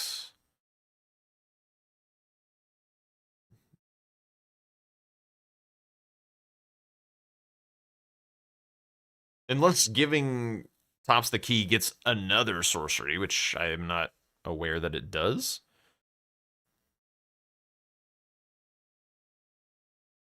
It does, okay. Is that where Tops' barrier comes from? And do you only get that once he dies? Like you have to go to his corpse in Academy or something? Okay. Not typically very relevant, I don't think. Because, like...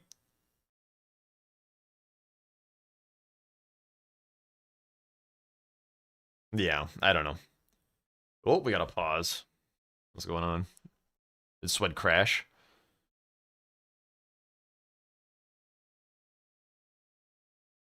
Alright, little pause. This equipment menu pause is really nice. Really, really nice to have.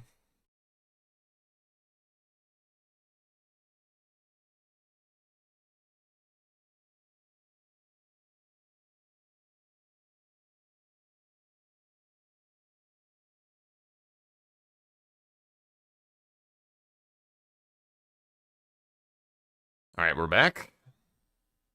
Swed is playing. Does Blanks know they're playing?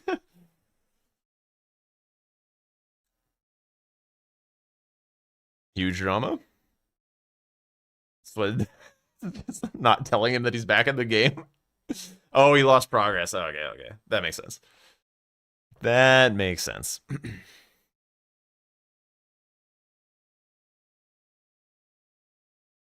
Let me have my huge drama, damn it. Pretty nice Radon kill.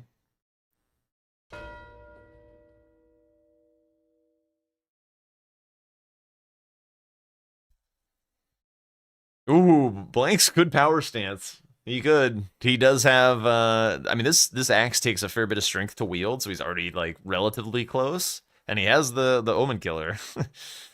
We could see the dreaded power stance this game. And now he goes for FSB, and this game is pretty hard, I think. Both of these threats, I feel, are really kind of annoying. Like, well, this one's annoying. This one is dangerous. And having a threat that is annoying and one that is dangerous, I feel is really, really nice. Gives your opponent a lot of headaches. It's like if you have two annoying threats, but neither are dangerous, then you're just kind of annoyed. But if you got an annoying threat and a dangerous threat, then your opponent is stressed. And they're not going to make as good of decisions.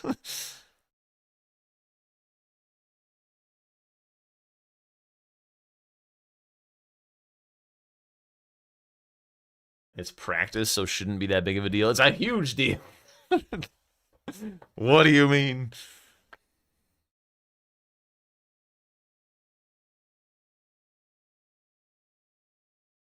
Also, did Swed light the wrong fire? Or was he just lighting that fire so he doesn't have to do Celia skip? Is this still +0? Bro, just grab your key! I guess he's not in a rush. Maybe he wants to be able to TP out immediately. He knows that Blanks isn't doing this.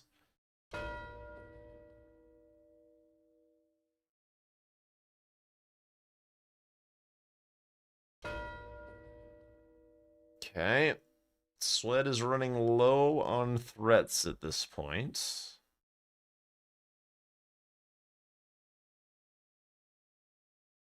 I mean, the column 3 is still kind of dangerous. There's no longer, like, a warning flag if Swed goes Radon. But yeah, I think this is also a pretty okay move from Swed. Like, he has to have some amount of Volcano Manor because this column 5 is really rough. I guess if he just full sends the flasks.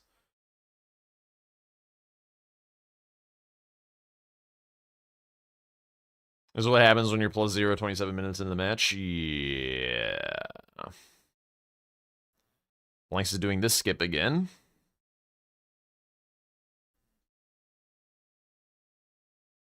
So he's just never going to do Celia skip again. So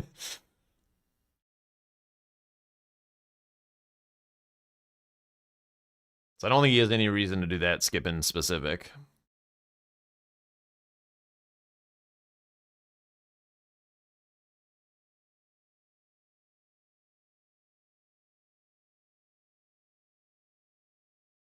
Acquire X unique Burger King crowns.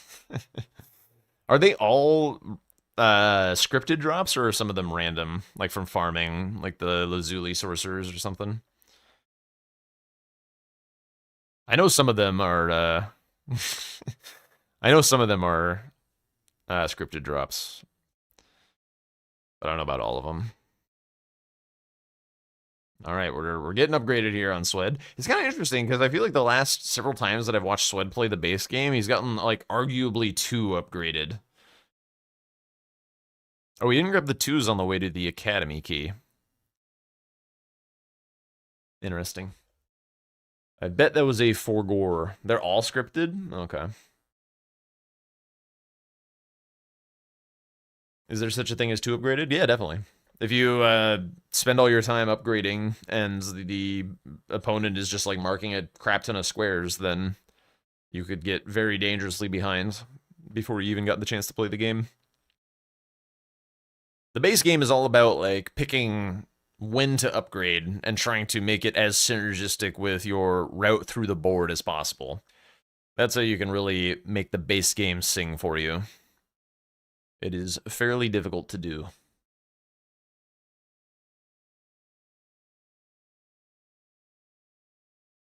Okay, so he went through Shifra to get his 2s. Yeah, like this is a little bit of a... And he didn't grab the Scar Seal. Sled.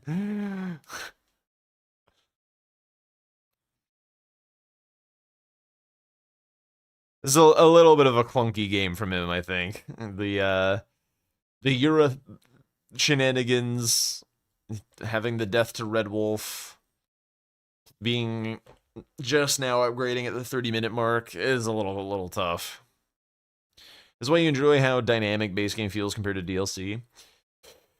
Yeah. right now it's in a better spot than DLC. I'm worse at it, so I have that issue. um, but it's a better feeling format right now. The biggest problem with it is it's just like so non-linear that it's a little hard to, for me, like my personal issue with it. Like this is not an actual format issue, it's my issue with the format. Very important distinction, I think. So I think a lot of people just complain about what they don't like, and it's not necessarily like an issue with the format, it's an issue with where they're at with the format. And so the issue that I have with where I'm at with the format is I have a hard time with the non-linearity. Like there's it's so branching that I have a hard time compartmentalizing what like a good way to play is and how to read very webbed boards. Whereas in the DLC, it's always like, this is a good line to go for, a good region to get some squares or whatever. So it's like, it's also not linear, but it's like multi-linear. And the base game is just literally non-linear. There's just not like Swed has a little bit of linearity with the Academy play, which is partially why I like to go Academy, is because it feels familiar. It feels safe. It feels like a DLC thing to do. But like squares on this board that are non-linear, like there's it's also not even about like individual squares. It's just like about the composition of the board. Like Tibia Mariners, Sorceries, Incans, God Bosses, Misbegotten, Finger Slayer Blade. Like, there's just these piles of squares that are just, like, floating out there that, like, they're really not that far from a ton of graces. I know I just said Finger Slayer Blade. Don't take it too literally, but like there like tons of squares that aren't that far from the graces, but like, can you do this efficiently with your upgrade level? Like, is there hidden synergy that you're not thinking of? Where is your opponent? Because they can be anywhere. They could just like, they could be in Limgrave killing Cemetery Shades, or they could be fighting Melania at like minute 20 or something. Like, it's so hard to keep track of what your opponent is doing, might be doing, and has done, that I feel like when I'm playing the base game, I feel like I'm almost always playing in the dark. Yeah, it's hard to get a read on Prios. It's a great way to put it succinctly.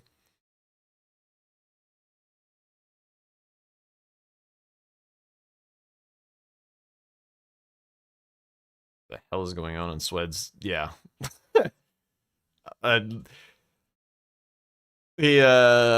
Sometimes you pay the price for never locking on.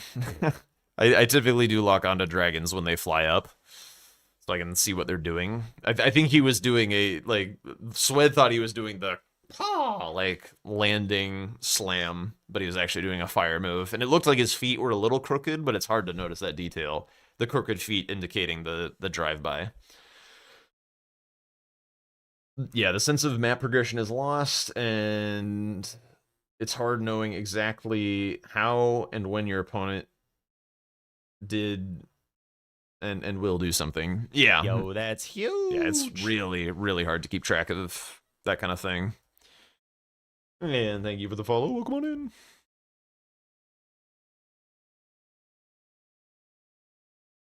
Yo, that's huge. And thank you as well. All right, we're working on our Dragon Hearts. It's now significantly less powerful for Swed. It's still a good square for him because it solves a couple of his problems. But it doesn't advance his game plan anymore. In a way, I would like to potentially see him try and steal Radahn's Great Rune to like try and make something happen on this column 3. Like one of the problems with like bingo sometimes, not like a problem with bingo, but a problem that happens in bingo, is when you feel under pressure and you're trying to solve so many problems that you kind of forget to build your own game plan. And if you're just like constantly putting out fires, you're never going to be dictating the tempo of the game and telling your opponent to go do shitty squares. And they just get to go do efficient squares for the whole game. And then the game, like, you never stood a chance. So like finding ways to get blocks that turn into counter threats is a tremendous skill to have in bingo. So like, if I were in Swed's shoes and I were not tilted and thinking clearly and, you know, all the things that you need to do in order to play bingo well, I would be trying to think of something that utilizes this column 3 to solve my problems. So to me, that's Radahn's Great Rune, and I think he's heading to Xeeks, but like the Dragon Art bosses doesn't do a whole lot for him. Like this column is kind of nothing. He doesn't have anything on row 2, so like that's not super exciting. Row 5 is like kind of exciting, but it doesn't interact with row 4. So to me, having that like counter-angled board shape is something that I'm interested in achieving. So to me, that's Radahn's Great Rune. Even though Blanks has prio with Radahn summons, I think sometimes you just gotta like risk it for the biscuit and try and make something happen for yourself. Because if you just get in this holding pattern of blocking with shitty squares, there's no way to win the game. Your opponent will just outpace you, getting to choose better things.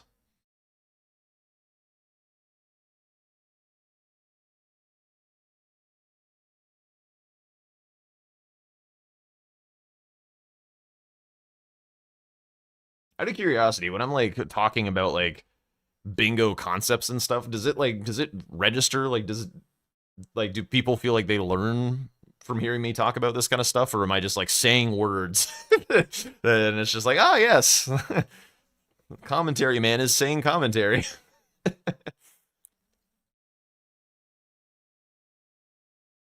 I would be curious to know. Okay, he's going for Radahn.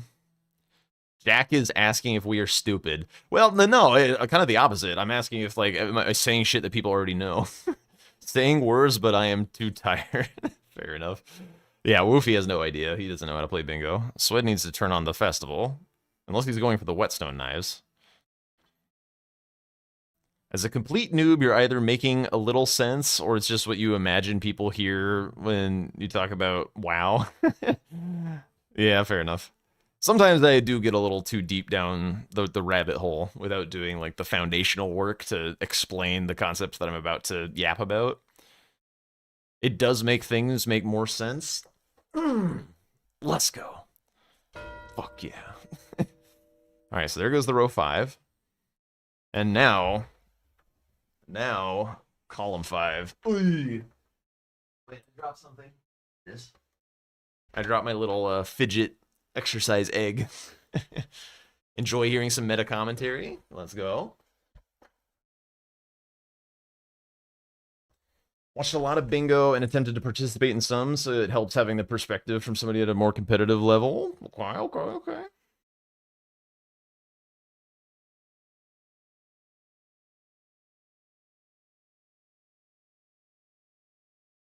I'm a mouthpiece for big bingo. So I was going for efficiency for the double block, but as you say, staying on the back foot rather than trying to find his own path to victory. Yeah. Yeah, he also, I just think he should have done Radahn Festival first.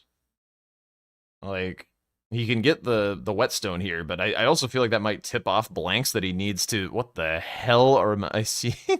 But it might tip off Blanks that he needs to close out. Like, you don't want to tell your opponent to go close out on the square that they're holding prio on.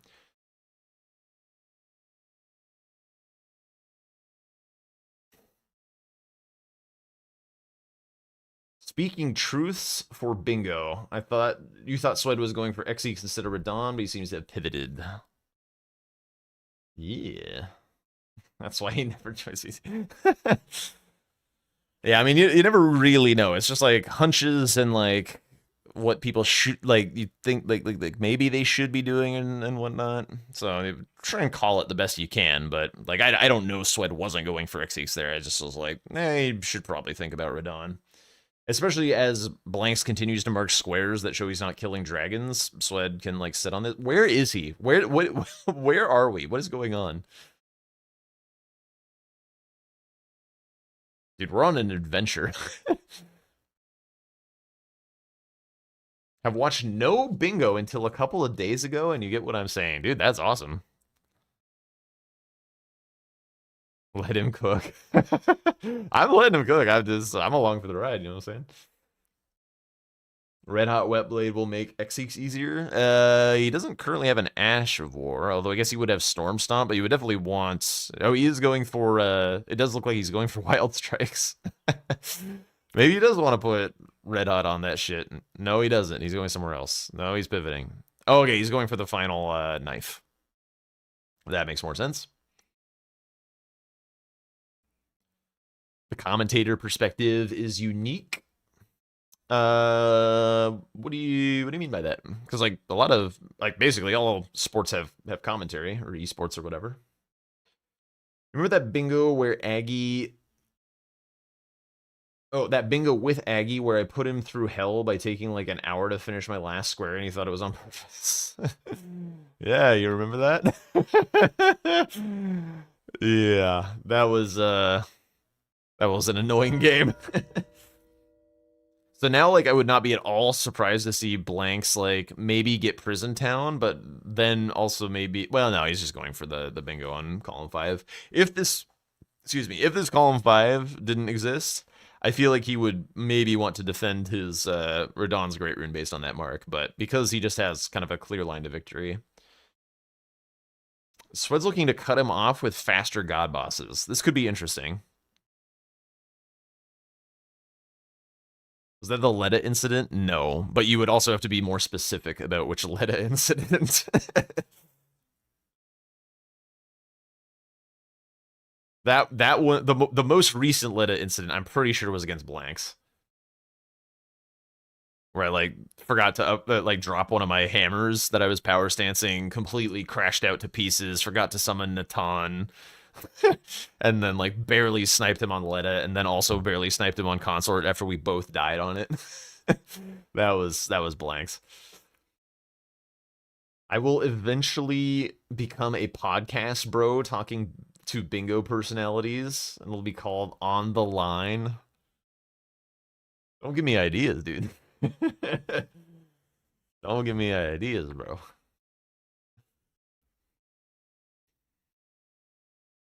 Salt and Pepijak. I feel like that's too self-centric. I feel like especially if it were a collaborative thing, you'd want to not be like on a self-named thing.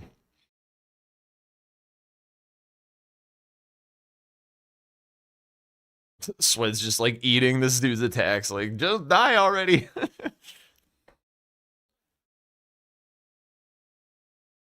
His rant segment in the podcast.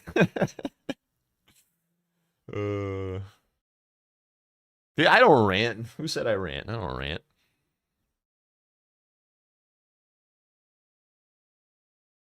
I offer insightful musings with opinions.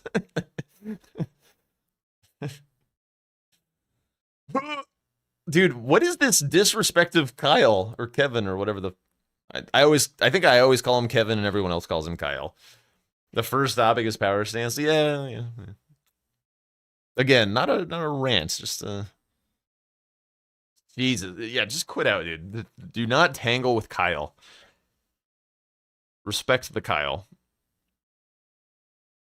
I think Swed might actually steal God Bosses. He's still in a bad position because, like, Rykard's Great Rune is a double square with Rykard, but it is nice to take this away.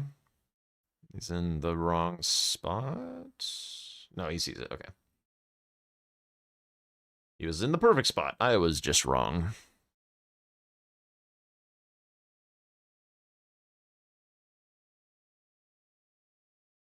Poor Torrent had like an arrow in his ass or something.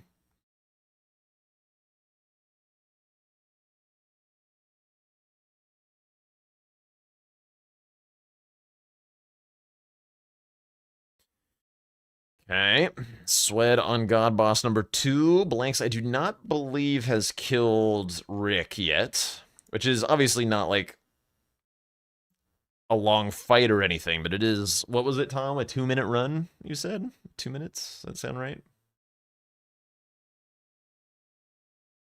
Brother. I am currently or like working on in 2 events that I am part of organizing. Abandoning Bingo Club. Minute 30, minute 40. Okay. Watch him get hit by like one of those wind projectiles on the turnaround. I've lost a hit list to that. I was so pissed. Yep, so it's got to be careful. Ooh, he's got to be careful. Okay. Jesus. One more heal. Dude, why is Godfrey harder than Godric? I swear he's harder than Godric, and I don't know why.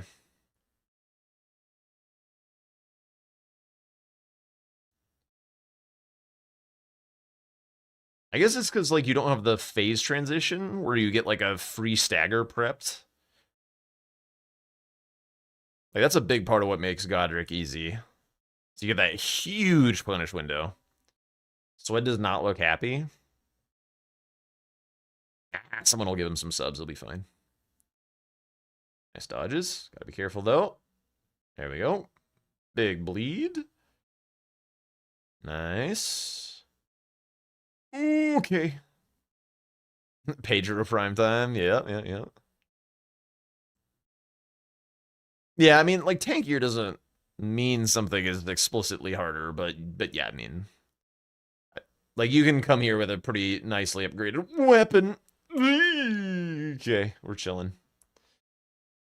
And he's not, like, that tanky. I think it's mostly just, like, the free punishes that Godric himself has. I don't know why we're wild striking here. Oh, okay, we're fine. Little whiff. I do not like how he dodges this. It stresses me out. All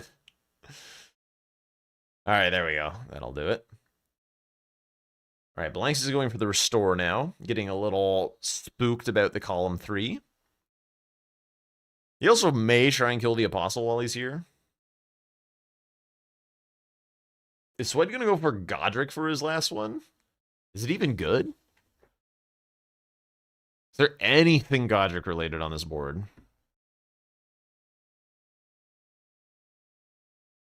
No. I feel like you should just kill Apostle. Right?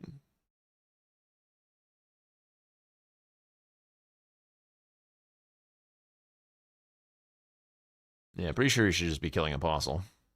Yeah, Sewer Moog, I guess. I mean, he could hypothetically get to Noble very quickly through Academy. Yo! Radio edit. Nike, thank you so much for the 7 months. Let's do it.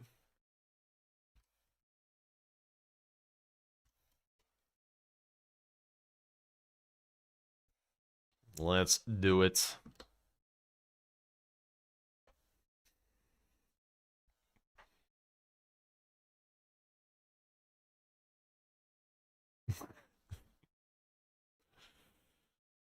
Oh. I feel you, man.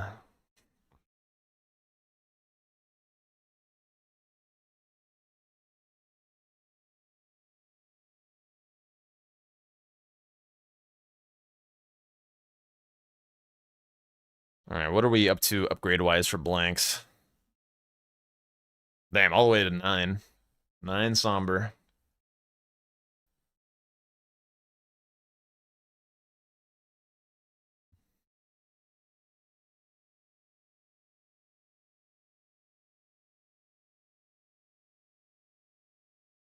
What is the lore behind the Walter vibe gif? Like, where does that come from?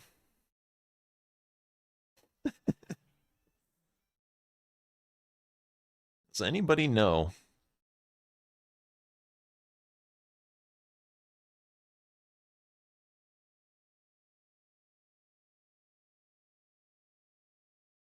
I didn't make anybody feel nothing. That was Nike. And Nike is the zoomer.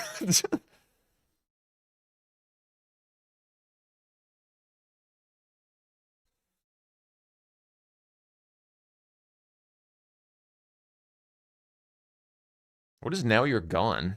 I'd probably recognize it if I heard it. I don't recognize it by name. It's just a dude dancing at a club? Is it like like someone in costume, or is it actually Bryan Cranston?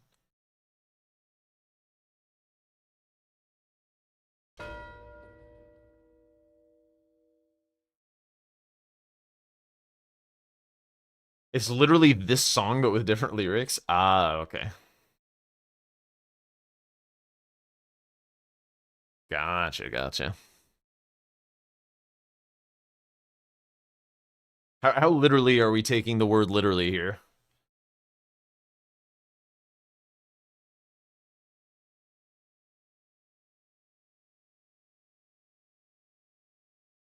Literally. Very well.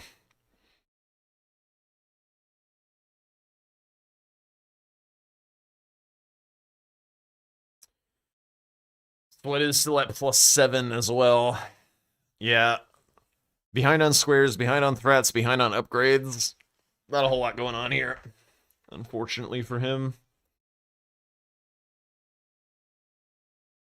But I empathize a lot. Like, it's hard to find a way to get yourself something going for you in the base game. Because also, like, how I was talking about earlier, where, like, everything is so divergent in the base game, it also means that, like, any of your threats could get blocked at any point for, like, no reason. Also, I will say this is definitely an instance of Blank's not eating his veggies. This is a pretty compelling column to try and go for. If Swed steals God bosses, like, you still get a double square at the end, so it kind of just go for it, to be honest.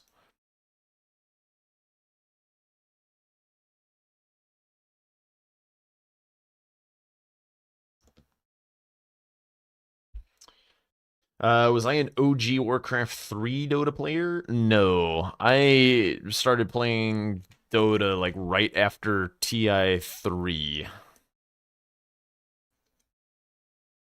And then I played until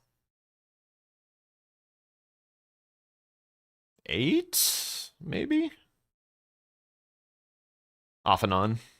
I played it a lot in college because my roommates played, and we would kind of, like, LAN it up in our apartment. It's kind of fun times. Degenerate times, but fun times.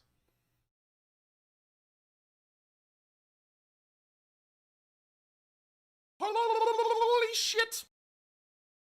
Yo, Ike, thank you so much for the gifted sub. You got it, you got it.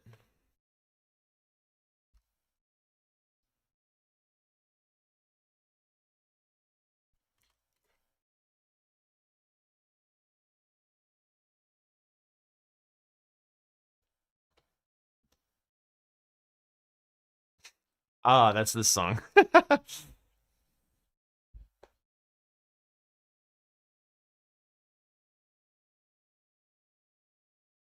Degen times were League of Legends days or Destiny 2 grinding.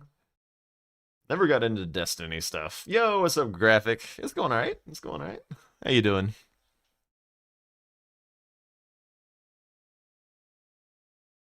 Used to install Warcraft 3 on school computers. I remember trying to sneak some games in school. That was fun. Yeah, I haven't played Dota in ages.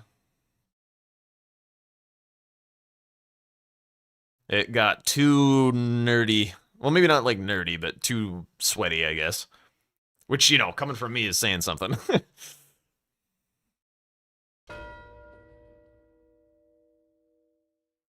All right, I believe that pushes blanks into full majority here. Yep.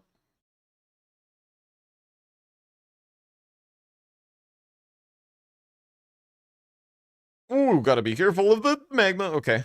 That was an unironic gotta be careful. I actually wasn't even thinking about it. Ooh, is he gonna get sniped on god bosses? Because he pivoted for... Like, see, that was kind of what I was mentioning earlier. How, like, this line is irritating, this line is dangerous. Like, Sweat has had to put a little bit of work into this line. But, like, this line, like, still really needs to get blocked. And so now, like, he's getting pulled off of it. And Blanks could hypothetically steal it.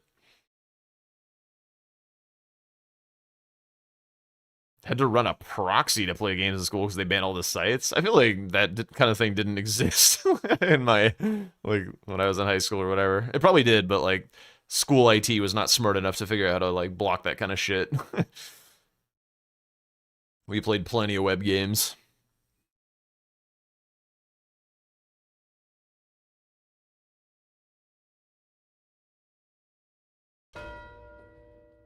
Alright, so Sweat's got that block. Now he goes for Godric. Okay, so he will still get the block there. But now he's got to contend with actually a pretty horrendous column 4 as well. He's behind on this as well because Blanks already has the physic.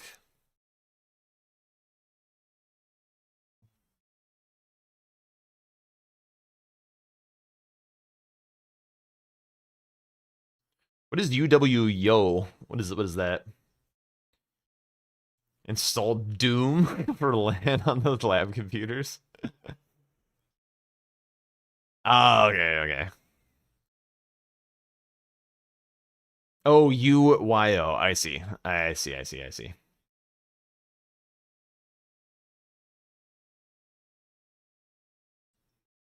School IT thinks they're smarter than a 5th grader. They definitely weren't back in my day. Well, I guess I didn't really do any of that shit until, like, high school, so.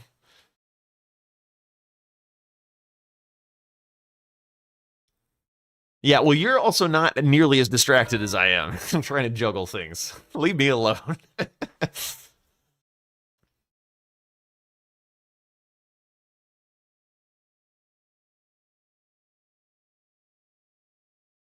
I mean, that could be true. That could be true. Literally no way to know. School was so bad they didn't care. Damn.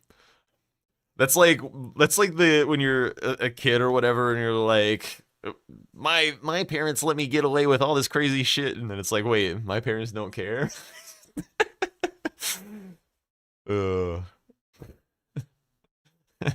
The realization when you're a cool friend who gets to do whatever they want, and it's actually like, oh wait, they actually just have like shitty parents.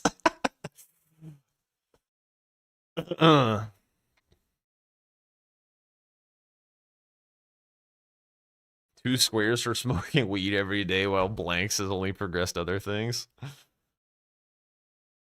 Lit. Take an IQ test right now? No, wait, dude, that sounds scary. Just remember I had a library aid class where, oops, where all you did was computer games.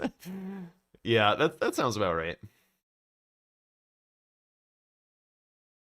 Yeah, your parents are never around. Yikes. Alright, heading to sleep, Matrix. Alright, catch you later, dude. Thanks for hanging out. Realizing your parents were just low-key neglectful. Oh. Yikes. Got done with a 16-person archipelago that lasted 7 hours. Holy shit. Which game were you playing in it?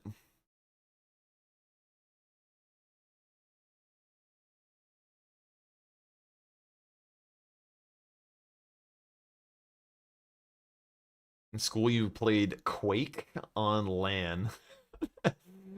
Damn. The new game is breaking in after they locked down the school at lunch.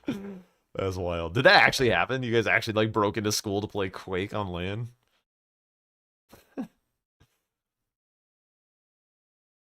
Yeah. Oh god. IQ only measures intelligence linearly and doesn't count for most types of intelligence. Shame on you, IQ apologists. Yeah. I've certainly never taken an IQ test. I could not give the slightest bit of a shit. They were good, but a bit too much freedom. Yeah.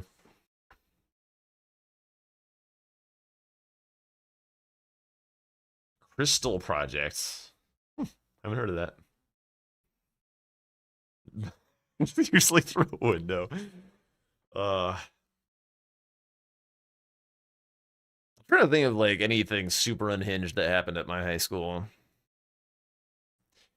One thing was we were near like across this, like we had an open campus at lunch, and there was a like liquidation store across the street that just had like shit that businesses couldn't sell because they were damaged or like past expiration date or whatever for like hella cheap, and it was all kinds of stuff.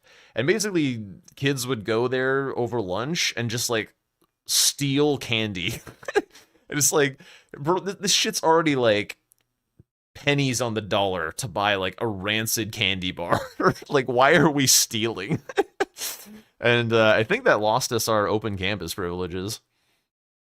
I think that's one of the more unhinged things I can remember from high school days.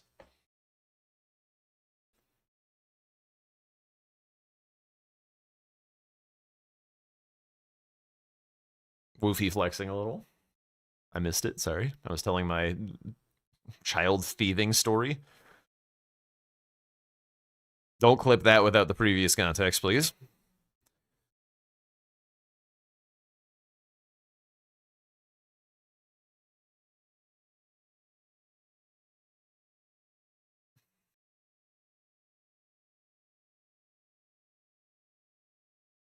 Disco networking class. Jesus.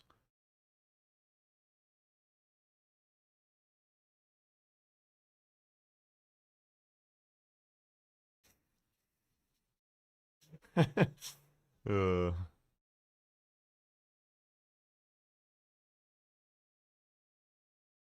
Someone used to steal condoms from the gas station and sell them to other kids. I will definitely not comment on any potentially child illegal activities that I did in high school. No commento. Because there wasn't any, surely. Insane business model. Insane for a number of reasons, yes.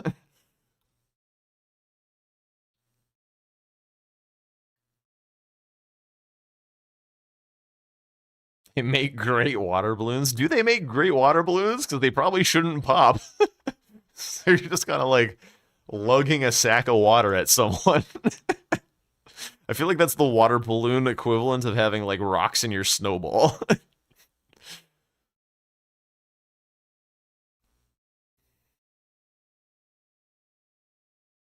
It shouldn't pop and won't pop are not the same thing. That's just damn concerning, isn't it?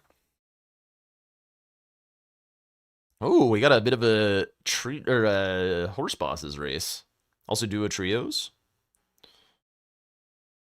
Blanks' damage is definitely gonna be better, I think. I don't think Sweat is upgraded very high. Like, yeah, like one Wild Strike is more damage than a charged R2 from Sweat. I mean, he did get a nice bleed proc at a nice time. Blanks also gets a bleed proc. But yeah, I'm pretty sure Blanks is gonna pull ahead right now. Also, for some reason, his tree scent didn't walk as far away because Blanks just killed it that much faster than Sweat did. So he also had less distance to cover. But yeah, the damage diff is unbelievable.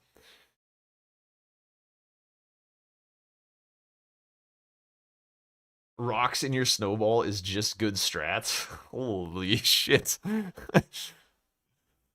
We got a sadist on our hands. Concerned you.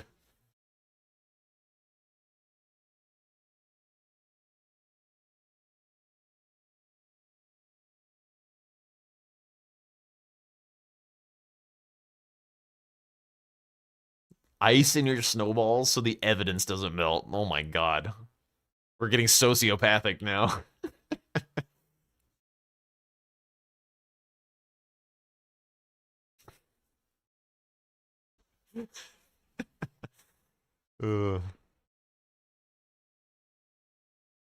Where's... Oh, so it's going for the duo trios first. It's not... It's more of a dead square, but I guess that means he's more likely to get it. But he doesn't need to snipe Blanks. Like, that's his only comeback mechanism. Like, once you're out of bingo threats, the only way to come back is to trigger snipes. Does Sweat have any other duos? Yo, that's huge. I don't know. Thank you for the follow. Welcome on in. Just telling you how Minnesotan kids win snowball fights, not telling you what to do. Fair enough. Alright, Blank's closing in on Reichert now. Does he have a shield? Or is he going to elect to fight it without one? He does not. Alright. No shield Reichert fight.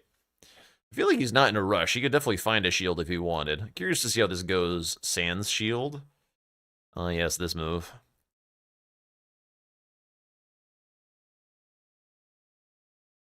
Nice dodges. Never mind. That looks like a good dodge to me. Dude, he looks confused. That's like the most confused I've ever seen Blanks look. I'm confused as well. I feel like that looked good.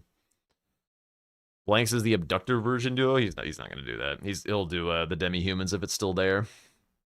So he's got 2 already, and that one's easily the fastest.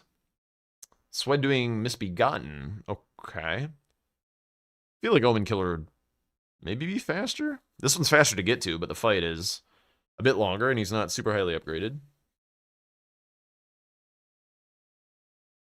You had to do Reichard without the shield and it sucked? Yeah, I could believe it. I haven't had to do it in a long time.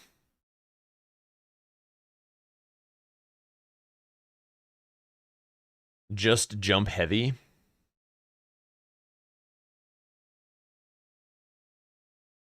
It's been a hot minute since I've seen a R2. Why is he using just R1s, no? I mean, here it makes sense trying to get a stagger, but it's not good DPS, I don't think, to use the R2s there.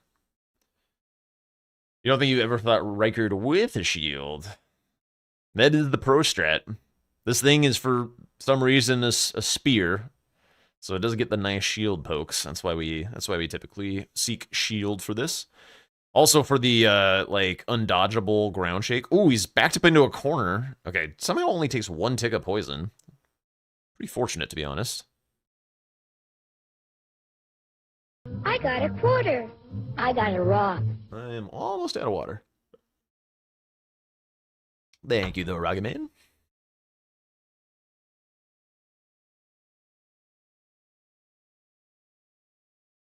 I feel like I don't know if I don't know if I've ever seen. I can't remember a time when Rocket Man has typed in chat, but I feel like almost every day I see them here and they redeem hydrate. Just looking out for me and being a homie with the lurk. Spectacular.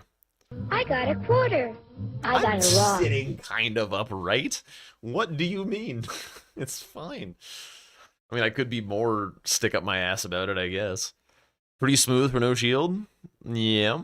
I wouldn't be surprised if he had practiced this specifically, because I remember Blanks kind of bitching about Reichard relatively recently. I wouldn't be surprised if he like tried some shit.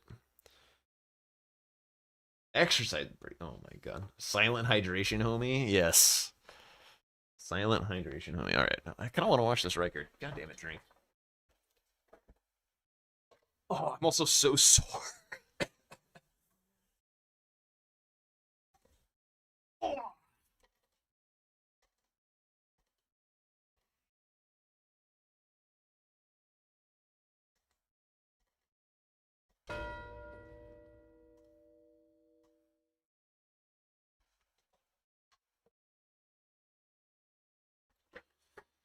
One of the few things that I like about being back is I don't have that awful rug anymore, which always bunches up underneath my chair. All right, well, we got Reichard. I didn't get to see it. Yeah, nice try. Nice try. The square mark. The square mark ruined your game. All right, here comes Duo Trios from Swed. Can he still win horse bosses? I don't know how many he has. Blanks has 3 ticked up. Probably not.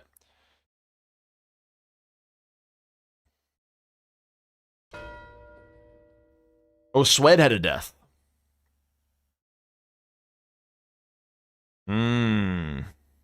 Okay, okay. Where are we going? We're hesitating. He didn't grab the grace up there. Oh, no, Swed.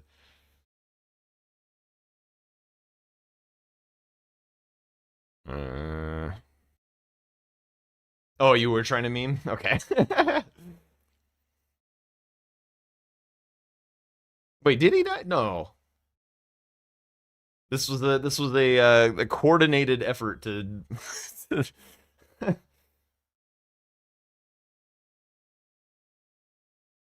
Oh, he hasn't done Radon still. Okay. Ugh, going Ancestor Spirit. That is a lose the game square, I think. So it just needs Weeping? Interesting. Where's Blanks going? Okay, he's going for the, I just had to take a sec to orient myself. Going for this guy. Yikes, that's gonna hurt. You gotta be doing the sniping, not getting sniped. Yikes, yikes, yikes. Yeah, he definitely could. He also probably could have, exploded one, potentially. I mean, like, I guess it might be racing, but...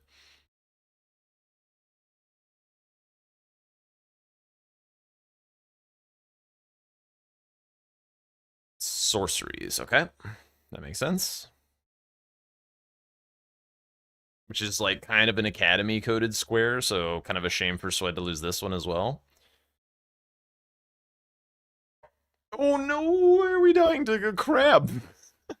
What the hell?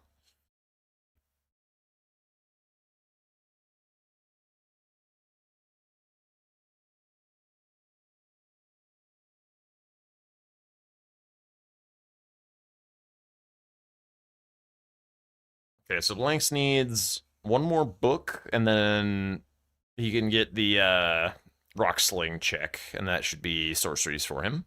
After obviously getting Sellen. Okay, he's not doing that. He's getting the lady. Oh, he's synergizing it with incants. No, wait, he has incants. Why are we going this way? Is he going to Turtle Pope?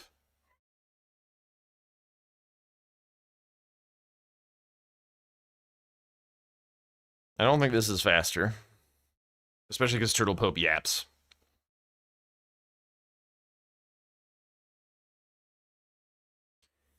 Oh, Ancestor Spirit. This is probably one of my least favorite squares in the base game. I really hate it. It's like you can do it at any point. It's not that difficult or long of a square, but like it's I mean it's kind of it just feels like it takes as long to do Ancestor Spirit as it does to kill like Loretta. Might even take a little longer. And like Loretta typically gives you more shit, and this is 100,000% a dead end every single time. This square feels rancid to do. I think I've lost like every single game that I've marked this square because I've just been forced into doing it, and I can't do anything else.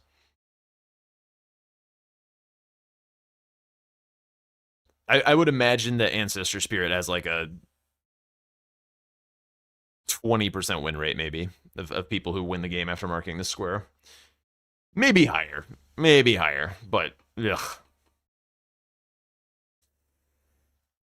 Oh, it feels like ass to do.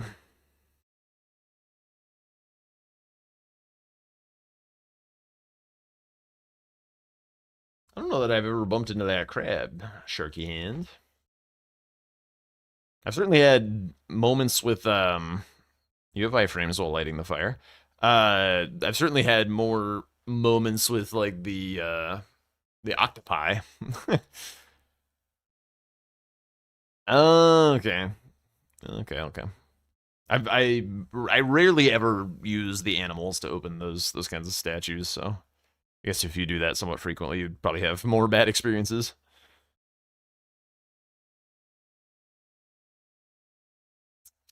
It's just it's too long. Like it's I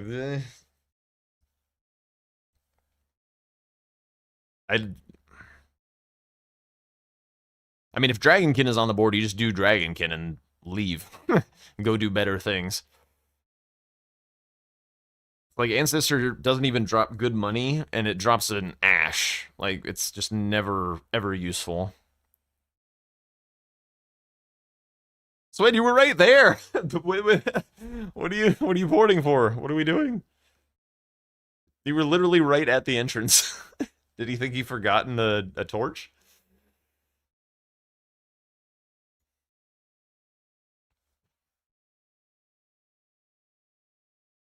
Oh, he needed flasks. Good shot, Woofy. That's why we keep you around.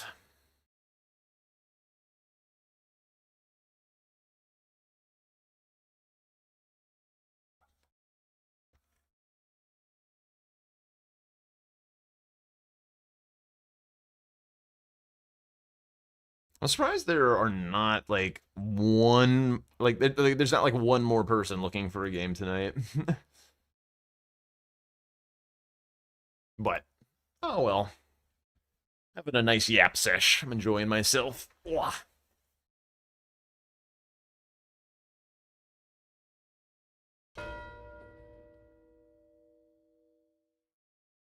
I missed what his 12th one was, but I'm sure he did the counting properly.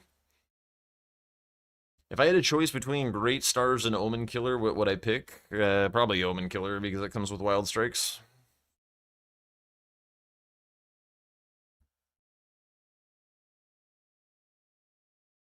No, I didn't say I was like hunting for a game. I was just surprised. Surprised that nobody else is here.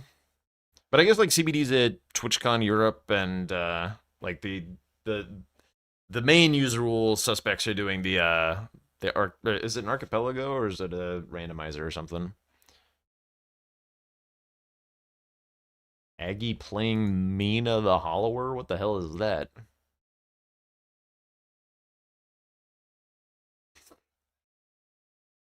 A mouse retro mouse gaming game. The hell is this?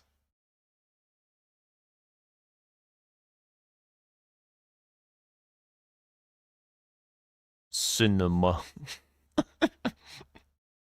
I'll steal your content too, motherfucker. New game by Shovel Knight people? That's nothing I know. Parky did 10 hours of bingo practice yesterday, so she's probably worn down. Yeah. I do not blame her at all. She's been on the grind. Deserves a break. Yo, what's up, accidental naps? It also has Souls-like difficulty. Okay. So like not just a meme. Not just a meme. Right on.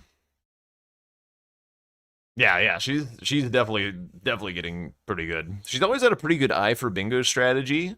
In the past, I don't know what it is lately, like what she's working on overcoming, but in the past it was like a confidence thing. Like she can see the best play a lot of the time, but either just doesn't feel like she can go for it, or is like scared that her opponent's gonna go for it, or something. And so like you got to be able to seize the initiative in bingo. Oh, they're just wait, is no, they're undeafened. They're undeafened. I think I'll just or unmuted. I guess I'll just go and hang out. There's probably not a lot to talk about this game. I was very surprised. Yeah. There's a lot there. A lot of value of this game in the manner. It was What's all there? not the Rykard. Sure. Rykard's Great Rune. There is a duo trio technically. It's not the best one to go for, but there's a duo trio there. Doctors. Oh, And that's then so far away. Ain't no God way. bosses. There's 2 god bosses inside the Oh yeah, manor. Noble and Rykard himself. Yep.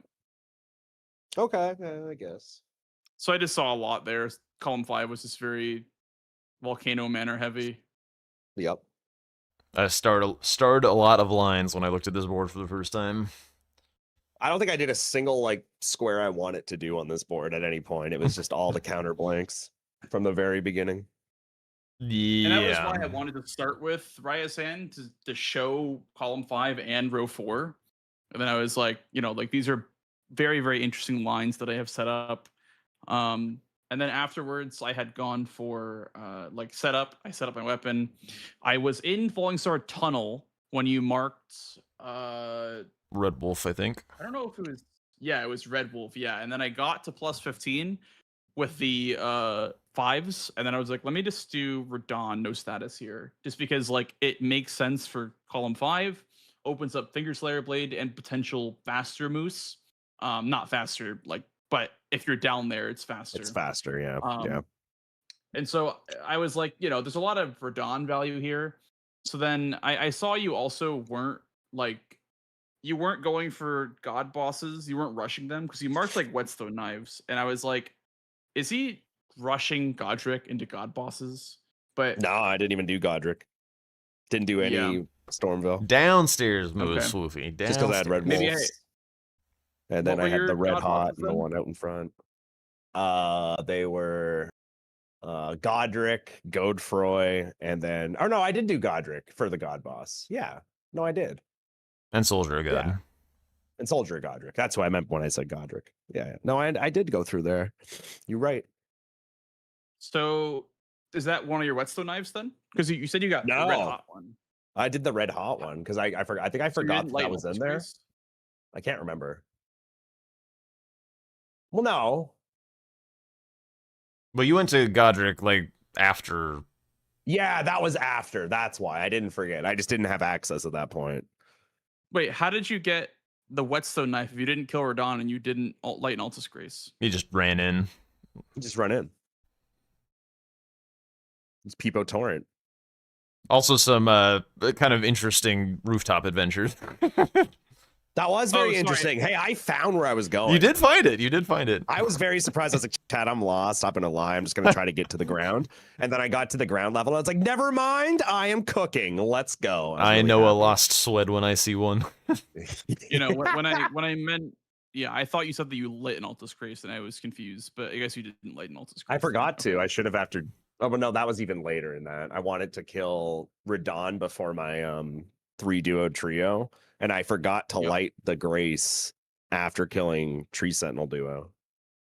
So then I had to do them out of order because I probably would have taken 5 bosses that ride a horse at that point.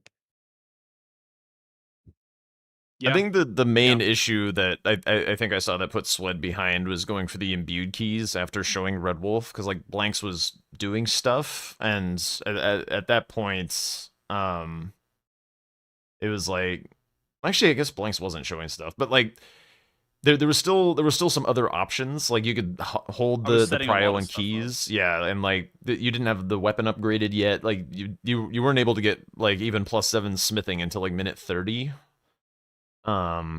And so it just felt like you lost a lot of time on like keys and hanging out with a +0 weapon. And Dude, I'll never understand base game. Like you're just talking all this stuff. I'm like, okay. I mean, Like, I I'm don't kind get of there it. with you. I also don't feel like I'll never get it, dude. Everyone can explain as much as they want to me in base game. I'm never gonna understand it. I think the highest ceiling thing in base game is knowing what the best upgrade route is based on the board. That's like the highest possible. Like yeah. Oh, knowing sure, your yeah. upgrade route is the hardest part about base game. I feel like when I'm looking at boards, I look for a potential +6 play. Yes, exactly. You need to know where you're getting your +6 from, or if it's just the 5s in Falling Star Beast tunnel. Yeah, exactly. Yeah. This game for me was just the 5s because I didn't want to kill Falling Star Beast because that would kind of ruin my tempo towards Radon and whatnot. So Mm-hmm. You want to go again? yeah, we can go again. All right, base or DLC? Any more questions? I don't think we stayed out of each other's hair mostly, other than the Yeah. what's it called? Horse bosses.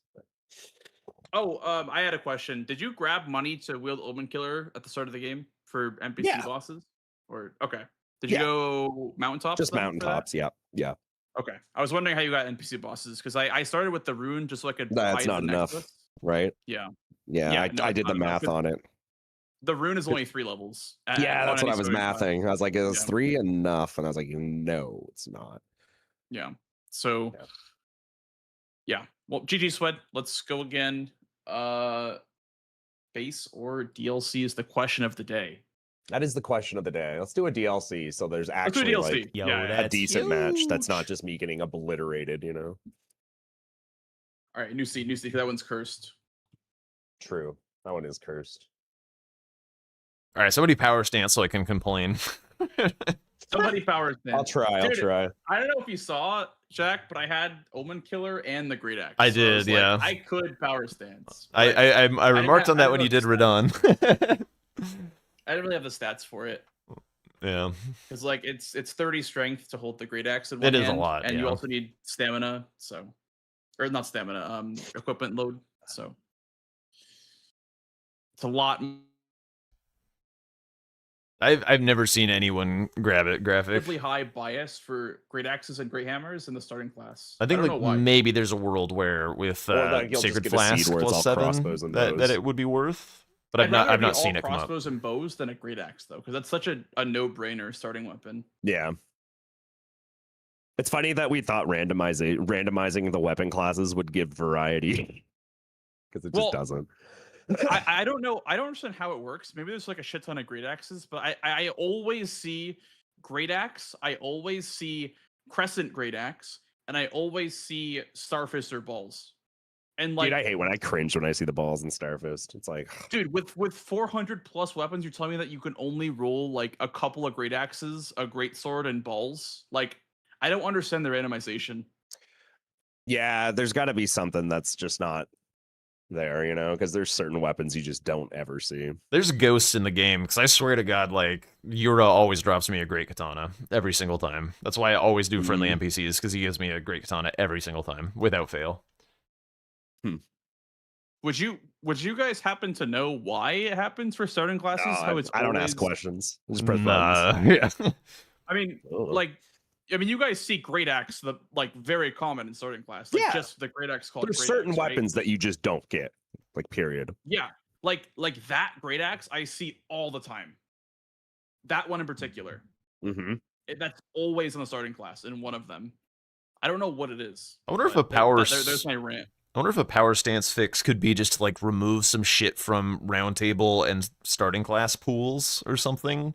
Like, just get all the great hammers and great axes out of both of those pools, and then Yeah, it make just all I'm doesn't gonna matter. be matter. pissed if we Great keep hammer. breaking all his Okay. stuff, chat. Guys, I almost called you guys chat. Fuck.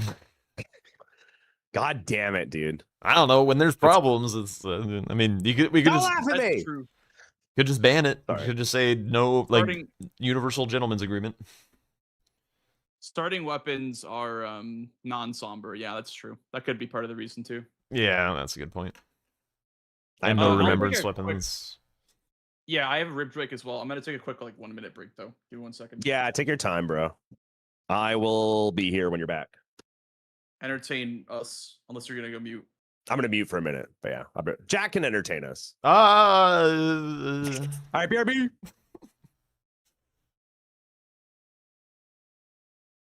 Yes, I'll be entertaining absolutely everybody. Oh wait, actually, should I unmute? Wait, should I unmute? Terrorize Blanks' chat. I mean, you can. I'm gonna deafen though, because I got to raid and I'm gonna say hi to people. Okay, yeah.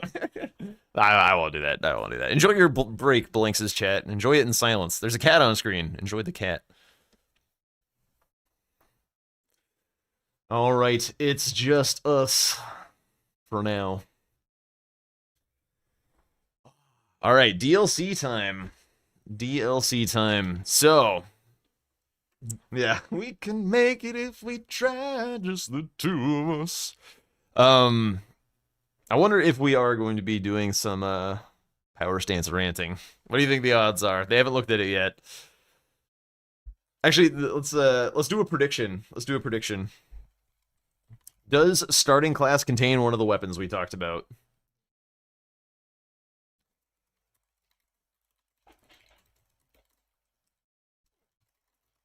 As great axe, balls, star zero fists, or what was the other one? G hammer. I need to remove some words. All right, does the starting axe have one of these? 1 minute prediction. Go, go, go, go, go. All right, we were just yapping about how there's always some degen shit in the starting class. So the prediction is, does the starting class have one of these? Like Blanks was saying, great hammer, great axe, iron balls, or star zero fist. Does it have it, or does it not?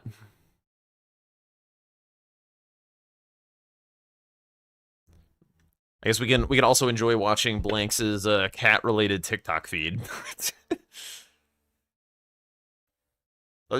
He's not taking a break. He's just moving shit around. Blanks, go take your break. What the hell? There's so much shit on his screen. Whenever I look at Blanks' screen, I'm always reminded of people who have like compulsive little tiny doodle tattoos all over them. Like just just all these little things, all these little things. All right, fellas, I'm back. Wow, I think Sweat is now AFK. God damn it, Blanks. That was not 10 minutes. Oh, he's just taking a rip. Caught. Give me a second. Scatter, he's back. Everyone scatter.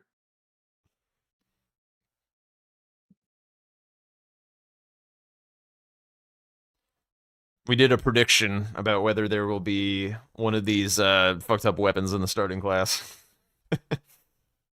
This starting class weapon is going to be just default Great Axe. The one we inevitably both take because it's the best option.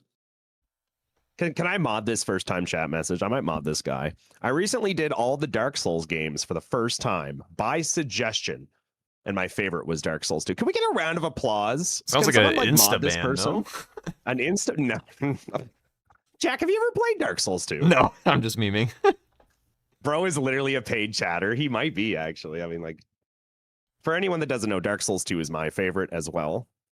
I love Dark Souls 2. Thank you. That's what I was getting Really? at Daspian. Yeah, no, DS2 by far is my favorite Souls game. Elevator pitch How many Y times have you played in it? like one sentence or something.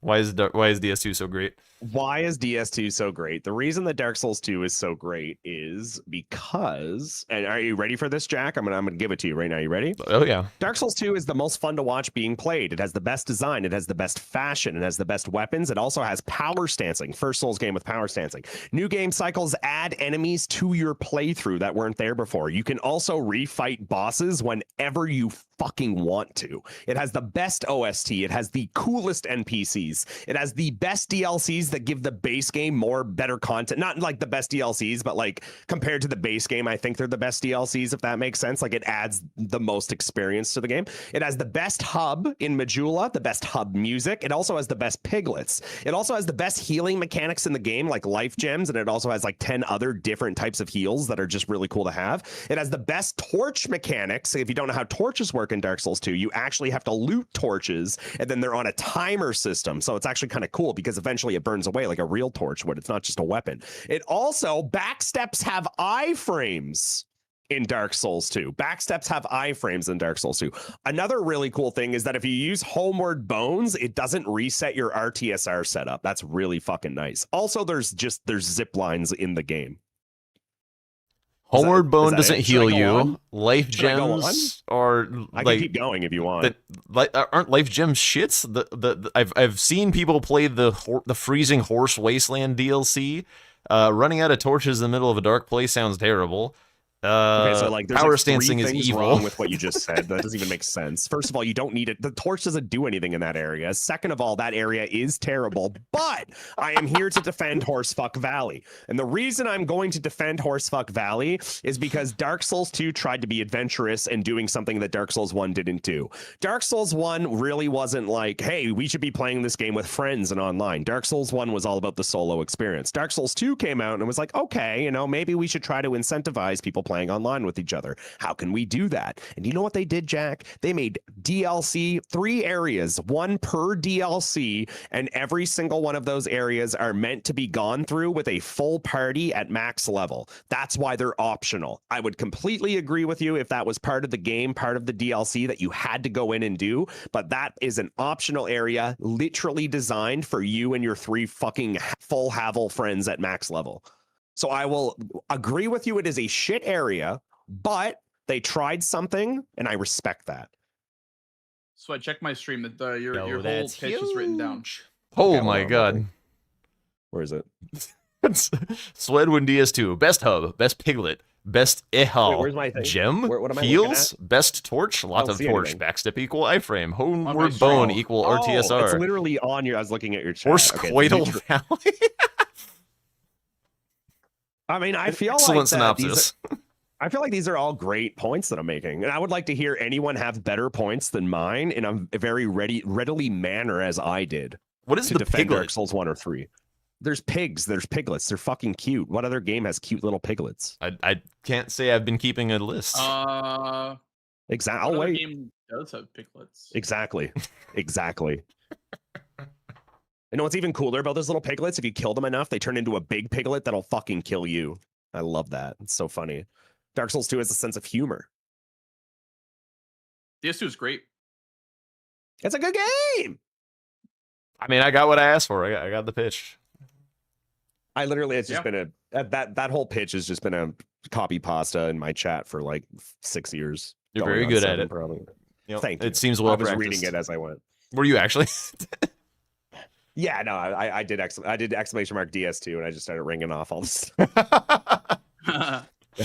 thought that. I mean, yeah. I know you have some spiels like memorized. I was thinking that might be one of them. Honestly, at this point, it might be one of them. Yeah. I mean, the delivery felt fluid. That was a very nice read. Thank you. Couldn't tell it was red. Jokes job, aside, Sweat. it doesn't have the best bosses. They're not as bad as what everyone gives them shit for, though, in my opinion. Like, Dark Souls 1 doesn't have good bosses. Like, why don't we talk about Dark Souls 1 copy-paste 3 fucking asylum demons through the main story? Like, what? Like, Dark Souls 2 doesn't do that. ONS barely Right. functions as a boss. Like, it can barely I would even never fucking make him function. stop It's lunch. fucking garbage. Every, like, area in Never. Dark Souls 1 past ONS is fucking trash and unfinished. There's no good bosses past ONS. Like, the only good part of DS1 is literally the first hour. Gargoyles, Sen's Fortress, and then the part leading up to ONS. After that, just fucking downhill, dude. Let me cook, He's chat. right. I'm fucking spitting. He's right. I kind of am. I am. Like, I'm here to say Dark Souls, the start of Dark Souls 1, perfect. Love it. S tier, even. Oh, dude, Blighttown's amazing. One of the best designed areas in the game. Legitimately. The only reason people have this hatred for Blighttown is because back on PlayStation 3, that shit ran at fucking 7 FPS. How on is the this not PlayStation 3. supremely Nowadays, entertaining? It doesn't matter because we all have, different ways to play the game. But when that shit came out, that shit was a problem. I love taking an Anyway, I'll opportunity just to Be here energize screaming, sled old to like man screams at dump some clouds, fuel on the so, sled fire. It's beautiful. I like DS1 though. I like DS1 and DS2. I don't hate. I mean, I kind of hate DS1. I mean, I would never like play it for fun unless it was like a mod or something. Mm-hmm. Also, DS2 is kind of like an adventure game. Okay, I'm done. Listen, I'm done. I could sit in here and talk about. I'm done. I have a ribbed cage fork thing. Me as well, Swed. Actually, wait. A first time chatter said, I mean, Dark Souls 2 is definitely my least favorite, but I do agree with a lot of those points. I'm telling you, Selena. I'm telling you, I'm just saying. I'm kind of spitting. You guys are ready. Okay. Yes. Good luck, Blanks. Best of luck, Swed. Good luck. DS2 bingo win. Okay. Good luck. All right, we're back to on our own. The voices have indeed stopped. Oh, spectacular! All right, Eagle eyes, chat. We gotta see if one of these items is in there. We're on the lookout for great hammers, great axes, or fists / balls, iron balls / Star Zero fists. Eagle eyes. Looking. Not gonna miss anything. I'm not even looking at the board. The board doesn't matter. We'll talk about the board later. Come on. Look at your starting classes. Swed still doesn't have a camera on.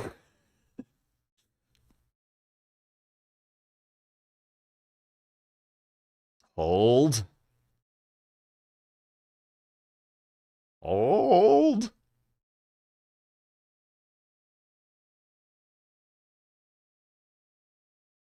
All right, here we go. Noble Slender Sword. No.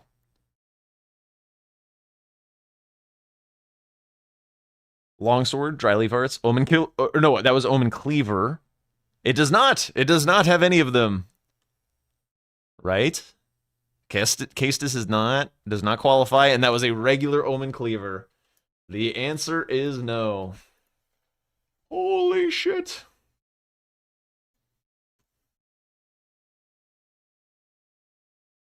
After those hot takes, Sweat has been placed in a witness protection. Ugh.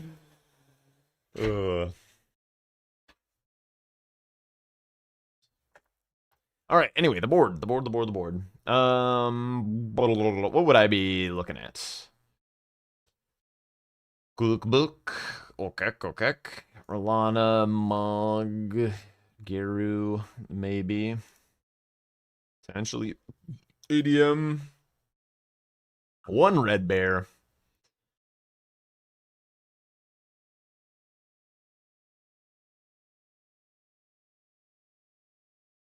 I don't see anything super exciting. Dude, these games without rush squares, like it's so like this there's no fun opening ideas. It's just either go red bear like kill one of these things or get the cookbooks.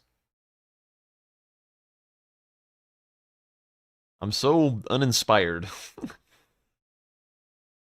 I mean, craft hefty pots is definitely going to turn into a rush square. People just haven't like really quite routed it just yet.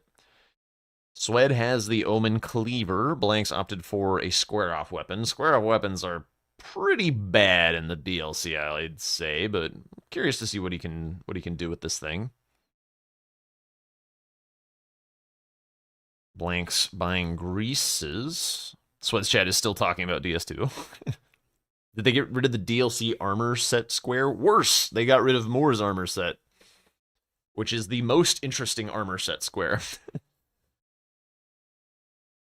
Okay, so I did not make it out the gate in time, so he would lose Kindred Cookbooks if he goes for it. He's also going 3 Path Cross. I did see some Bellerot stuff, I think, so I wonder if he's interested in that. There's Horn Warriors, Queeline, Dancing Lion. Not good enough. Not good enough for Bellerot. Bellerot...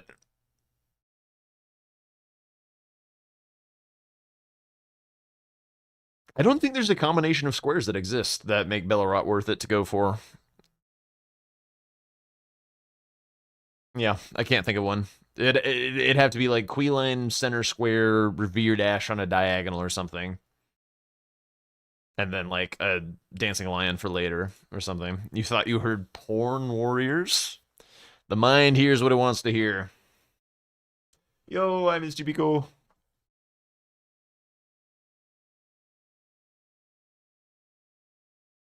Okay. Ooh, this is fun. Does this work? It does. Dude, his brain is so big right now. Throbbing, veiny, delicious brain. All right, so he's got 1 crafted hefty pot, and he got a skidoo for free without having to upgrade his weapon. Very, very cool. Where are we going after this? Where are we going after this? Presumably not Kindred Cookbooks. Pawn Warriors new trash TV show.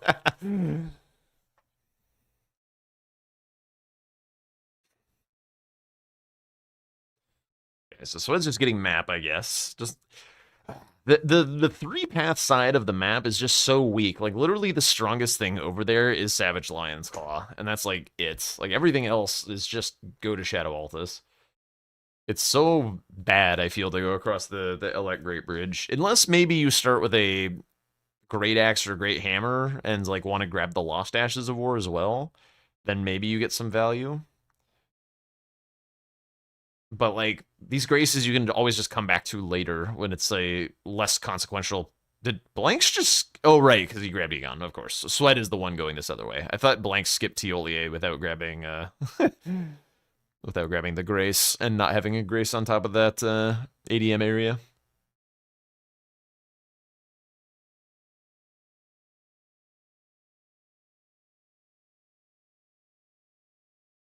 Okay, successful Tiolier skip from both. Love to see it.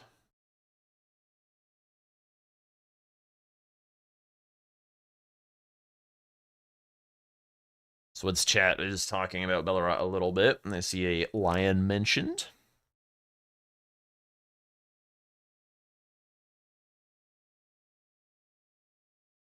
So what is Blanks going to be eyeing up? Again, it's a little dangerous to pursue Kindred cookbooks as your rush if you, like, it was cute, the Hefty Pot thing, but it would put him behind on his first rush square. So I'm wondering what he's going to choose to do here. Because, yeah, I don't know. There's not really a lot of options. Okay, he has starred a bit of this top left diagonal. You sense Swed does not like to race on opening squares in general. Yeah.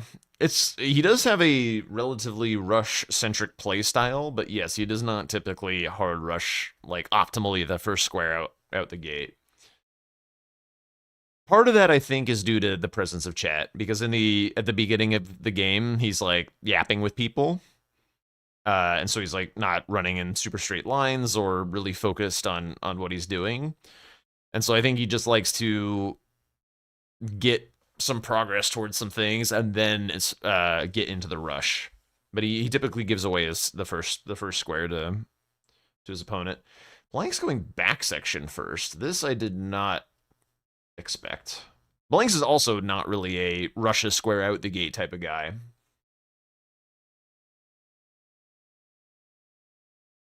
Swed is in fact going for the Kindred cookbooks. Kind of a strange choice. This would be very likely to get him snipes, progressing some progress on this before like the 520 mark. That's like the fastest that you can do cookbooks. Maybe a little faster. But until that 520-ish mark passes, cookbooks is not like really safe if your opponent has been hard rushing it. So you could waste a little bit of time running that way. Not a huge deal, but you don't want to avoid, or you don't want to commit time in the early game to things that get sniped. Blanks doesn't rush. Isn't he the reason most of the rush squares that are changed are gone? No. I think somehow Tom is to blame for that. Because like Tom mentioned it in the Discord and started a whole discussion. But I think Tom is pretty sad that he said anything. Because I don't think he likes the rush squares being gone. Tom is the new Blanks? What does that even mean? Tom was here first. You think Swed knows all the things he plays for the vibes? Yes, that's true. I'm just commenting on an objective level about like why something may or may not be like a good idea. I'm not saying like he should know better. He should know better about where this Kindred is though. Yep, there he goes. Now he's aiming that way.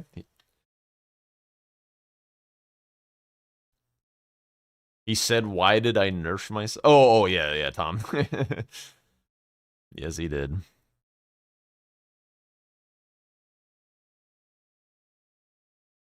Okay. I need to either refresh some streams, get a delay on the board. That should be good. So, Blanks is now pivoting back. He saw Swed mark a square. He has Hefty Pots hovered. Is he gonna go do the Poison Pot? Or the Rock Pot? What is, like, there's nothing in the river, really, is there? I don't remember seeing anything.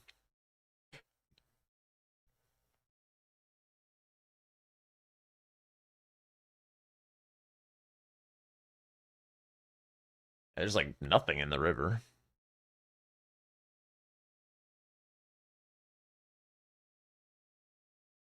You don't feel things are different in the DLC?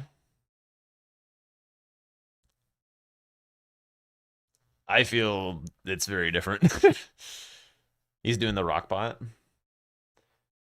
There's just like no... There's like actually nothing down here. Not a damn thing. There's a mausoleum, I guess.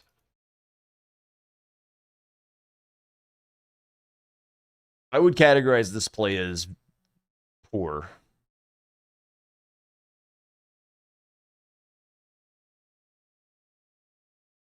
Am I missing something? Okay, he's turning the other way. Or no, he's grabbing rocks. Okay. He's grabbing rocks before the... That's a skull.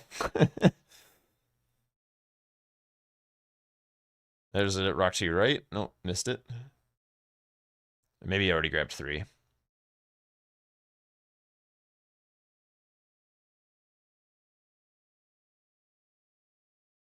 Okay, there's the 3 rocks. I mean, he does get this square, but he doesn't get anything out of this progress. Back to back section, maybe?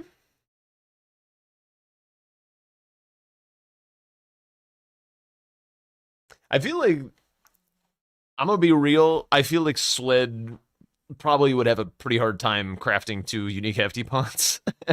I feel like it's much more like, ooh, Swed found a Hugaga. Ooh, very interesting. His greases don't do anything anymore, but...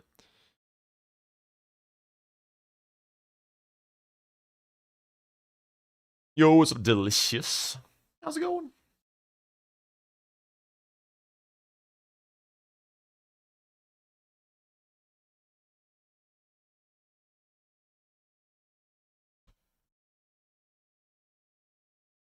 Oh, doing all right. We've been doing a lot of commentary, a lot of yapping. There's only 3 people around tonight, and 2 of them are still in the event, and I am not one of them. So I am relegated to the yapping role. Gotta hydrate. I actually ran out of... Oh, there's a little swig left. I could go get some water, but then I would leave you all.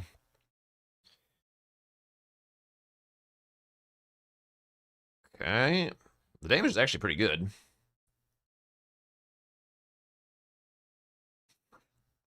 More free content? Yes, yes.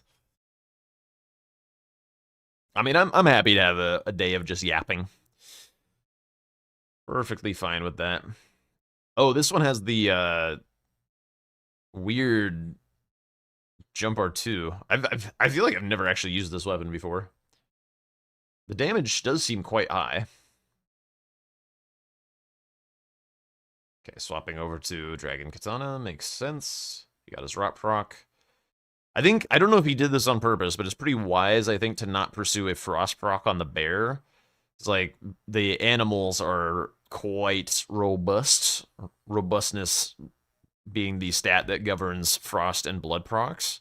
So it's actually kind of hard to get a timely frost proc on him with the greases. You will get it, but like, the thing that you want from the frost proc is the 20% bonus damage on your attacks, and if you get that on like the end of the fight, it doesn't really do all that much. So like, just the frost proc itself is kind of whatever. They're more susceptible to rot, so just rot him and swap over to the better weapon. I like this quite a bit. Wee! Oh, he's alive. Oh, the scream! Okay, he gets out. Wow. Jesus. Dude, if he did not have that full armor set on, he was 1,000% dead. Like, he needed the gloves. He needed every piece of armor that he had on. Wow. I haven't seen a lot of people survive the wind claws. He also probably doesn't survive if he doesn't go 3-path and get the extra skidoo. Like, if he just did the gravestone skip like Blanks did, I think he dies there. Because he'd be 1 skidoo level. Yeah. He was careful. He was indeed careful. Oh, no. This is calling it now. Clip it and ship it. This is where Swed loses the game. He got his rush squares. He needs to go fix his map. And instead, he's running into Belrot. Not gonna work. Not gonna work. This is gonna give Blanks all the time in the world in Shadowkeep. I feel like if I were coaching Swed, this is the #1 thing that I would tell him to look out for. It's like, once you get your early game squares, go get map. Let him cook column 3. Blanks' back section. How's he gonna get column 3? Blanks can just blow a finger.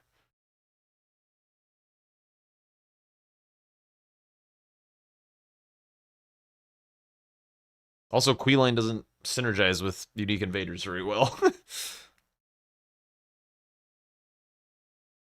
Like, if Blanks does Letterune, you could also just beat him to the invaders. Dragon Crest? Well, I mean, he does have the full armor set. That's... I mean, The helm and the gloves do not equal a dragon crest, but it's better than being naked. But yeah, he does have a big pile of money that he should probably spend.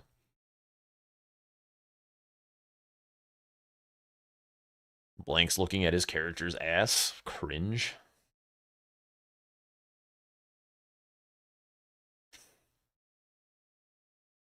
There we go. Armor on.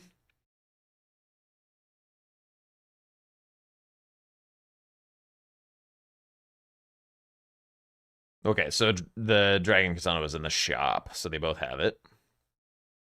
We won't be seeing any Power Stance Gaming today. Or not, maybe not today, but this match.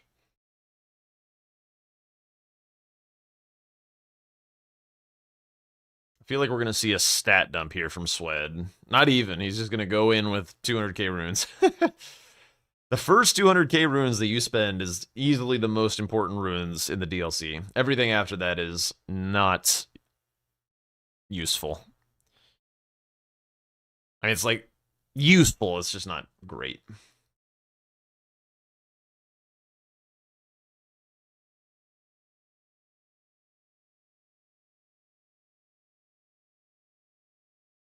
What the hell?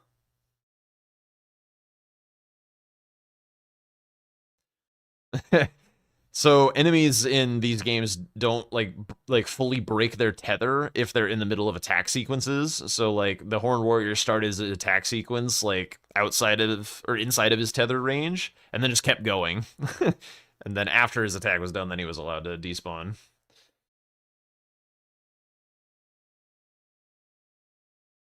Jump attack, hilarious. Dodges the next one, not that one. Oh my god, he dies.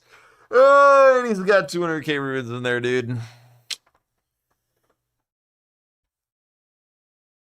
Everything about this is just not the way. It just really is not the way. There's no other way to put it. Like, Bellerot, terrible. Not spending the money, terrible. Queeline, terrible. The Queeline isn't Swed's fault. That's just Queeline. That's not enough money. Not enough money. Lion is only 120k runes, less than ADM. I guess there's the Remembrance, but it's still not enough. So like 150k. It is indeed ass. I mean, I'm gonna not dog on him too much. I keep seeing like Swed make this kind of Bellerot play in this kind of game at this time. And it's just like, it never, ever once has worked out. And I just want to, like, shake him a little. Like, please stop going here. This is one of the big problems.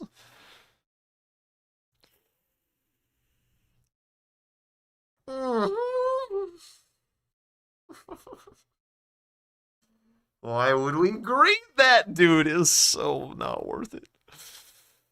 Oh, my Queeline boy. But I mean, Woofy's right. If Swed has a Dragon Crest here, he's gonna survive more of this, more of whatever is happening. He's got like a free 20% extra HP for just by spending his money, and then he would have more damage himself. Like, and Blanks has all this hidden Shadow Keep as well. Like, Swed has no idea. He has no idea how screwed he is on the map.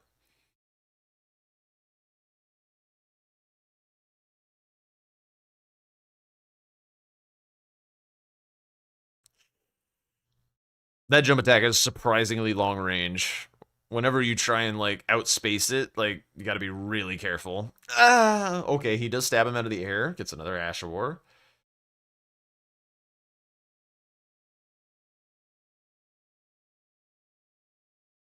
No, Garu is still Shadow Altus. That's all still hidden for Blanks. Yeah, I mean, Queeline is just terrible. Just terrible. Swed's not even that low as Skidoo.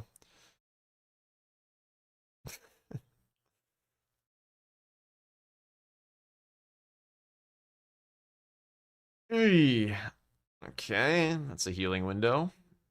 Already down to 5 flasks. Queeline is healed as well. It's another bleed proc. Stalling.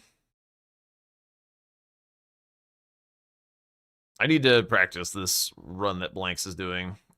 Tom proved that it was like 2-ish seconds faster to Gaius, so not like a huge deal, but faster is faster. Alright, there goes Queeline. Maybe we are spending our money. You gotta quit out. Okay, he gets there eventually. Still not spending money. I think Sweat is going for ADM, which would be another very traditional Sweat play to make. Please spend your money, bro. He's surely not just like sitting on it for 500k. It'll just be like, yeah. Well, unfortunately, the power stance option is not available to them unless ADM drops a Great Katana, I guess. It would, but I don't think power stance Great Katana is very good. I have tried it before. It felt like shit. But yeah, Blanks just gets to blow this finger back here, solve this column 3 that Nike was so happy about. Okay, he is buying. There we go. Yeah, you can't just, like, save... Like, contrary to the Mog 300k that it was before, you can't just save 300k, or, like, 500k off the rip like you could 500k and just, like, get a free square. It's just... It's too much. Which is, like... this is one of my favorite changes that has been made to the DLC. I really like the Mog 500.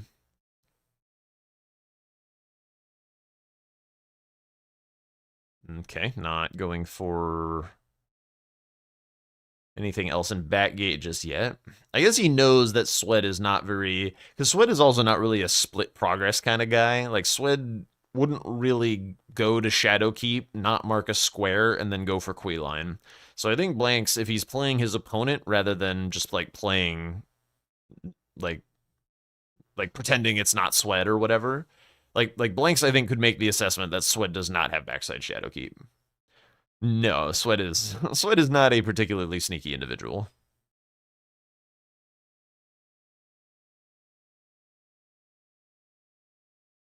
Sweat is a bull in a china shop. The more china that's around and within reach, the better Sweat will do. The less china there is, the more he's just a bull thrashing around in an empty store. He's very, very fast, very efficient. Well, pretty efficient. He's not, like, always super optimal or anything, but, like, pretty good at fights, doesn't die very often. Like, that, like, if you can, like, pick up Swed by, like, the scruff of his neck and put him in the right spot of the map, he will do very well. It's just he has a hard time getting there.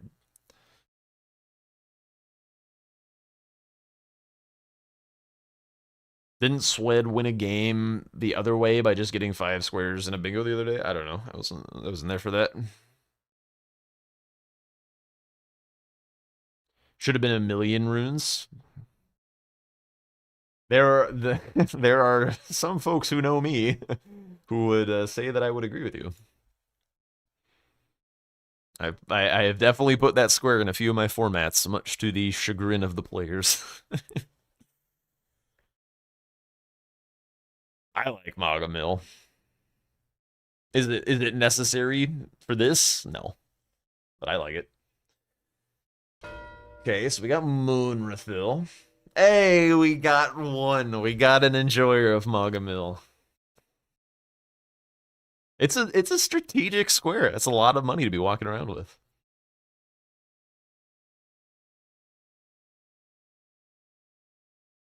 You died a Rao tree skip with, like, Mesmer money in your pocket and, like, 1,000,000 runes on the board, and you're like, gotta go back for that money. Okay, setting up Letter Rune.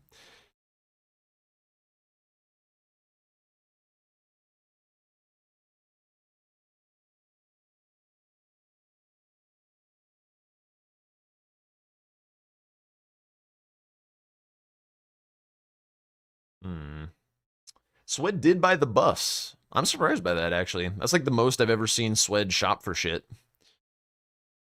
But didn't get the Ashivore. Bought the buffs, but not the Ash. The Ashivore is way better than Flame Grammy Strength. Where did he find this, actually? Where did he find this great hammer?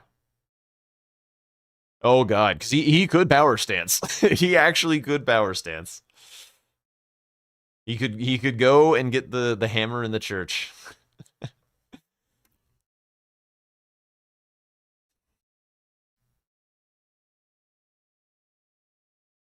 You would pay to support some Jack design boards? Well, we do have a Jack design format hitting its playoffs this coming week. So I'll be over there on the Bingo Club Twitch channel doing some broadcasting at some point. They were at Roundtable? But Bingo Club isn't monetized, so if you do want to support, you could ship some shit my way over here. Great katana, you can power stance. Do you actually get a great katana for medium?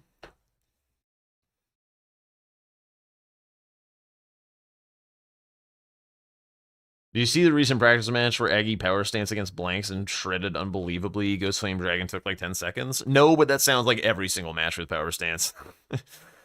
I did not see that one specifically, but that just sounds like all of them.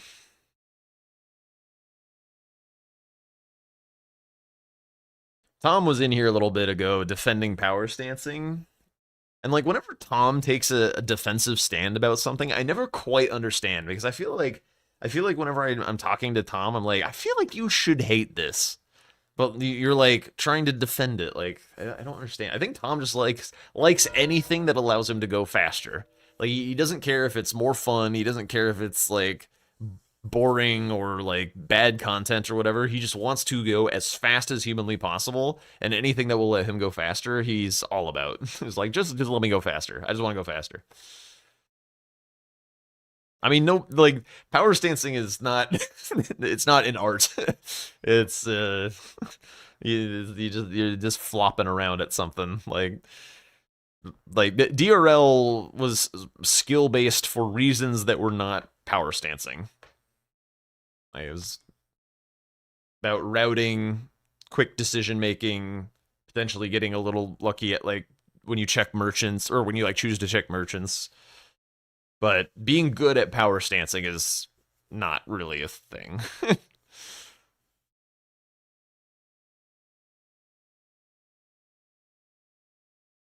Also, I felt like I missed a comment that I wanted to respond to. Maybe I didn't.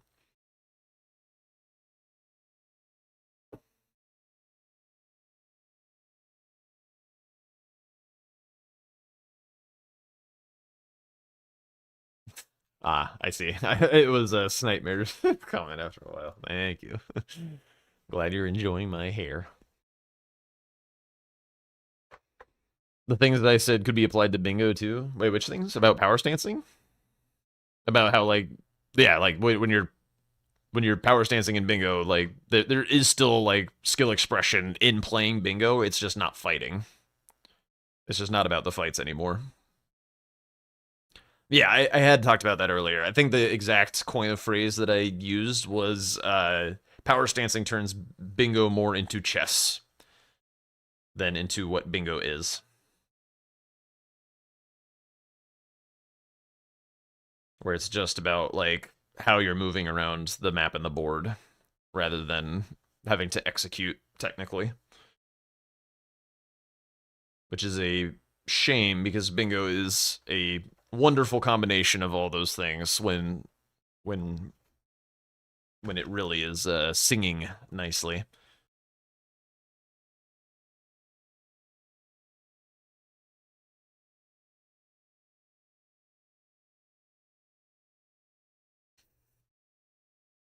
I'm just gonna let that float out there.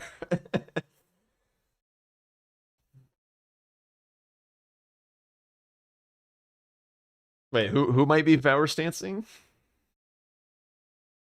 Are you talking about Swed? Accidental naps? Yeah, it was the consequence of not healing, but also like one of the moves that you can't roll out of on medium load from Rolana. Like he got a little unlucky. Oh, Tom, gotcha. I don't know if I ever saw Tom play Night Rain.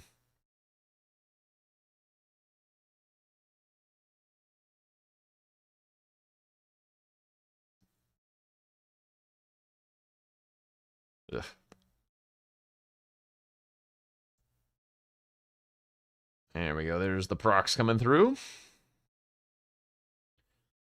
You can jump attack, power stance Melania. Yeah, probably. I mean, you could also probably just like L1 chain Melania as well with the power stance stuff. You probably don't necessarily Unga Boonga every move, but like it will just keep her locked down until she does a hyper armor move.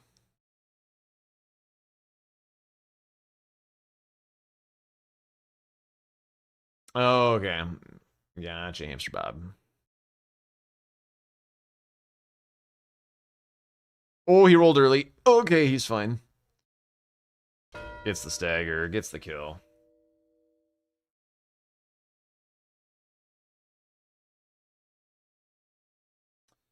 Stamina would be a problem. Yeah, I mean, if you are power stancing in Melania, I assume that you have the requisite stats to be able to make it work. Which is not impossible. Otherwise, you would just like, don't get me wrong, power stancing is much harder to pull off in the base game. Like if you are able to get to a point where you can power stance successfully in the base game, fine. That means that you've played the board in such a way that have allowed you to do all of that with all of these like Mog and stat dump and buy a bunch of incants and shit squares. Like if you did all of that and you like got to the point where you can power stance and not have ruined your economy for the board, more power to you. No complaints.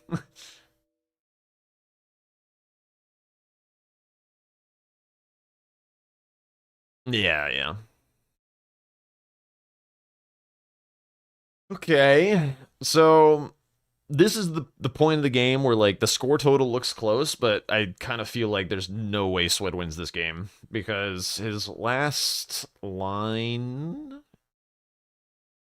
double checking that this is true, is row 5. And he is doing invaders, which is progress on row 5, but Blanks already has the water drains, is way closer to shit that will give him level 85, and is way closer to the hippos.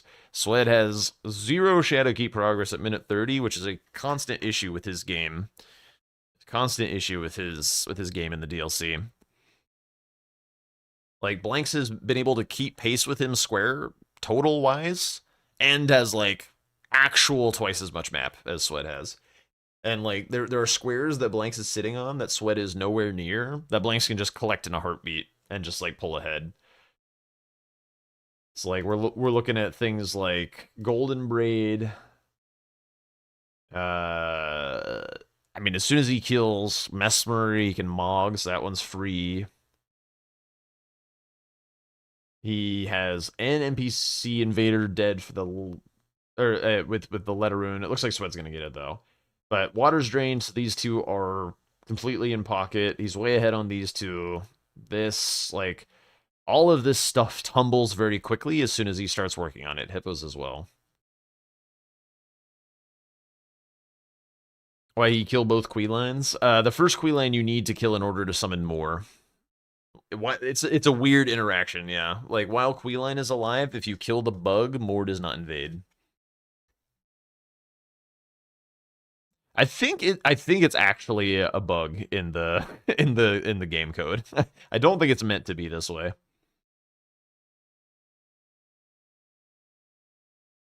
I've heard various explanations that like somehow Queeline counts as a wounded or as like one of the kindred rot, because otherwise, like, to get more to invade elsewhere, you can kill 2 kindred rot where they're out in the wilds like waiting to give you their cookbooks. If you kill 2 of them, it summons him. Some people have said that Queeline counts as a kindred, so you have to kill Queeline before you summon more by killing the other kindred, being the second one that you would need.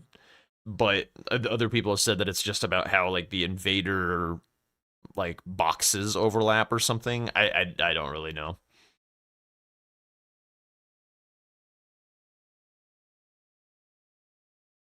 Like the Queeline one just takes precedence while it exists, and then once Queeline is dead, then the other one can work or something. Could be either one. All right, now we're going for Lion, which Blanks wasn't contesting, but it does block 3 lines. Like, the thing is, like, I see why Swed is making all the decisions that he makes. It's just like he needs to like hold some stuff sometimes. Like if you mark Queeline, the chances that Blanks is going into Bellerot for just Dancing Lion is pretty low.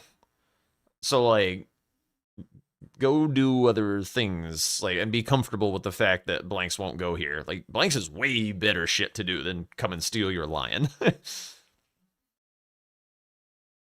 But like, this is why I kind of described Sweat as bull in China shop behavior, because he's just like marking the fastest square that's nearby until he runs out of squares. The China, yeah, the China has been smashed. Then he'll move on to the next China. Like, once all the Bellerot China is smashed or whatever, then we'll be off somewhere else. I mean, he did hold it for a little while, the lion, but he can hold this for like nearly the rest of the game. Like, the lion is not going to be marked while Burn 85, Mog 500k, Romina, Hippos, Helms are on the board.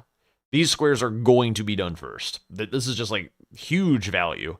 And like, Blanks is doing this expertly, by the way. Like, Blanks has gotten into Shadowkeep, and like Swed's just marking stuff. He's just telling Blanks, like, I'm not here. I'm nowhere nearby. And Blanks is like, okay, I don't need to like do any of this. The only thing that he needed to do was blow a finger because Swed was threatening a column 3, and because Swed had killed Ancient Dragon Man, which proves that he could do it through south. So this was a mutually contestable square with what Swed had. So this was like the perfect square for Blanks to mark. And like he's just got so much available to him that Swed cannot contest, and he's going to keep telling Blanks that he's not interested in Shadowkeep, and Blanks is going to not mark any of that shit until he feels it's at risk, or he needs it to progress a threat or something.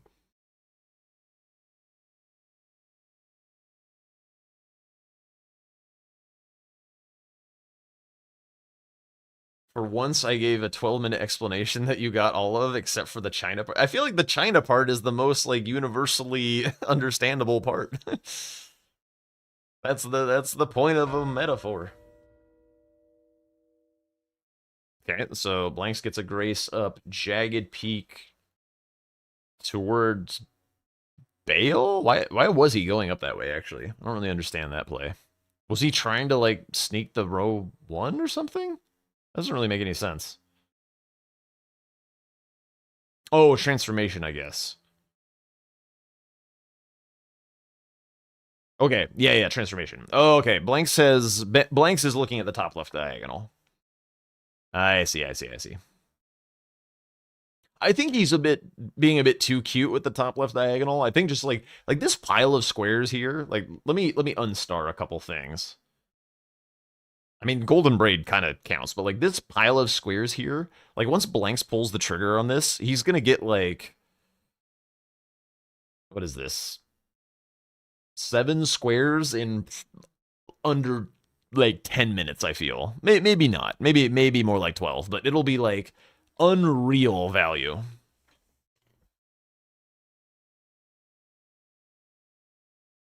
This pile of squares hovers over most of the board. Yes, exactly.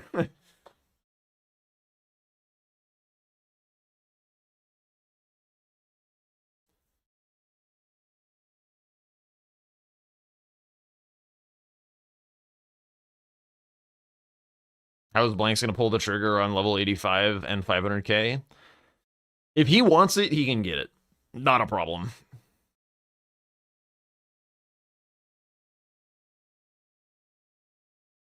Where's the second hippo? There's a couple options, but this game really, it's just... actually, I should unmark that, because the hippos are kind of bad, because he went through back section. There's nothing... Excuse me, in Karos, really. And there's nothing by Jory. So actually, Hippos is kind of dead. So it's more like these 6 squares are going to take very little time.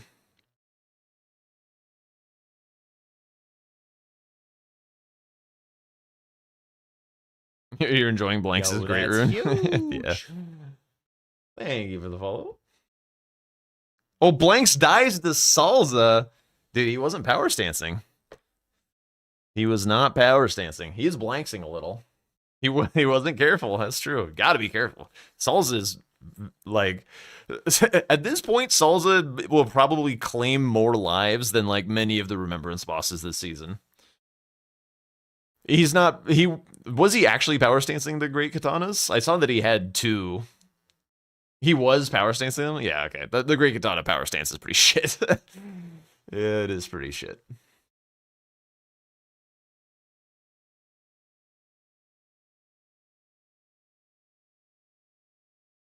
What is this alert that's playing for Swed? What the hell is this thing?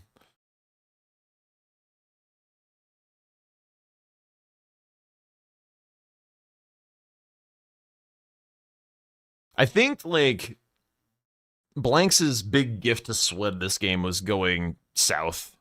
Like, like the Shadowkeep stuff is always, like, really powerful. And you see me when I play in so many games, and there's, like, a few south squares, I will just fucking ignore it. Because Shadowkeep does take a while to claim all of. If my opponent goes south and gives me an additional, like, because it takes, like, 4 minutes to kill ADM and then like another couple minutes to get to any square in the south. Like if my opponent wants to give me like 6 to 10 minutes of like uncontested Shadowkeep, like I'm gonna get more value out of it than their south play on most boards. CBD, calmly no hits mesmer, also CBD in the same game. This fucking yeah, this fucking guy who never does this. What the yeah, that's the classic CBD for sure. Yeah, he's going for transfer. Dude. All right, Blanks is hyper fixated on this diagonal. I think he's a little too interested in this. It's kind of costing him a very substantial advantage. Because like if you think about what's up Jagged Peak, it's Bale, which is currently a dead square, also a pretty long fight, but it is progress towards Mog or the level 85. But like transformation is center square, but only one line is open, which is this top left diagonal that he kind of is interested in. But like Swed will get here eventually. And I just don't understand this. Like this golden path stuff, this burn Mog, he can grab the golden braid in 2 seconds, this Helms 85 Romina, like all this stuff, like it just ends the game. It blocks every bingo. It's an unassailable square advantage. Like I don't know why he's going up the Jagged Peak. I'm very, very confused.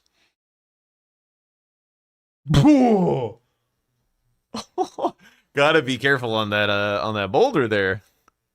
Ooh, okay, we're fine. Still waiting for the 7 square cash out. I mean, I was just glazing blanks, and now he's doing something very strange. Like, I mean, this is how you throw games. That's for sure. He might still win. I don't know. Swed is down here killing a Wego when he has no access to the other masks. So like, I don't really understand this either, to be honest. This is how NPT became Divas finalist #1. Yeah, we are getting exploded by dudes. That can happen. He looks very confused, as if he's never been exploded in the Wego fight before.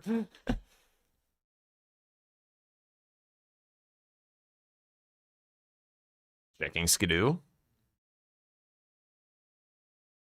Okay, all of his money is down there.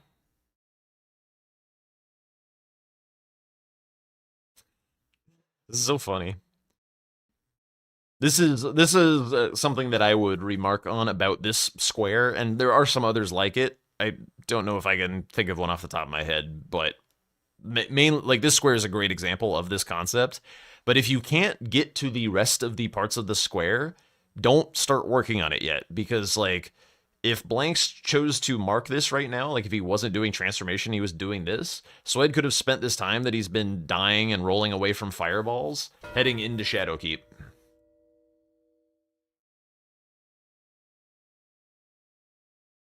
Okay. Checking which square was marked, sees its transformation, and is like, oh, he's interested in the diagonal, so I guess we go this way.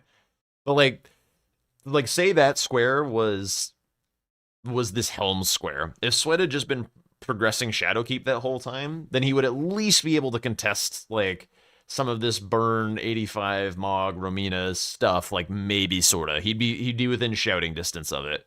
But he's not even going for the rest of the helms. He just killed that dude while he was down there. And like, I don't know. It's just like these kind of habits that need to build up over time to be like efficient in the DLC. Because again, like map is king in the DLC. Like yeah, threats can be very powerful, all that kind of stuff. But like in order to answer your problems, you need map. Or to create problems for your opponent, you need map.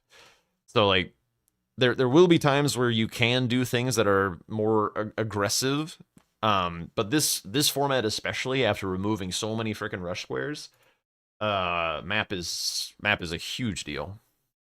And Sweat has been hurting for it all game.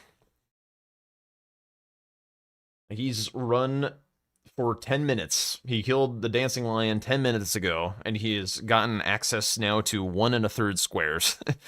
Whereas if he had just gone straight Shadowkeep, he would be probably at Loft by now. And Blanks is grabbing the Golden Braid because Sweat's been dark for a bit, but yeah, there's this I just can't. This collection of squares, I would have done this probably maybe 15 minutes ago on this board, I think. Time to buy Fire Grease and Flame Art or not. Nah, Flame grant me strength on standard, Attunement. Let's go. He's not even keen. Is that keen? It looks like standard. I can't tell though. Looks like standard. I'm so confused because like it's funny to me that like because Sweat I just don't associate with being a build maker, but he has this Flame grant me strength and Golden Vow thing, but we don't have like he has 3-path cross, but we don't have Savage Lion's Claw, and we don't have any Wet Blades for infusions. Like these buffs are not great sustained damage. They're just like a little burst of damage, but like you don't really need that like 20% extra damage to get through phase 1 of Sunflower. Nice roll. Can you put Flame Skewer on the Great Katana? Yeah, he could have put Flame Skewer on it. That's true. He's vibing though. He's vibing. Who gives a fuck? We're just here to have fun. We're just playing video games. You know what I'm saying? I do like to kind of be on the critical side when I'm when I'm more involved in like the casting of the game, like in practice, like on the off chance that one of these players like watches back the game or something, like there are things to learn, I think, from like analytical casting and like pointing out what's going on and stuff. So I've rewatched like Mitch's commentary on my games before. I've learned some things.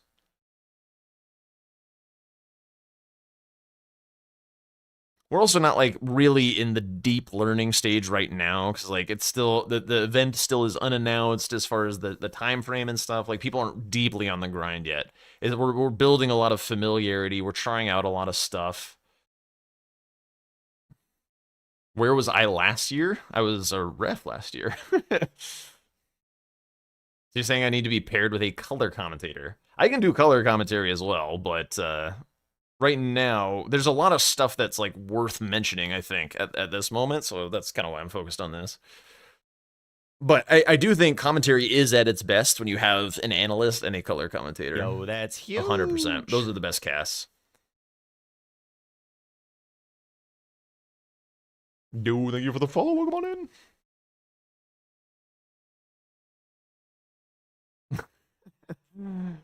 But hey, I know how to do all these things, Nightmare. I know how to do all these things. I'm not just yelling nonsense. Like I'm not doing the yeah. I mean, this is nice dodge. Look at him dodge. Lynx is transformed. He's literally ADM. Holy shit. But I will point out, like, look at the damage that we're dealing to these bosses and stuff, and compare that to what we've been seeing with power stancing. It's like it's more than double damage. I swear to God, it's more than double damage. But it's so unbelievable how much damage it is by comparison. It looks like 4 times as much damage or something. It's unholy. You prefer analytical commentary? I mean, when things are hype, I do want to hear the hype. I do. But analytical commentary is quite nice, especially, I mean, when you're trying to, especially if you're trying to learn, or if you're like working on building your understanding. Like Bingo has a lot of stuff going on, so like having analytical commentary can really help. Like I learned a crap ton in the few games that Bushy cast with Domo for the season 4 playoffs. Like what Bushy was saying really helps my understanding of how Bingo works, and he was very analytical on the commentary side. I appreciated it a lot.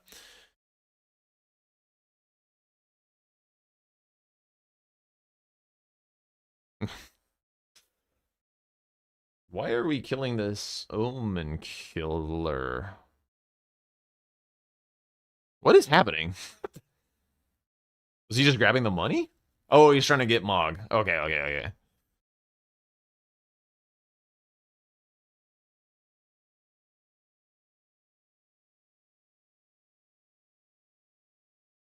Wait, what? He spent all his cash. Oh, he's trying to get 85. I see.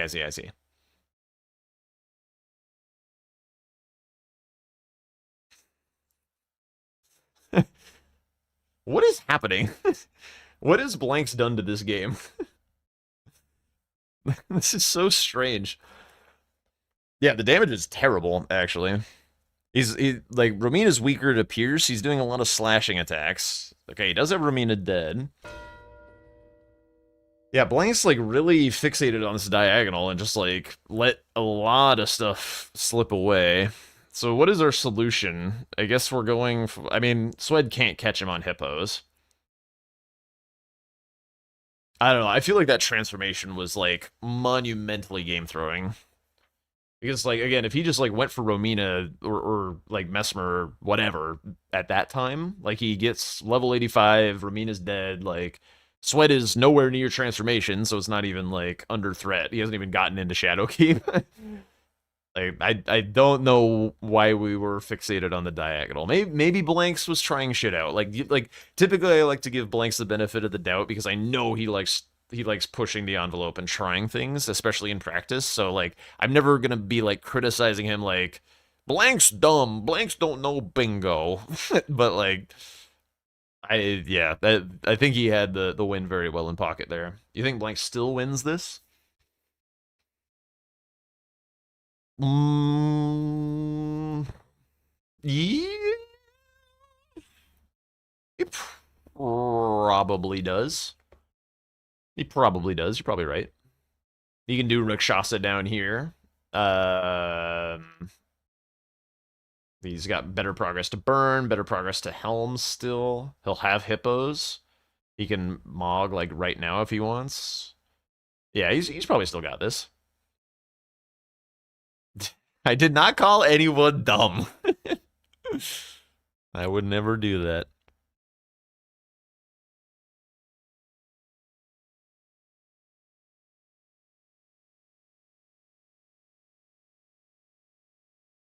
He isn't mogging, though. I mean, if Swed gets to Mesmer... Oh, Swed's just going for the hippos. Yeah, he's thinking better of it. I would think better of it. I would really think better of it. I called you a floater? I did not call you a floater.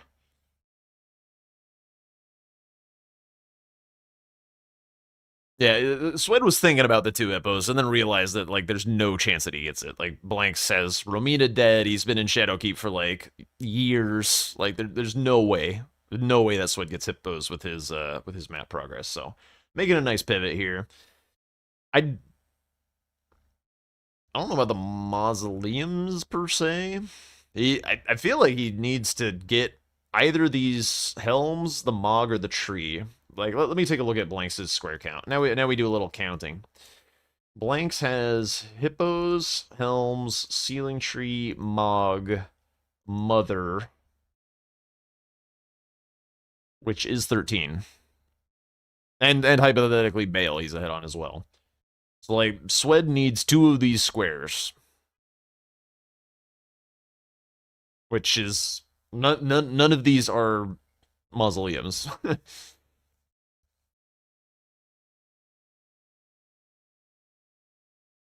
There are not 4 horned warriors in Bellerot, so you gotta go to another region.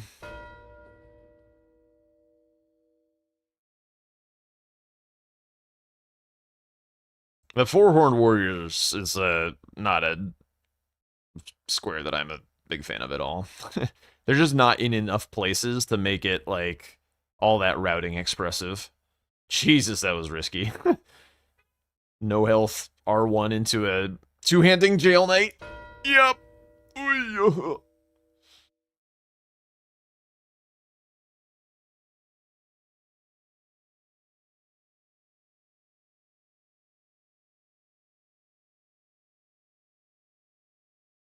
What do you mean as I'm ranting for the last 30 minutes? I've been ranting the whole time.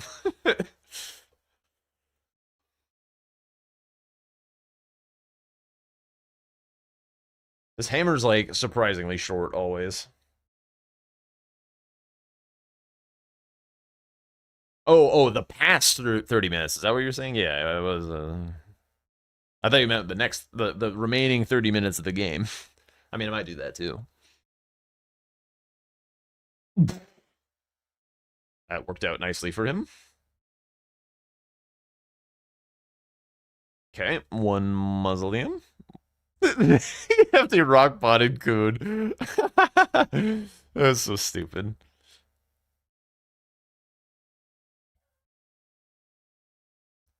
I mean, it does seem like it did a reasonable amount of stance damage. He staggered pretty quick. Big proc. Nicely done.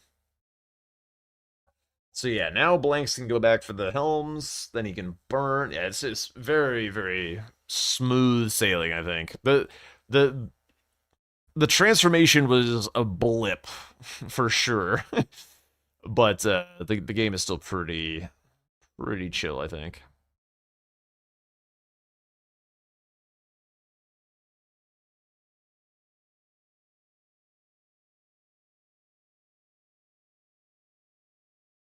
Okay, didn't explode this time.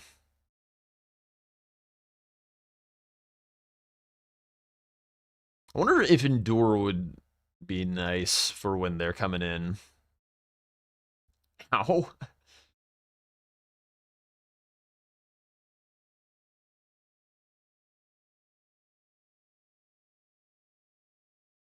Okay.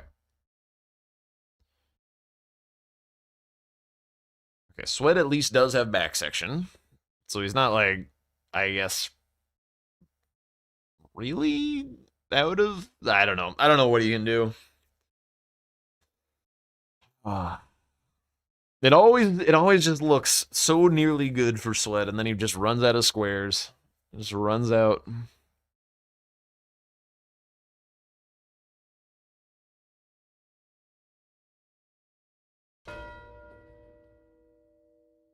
You know, that's Helms for blanks. Sweat sees it and is kind of sad.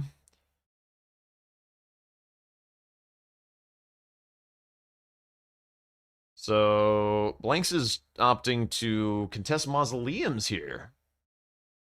Okay. No, he's not.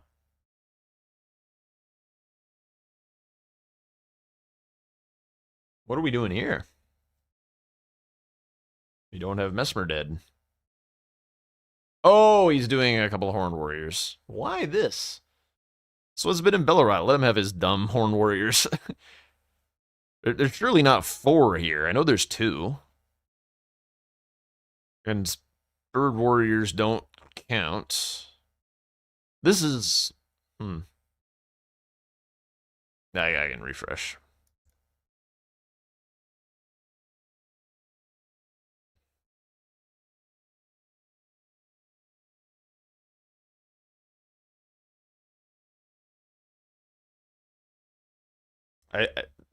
I feel like we just burn and go Meta or Bale and just let Swed mess about with mausoleums and things and the Horned Warriors and stuff. I genuinely don't know where he's gonna come up with these last two Horned Warriors. I'm curious, actually. Curious if he knows something that I don't. This is a relatively new square, so maybe he is a knower of some things. Ow.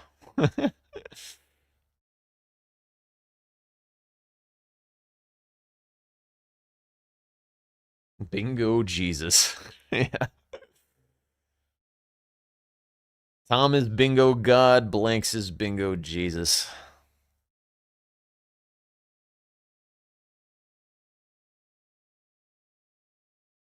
Given the nature of the game, Blanks could be practicing squares. Maybe. He does want to win. I know he does.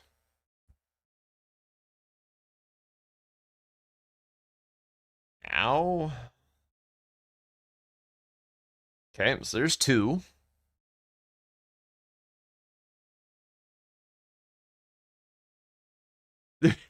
There is no way that he runs all the way to Ballarat for two Horned Warriors. Say it ain't so. Oh my god, he's actually going to run all the way to Ballarat for two Horned Warriors. Yeah, I mean, that sure. I guess.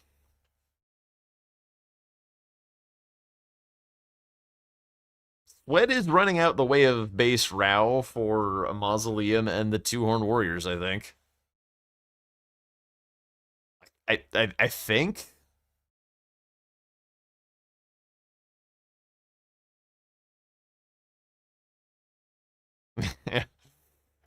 Little bit of Peepo Torrent time, yes indeed. Are there Horned Warriors in Inner Limb? I do not know if the Divine Beast Warriors count as Horned Warriors. I'm gonna ask. In the rules channel.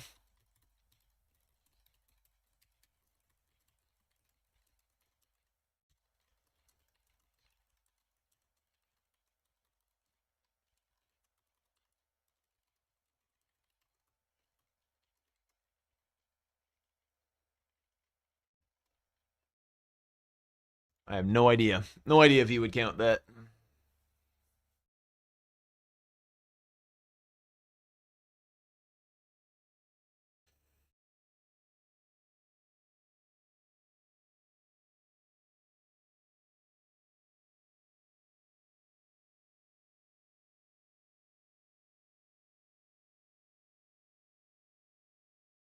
Inner Limb ones count as Horned Warriors lore-wise, but guessing they're different from Bingo. Yeah, I mean, the Bird Warriors would count as well, lore-wise.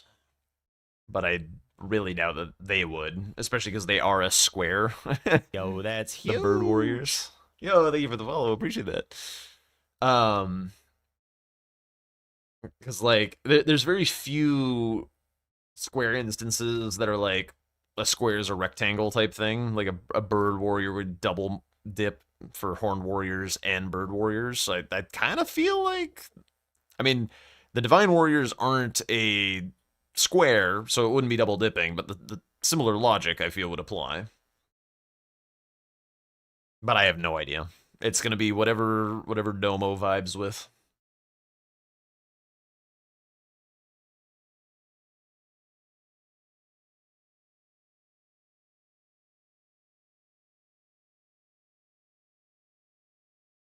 No idea what any of that means. What any of that means? Jesus, that Dragon Wound Slash. Did that fucking almost one-shot him? Oh my god. Oh, he's going for the skip. Does he do it?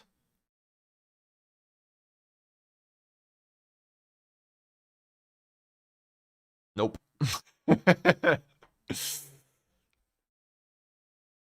I've never tried it. Or I've tried it. I tried it like once, I think. I've never gotten it. Don't know what a Bird Warrior, Horned Warrior is or their lore. Is it lore time? The Horn Scent, which is the group of people who come from the Ballarat Tower settlement where Blanks currently is, they are imbued with the aspects of the Crucible, where they manifest horns and they revere those horns. So the horned warriors are particularly horn-endowed warriors that are like Giga Chad, which is these guys that Blanks is killing. So yeah, they have a lot of horns on their head. Now, bird warriors, they worship a old god that isn't around anymore. That was a divine bird. So they're the divine bird warriors. They have feathers and things, which is also an aspect of the Crucible. Then there are divine beast warriors. The divine beast is a, I believe, deity revered by the Hornsent.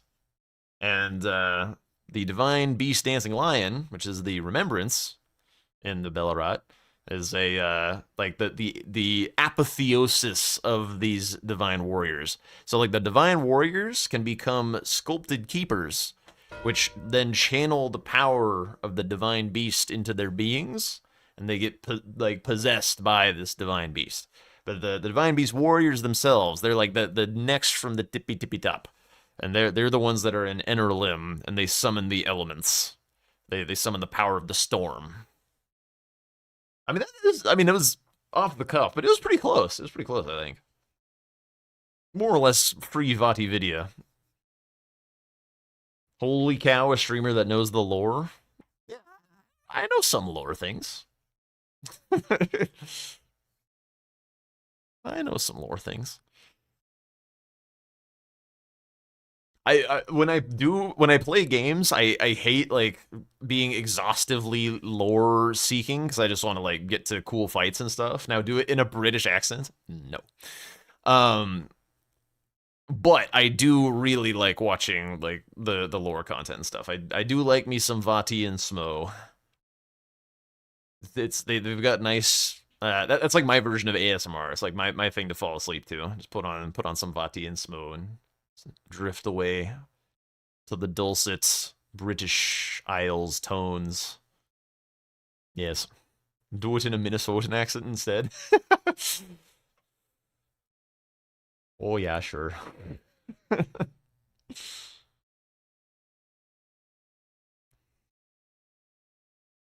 I've heard a lot of people are really interested in Halo lore. I'm not like a huge sci-fi person, so I don't really know anything about Halo lore. But I've heard that people like it. Ooh, it took him out of the air. Nice stagger by Swed. All right, we're about to have some Bale cinema as well. We need to ask Dom to invite you to the next Jeopardy for real. Yeah, I would go. I mean, I would go to any of these things. It sounds like A, fun, B, good for growth and exposure. And we know I love exposing myself. Damn it. I try and do those with a straight face. That one I couldn't do. That one I could not get through.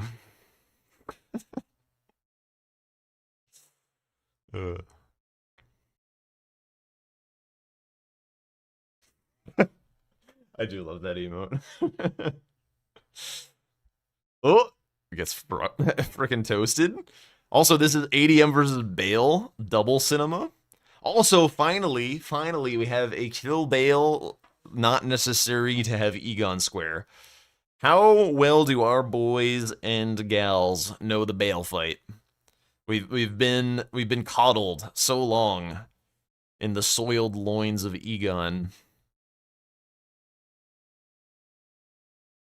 that now, although he does have the Dragon Hunter Katana, so that does make shit easier.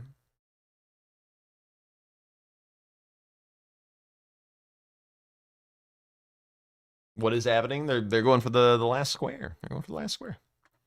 And it's cinema. Holy shit. Oh my god. Rockhart transformation does have physical damage resistance. If he was not transformed and was simply naked, he would be dead. Thunderbolt said exactly. Very, very frightening. Wee. Or it's not we. I don't know what he actually says. Doesn't matter.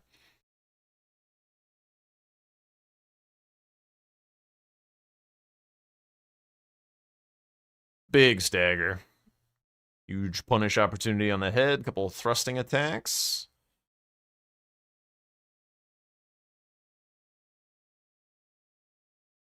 Oh, with the bleed proc. God damn, that's some big damage. And puts it away. GG's.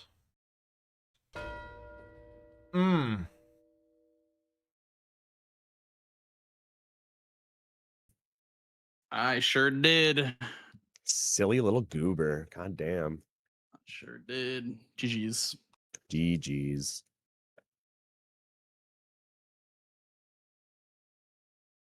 That was an interesting So, game.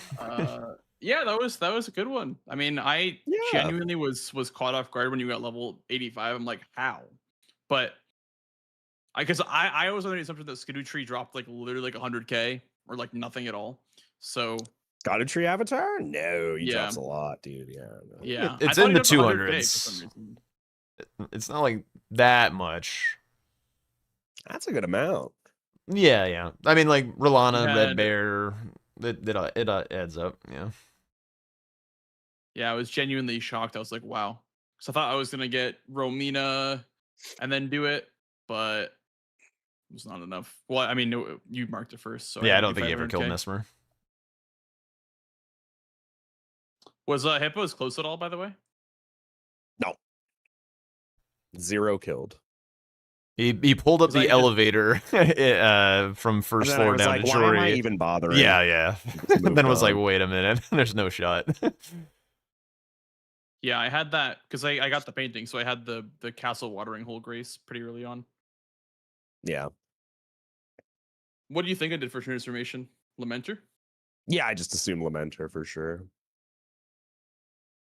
I didn't think there's anything this game that promotes that area personally, besides Meta, I guess. But Yeah, and blow a finger. I thought that was your finger. oh, you thought it was the south finger. Oh, Yeah, you were Yeah. hidden on the Shadowkey progress for a long 'Cause- time. well, because I didn't mark Golden Braid, so that's why I was like, I wonder if he thinks that I'm south with this. Oh you yeah, that's know? all I thought it was all game. Wow, That makes yeah. sense then. I had so much shadow prep this game, Swed. Like I had so much shadow prep. Like you had like, I don't know, like 3 more squares than me, but I'm like, wait a second, bro is not anywhere near Shadowkeep right now. So I just Oh, didn't yeah, I mark knew I any- was in trouble the whole game. Yeah. Because Then why didn't you go Shadowkey? I wanted to get squares. Yeah. So my goal isn't to win, it's to make it look like a close game so chat feels good. so their brain gets Ah, up. the That's literally truth all I care comes about. out. The truth comes I mean, out. I've been saying this since day one. All right, well, I haven't heard it. But This was also a game where I considered doing Bale for the Priestess Heart for transformation, but The what? the Priestess Heart. Oh, like the one that- legendary thing? Sure, yeah. Yeah, but if you're up there, you just grab the painting anyway. If you're in Shadowkeep, yeah. Yeah, there's never a reason. yeah. No, my plan was to do either Bale or Romina for level 85, but when you marked that, I was like, I'm in trouble. Like this is really bad, actually. But I had the castle watering hole. I was considering doing. I had no the- map at that point, so I couldn't do hippos.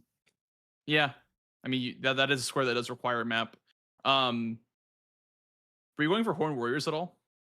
Nope. Well, at the point in time where I went and did what's his name? Red Bear NPC, and I was gonna grab my 4th over there, but you marked it as I was in Red Bear. I see. Wait, you had 3 already? I guess from the sewers. No, I just had Queen lines. That's all. Like that Oh, area. okay. Like Ballarat, not Queen lines. Or Out I of see. curiosity, Blanks, why did you do transformation? Why did you transformation? I wanted to set up the diagonal from top left to bottom right. That was the plan the whole time. Why? Because it's good. I Okay. guess. I don't know. I was I didn't really was have a theorizing that it's because you were like trying like the classic Blanks TM trying shit out. No, I wouldn't say I was just trying things out this game. I just went transformation because it sets up Bale really nicely, and I just wanted that diagonal because, like, I mean, I progressed 2 ancient rounds, so I had Salza already. I drained the water when I entered Shadowkeep, so I already had the water drained. And then setting up Mesmer sets up the Sealing Tree. So everything on that line, besides Transformation, like was good to go for. And so I didn't want Swed to get that from me, which is why I did it when I did. I mean, maybe if I didn't do it right then, I could have gotten Skidoo Tree. But I was mostly referring to like the big like Golden Path square bomb of like Romina, Burn, Mog, level 85. Like that could have just like gone up in flames in a moment if you had focused on it, and that like blocked all the bingos and just like got you your majority win in the bag. But you like went south at that time, and I was like, why are we doing this? Is he distracted by this diagonal? yeah, well, also I was thinking maybe Bale could get me level 85 because with Tender and Scarab, it's 880k, so it's a juicy chunk of level 85. if you do Yeah, Bale. yeah, that's a lot. So that's what I was thinking. Was like maybe, but I didn't want to do Bale so early because I feel like it was just gonna be hell on low Skidoo. So I didn't end up doing it. I just did transformation, then pieced out. But apparently, I did throw off Swed because he thought I blew the South Finger. So he had no idea I was in Shadowkeep. So No idea. damn. I don't know. I mean, I don't even know if that was on purpose necessarily by me. I don't think I meant to like misdirect you and make you think I wasn't in Shadowkeep. I was like, it'd be really nice if you thought that I wasn't in Shadowkeep, but I don't think he's gonna assume that. Based off the, do you think that I would guaranteed mark blow a finger or Golden Braid if I went for that finger?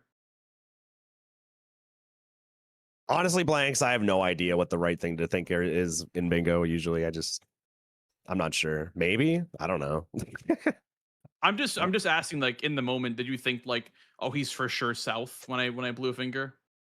Oh yeah, no, for sure, yeah, 100%. Yeah, I see. Because my opening play, let's rewind back to the opening play. My opening play was to rush backside, and I was gonna do the 2 cookbooks, the one by backside, and then the one by the forge or the one in route base. And so my first square would get me map and on that column and row. So the plan was to rush backside the whole time, like maybe rush Golden Braid. I was thinking that you'd maybe go for pots first, and that's why I rushed Kindred instead. Because I thought you'd maybe rush pots. So I decided to go for cookbooks. You got cookbooks, which I assumed was Prospect Town, and then the one in like past yeah, the yeah. fort. The one past, yeah. Okay. Or no, it was the one past the fort and the one on the way to Templetown. That one's better. Yeah. Sorry, that one's better. Yeah. Maybe for like paintings or whatever, Prospect Town would be better. But yeah. I got you. Yeah. So when you marked that, I was like, he's not backside. And as you kept marking, I'm like, he's not backside. He's not backside. He's definitely not backside. Like over and over again. I was like, bro, I can just hold this forever. So that was kind of how I played this one out. Yeah, it worked. I feel like if I could give Sled a piece of advice, it's like if you ever get the urge to go to Bellerot, go Shadowkeep instead. I see it a lot in Just your never games. go to Bellerot, period. Bellerot is usually a trap, especially since they just like nerfed a bunch of the Bellerot squares. I think Horned Warriors being anything more than 3 makes Bellerat kind of dead. Anything more than 2 is like going down the sewer is also a gargantuan waste of time. Yeah. And then also Talismans being 2 or being more than 2 also makes Bellerat a bit of a trap as well. Yeah. Because the 2 in Bellerat are pretty good. So if you have 2 Talismans with 3 warriors, that's okay to go down sewers. It's okay. I still wouldn't want to do it, and this is definitely not early in the game. I think on this board, maybe a Deathblight Dancing Lion could have been good as well. Yeah. Because of the things in the relatively vicinity. strong, yeah. What do you think, Swed? Do you ever go for Deathblight? I have never gone for Deathblight Dancing Lion in a real match. Only if it's like you need to, yeah. I don't know if I've gone for like the regular Dancing Lion in this entire season. I think I've always gone for the Deathblight one. Well, to be fair, I learned your strat of just running away from the frogs, and it's pretty chill. Yeah, it's a chill fight. Oh, He, I he also does was, waste like, like 30 full seconds or cosplaying something. ADM this game, Swed. I had Doguka with the transformation, so I Oh literally was yeah, you were literally cosplaying as ADM. That's funny. People were saying this is Bale cosplaying or being cosplayed as ADM. This Yeah, is it was a absolute lore cinema. run. That's Yeah. funny. But yeah, I mean, GG Sweat. That was a good game. Yeah, that was I have good. no notes. Yeah, That was pretty good. I was getting scared that you would snipe away my Shadowkeep priority once you got Skidoo Tree. I'm like, damn, he's in Shadowkeep now. That's not good for me. I finally Bro's have a in ribbon. Shadowkeep. Yeah. Yeah, he's finally there. Did you So you didn't go for pots at all? Nope, not this game. I feel like with Bellarat, pots is a good synergy. That's just my opinion, though. I feel like Wait, what does it have the to do with fire- Bellarod? Am I stupid? Grabbing 3 path, Okay, you get the other recipe for the furnace pot pretty close to like Savage Lion's Claw ish. well, you could craft the fly Uh, pot without going to Skidoo Altus at all. Actually, you could go fire then fly pot, and you get fly mold before the recipe, and then you craft with the sanguine amaryllis you can buy from more. So Oh yeah, more true. Yeah, I have to look at that square more. Joke's Yeah, on you for thinking I'm pots- going Bellarot before Shadow Altus. 2 pots could be a strong Bellarat play though. Like if there is ever a time to go Bellarat early, like 2 pots is kind of nice.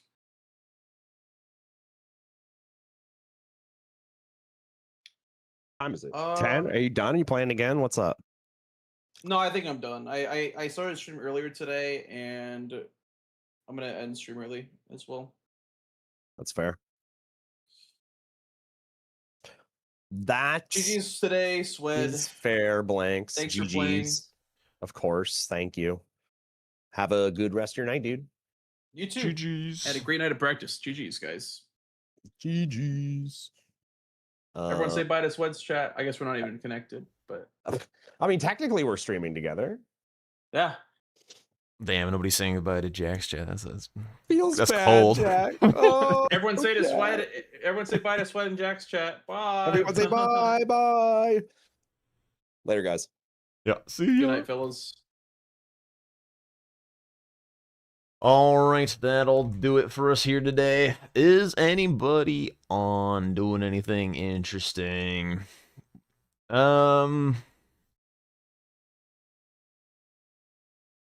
I mean, I guess we could go to Aggie and his goofy game. Let's go to Aggie, why not? All right. Thanks so much for hanging out with the commentary. Hope you guys enjoyed the games. Tomorrow is a day off. I'm off Mondays and Thursdays, so I will catch you guys on Thursday for more of the same. Hopefully I'll get some games in. Hopefully there'll be some more folks around. I really want Domo to like announce the freaking season so that the excitement comes back and people are doing shit. But yeah. Anyway, we'll be back on Tuesday, and I'll see you guys then. Have a wonderful rest of the minimal time remaining in your weekend. And, yeah. Bye. Oh, Aggie just ended stream? Well, shit. Hang on. He just ended stream, eh? Where the hell are we going? I don't really have anyone. I don't have any backups. Anyone know anyone? Anyone know somebody who wants a stream?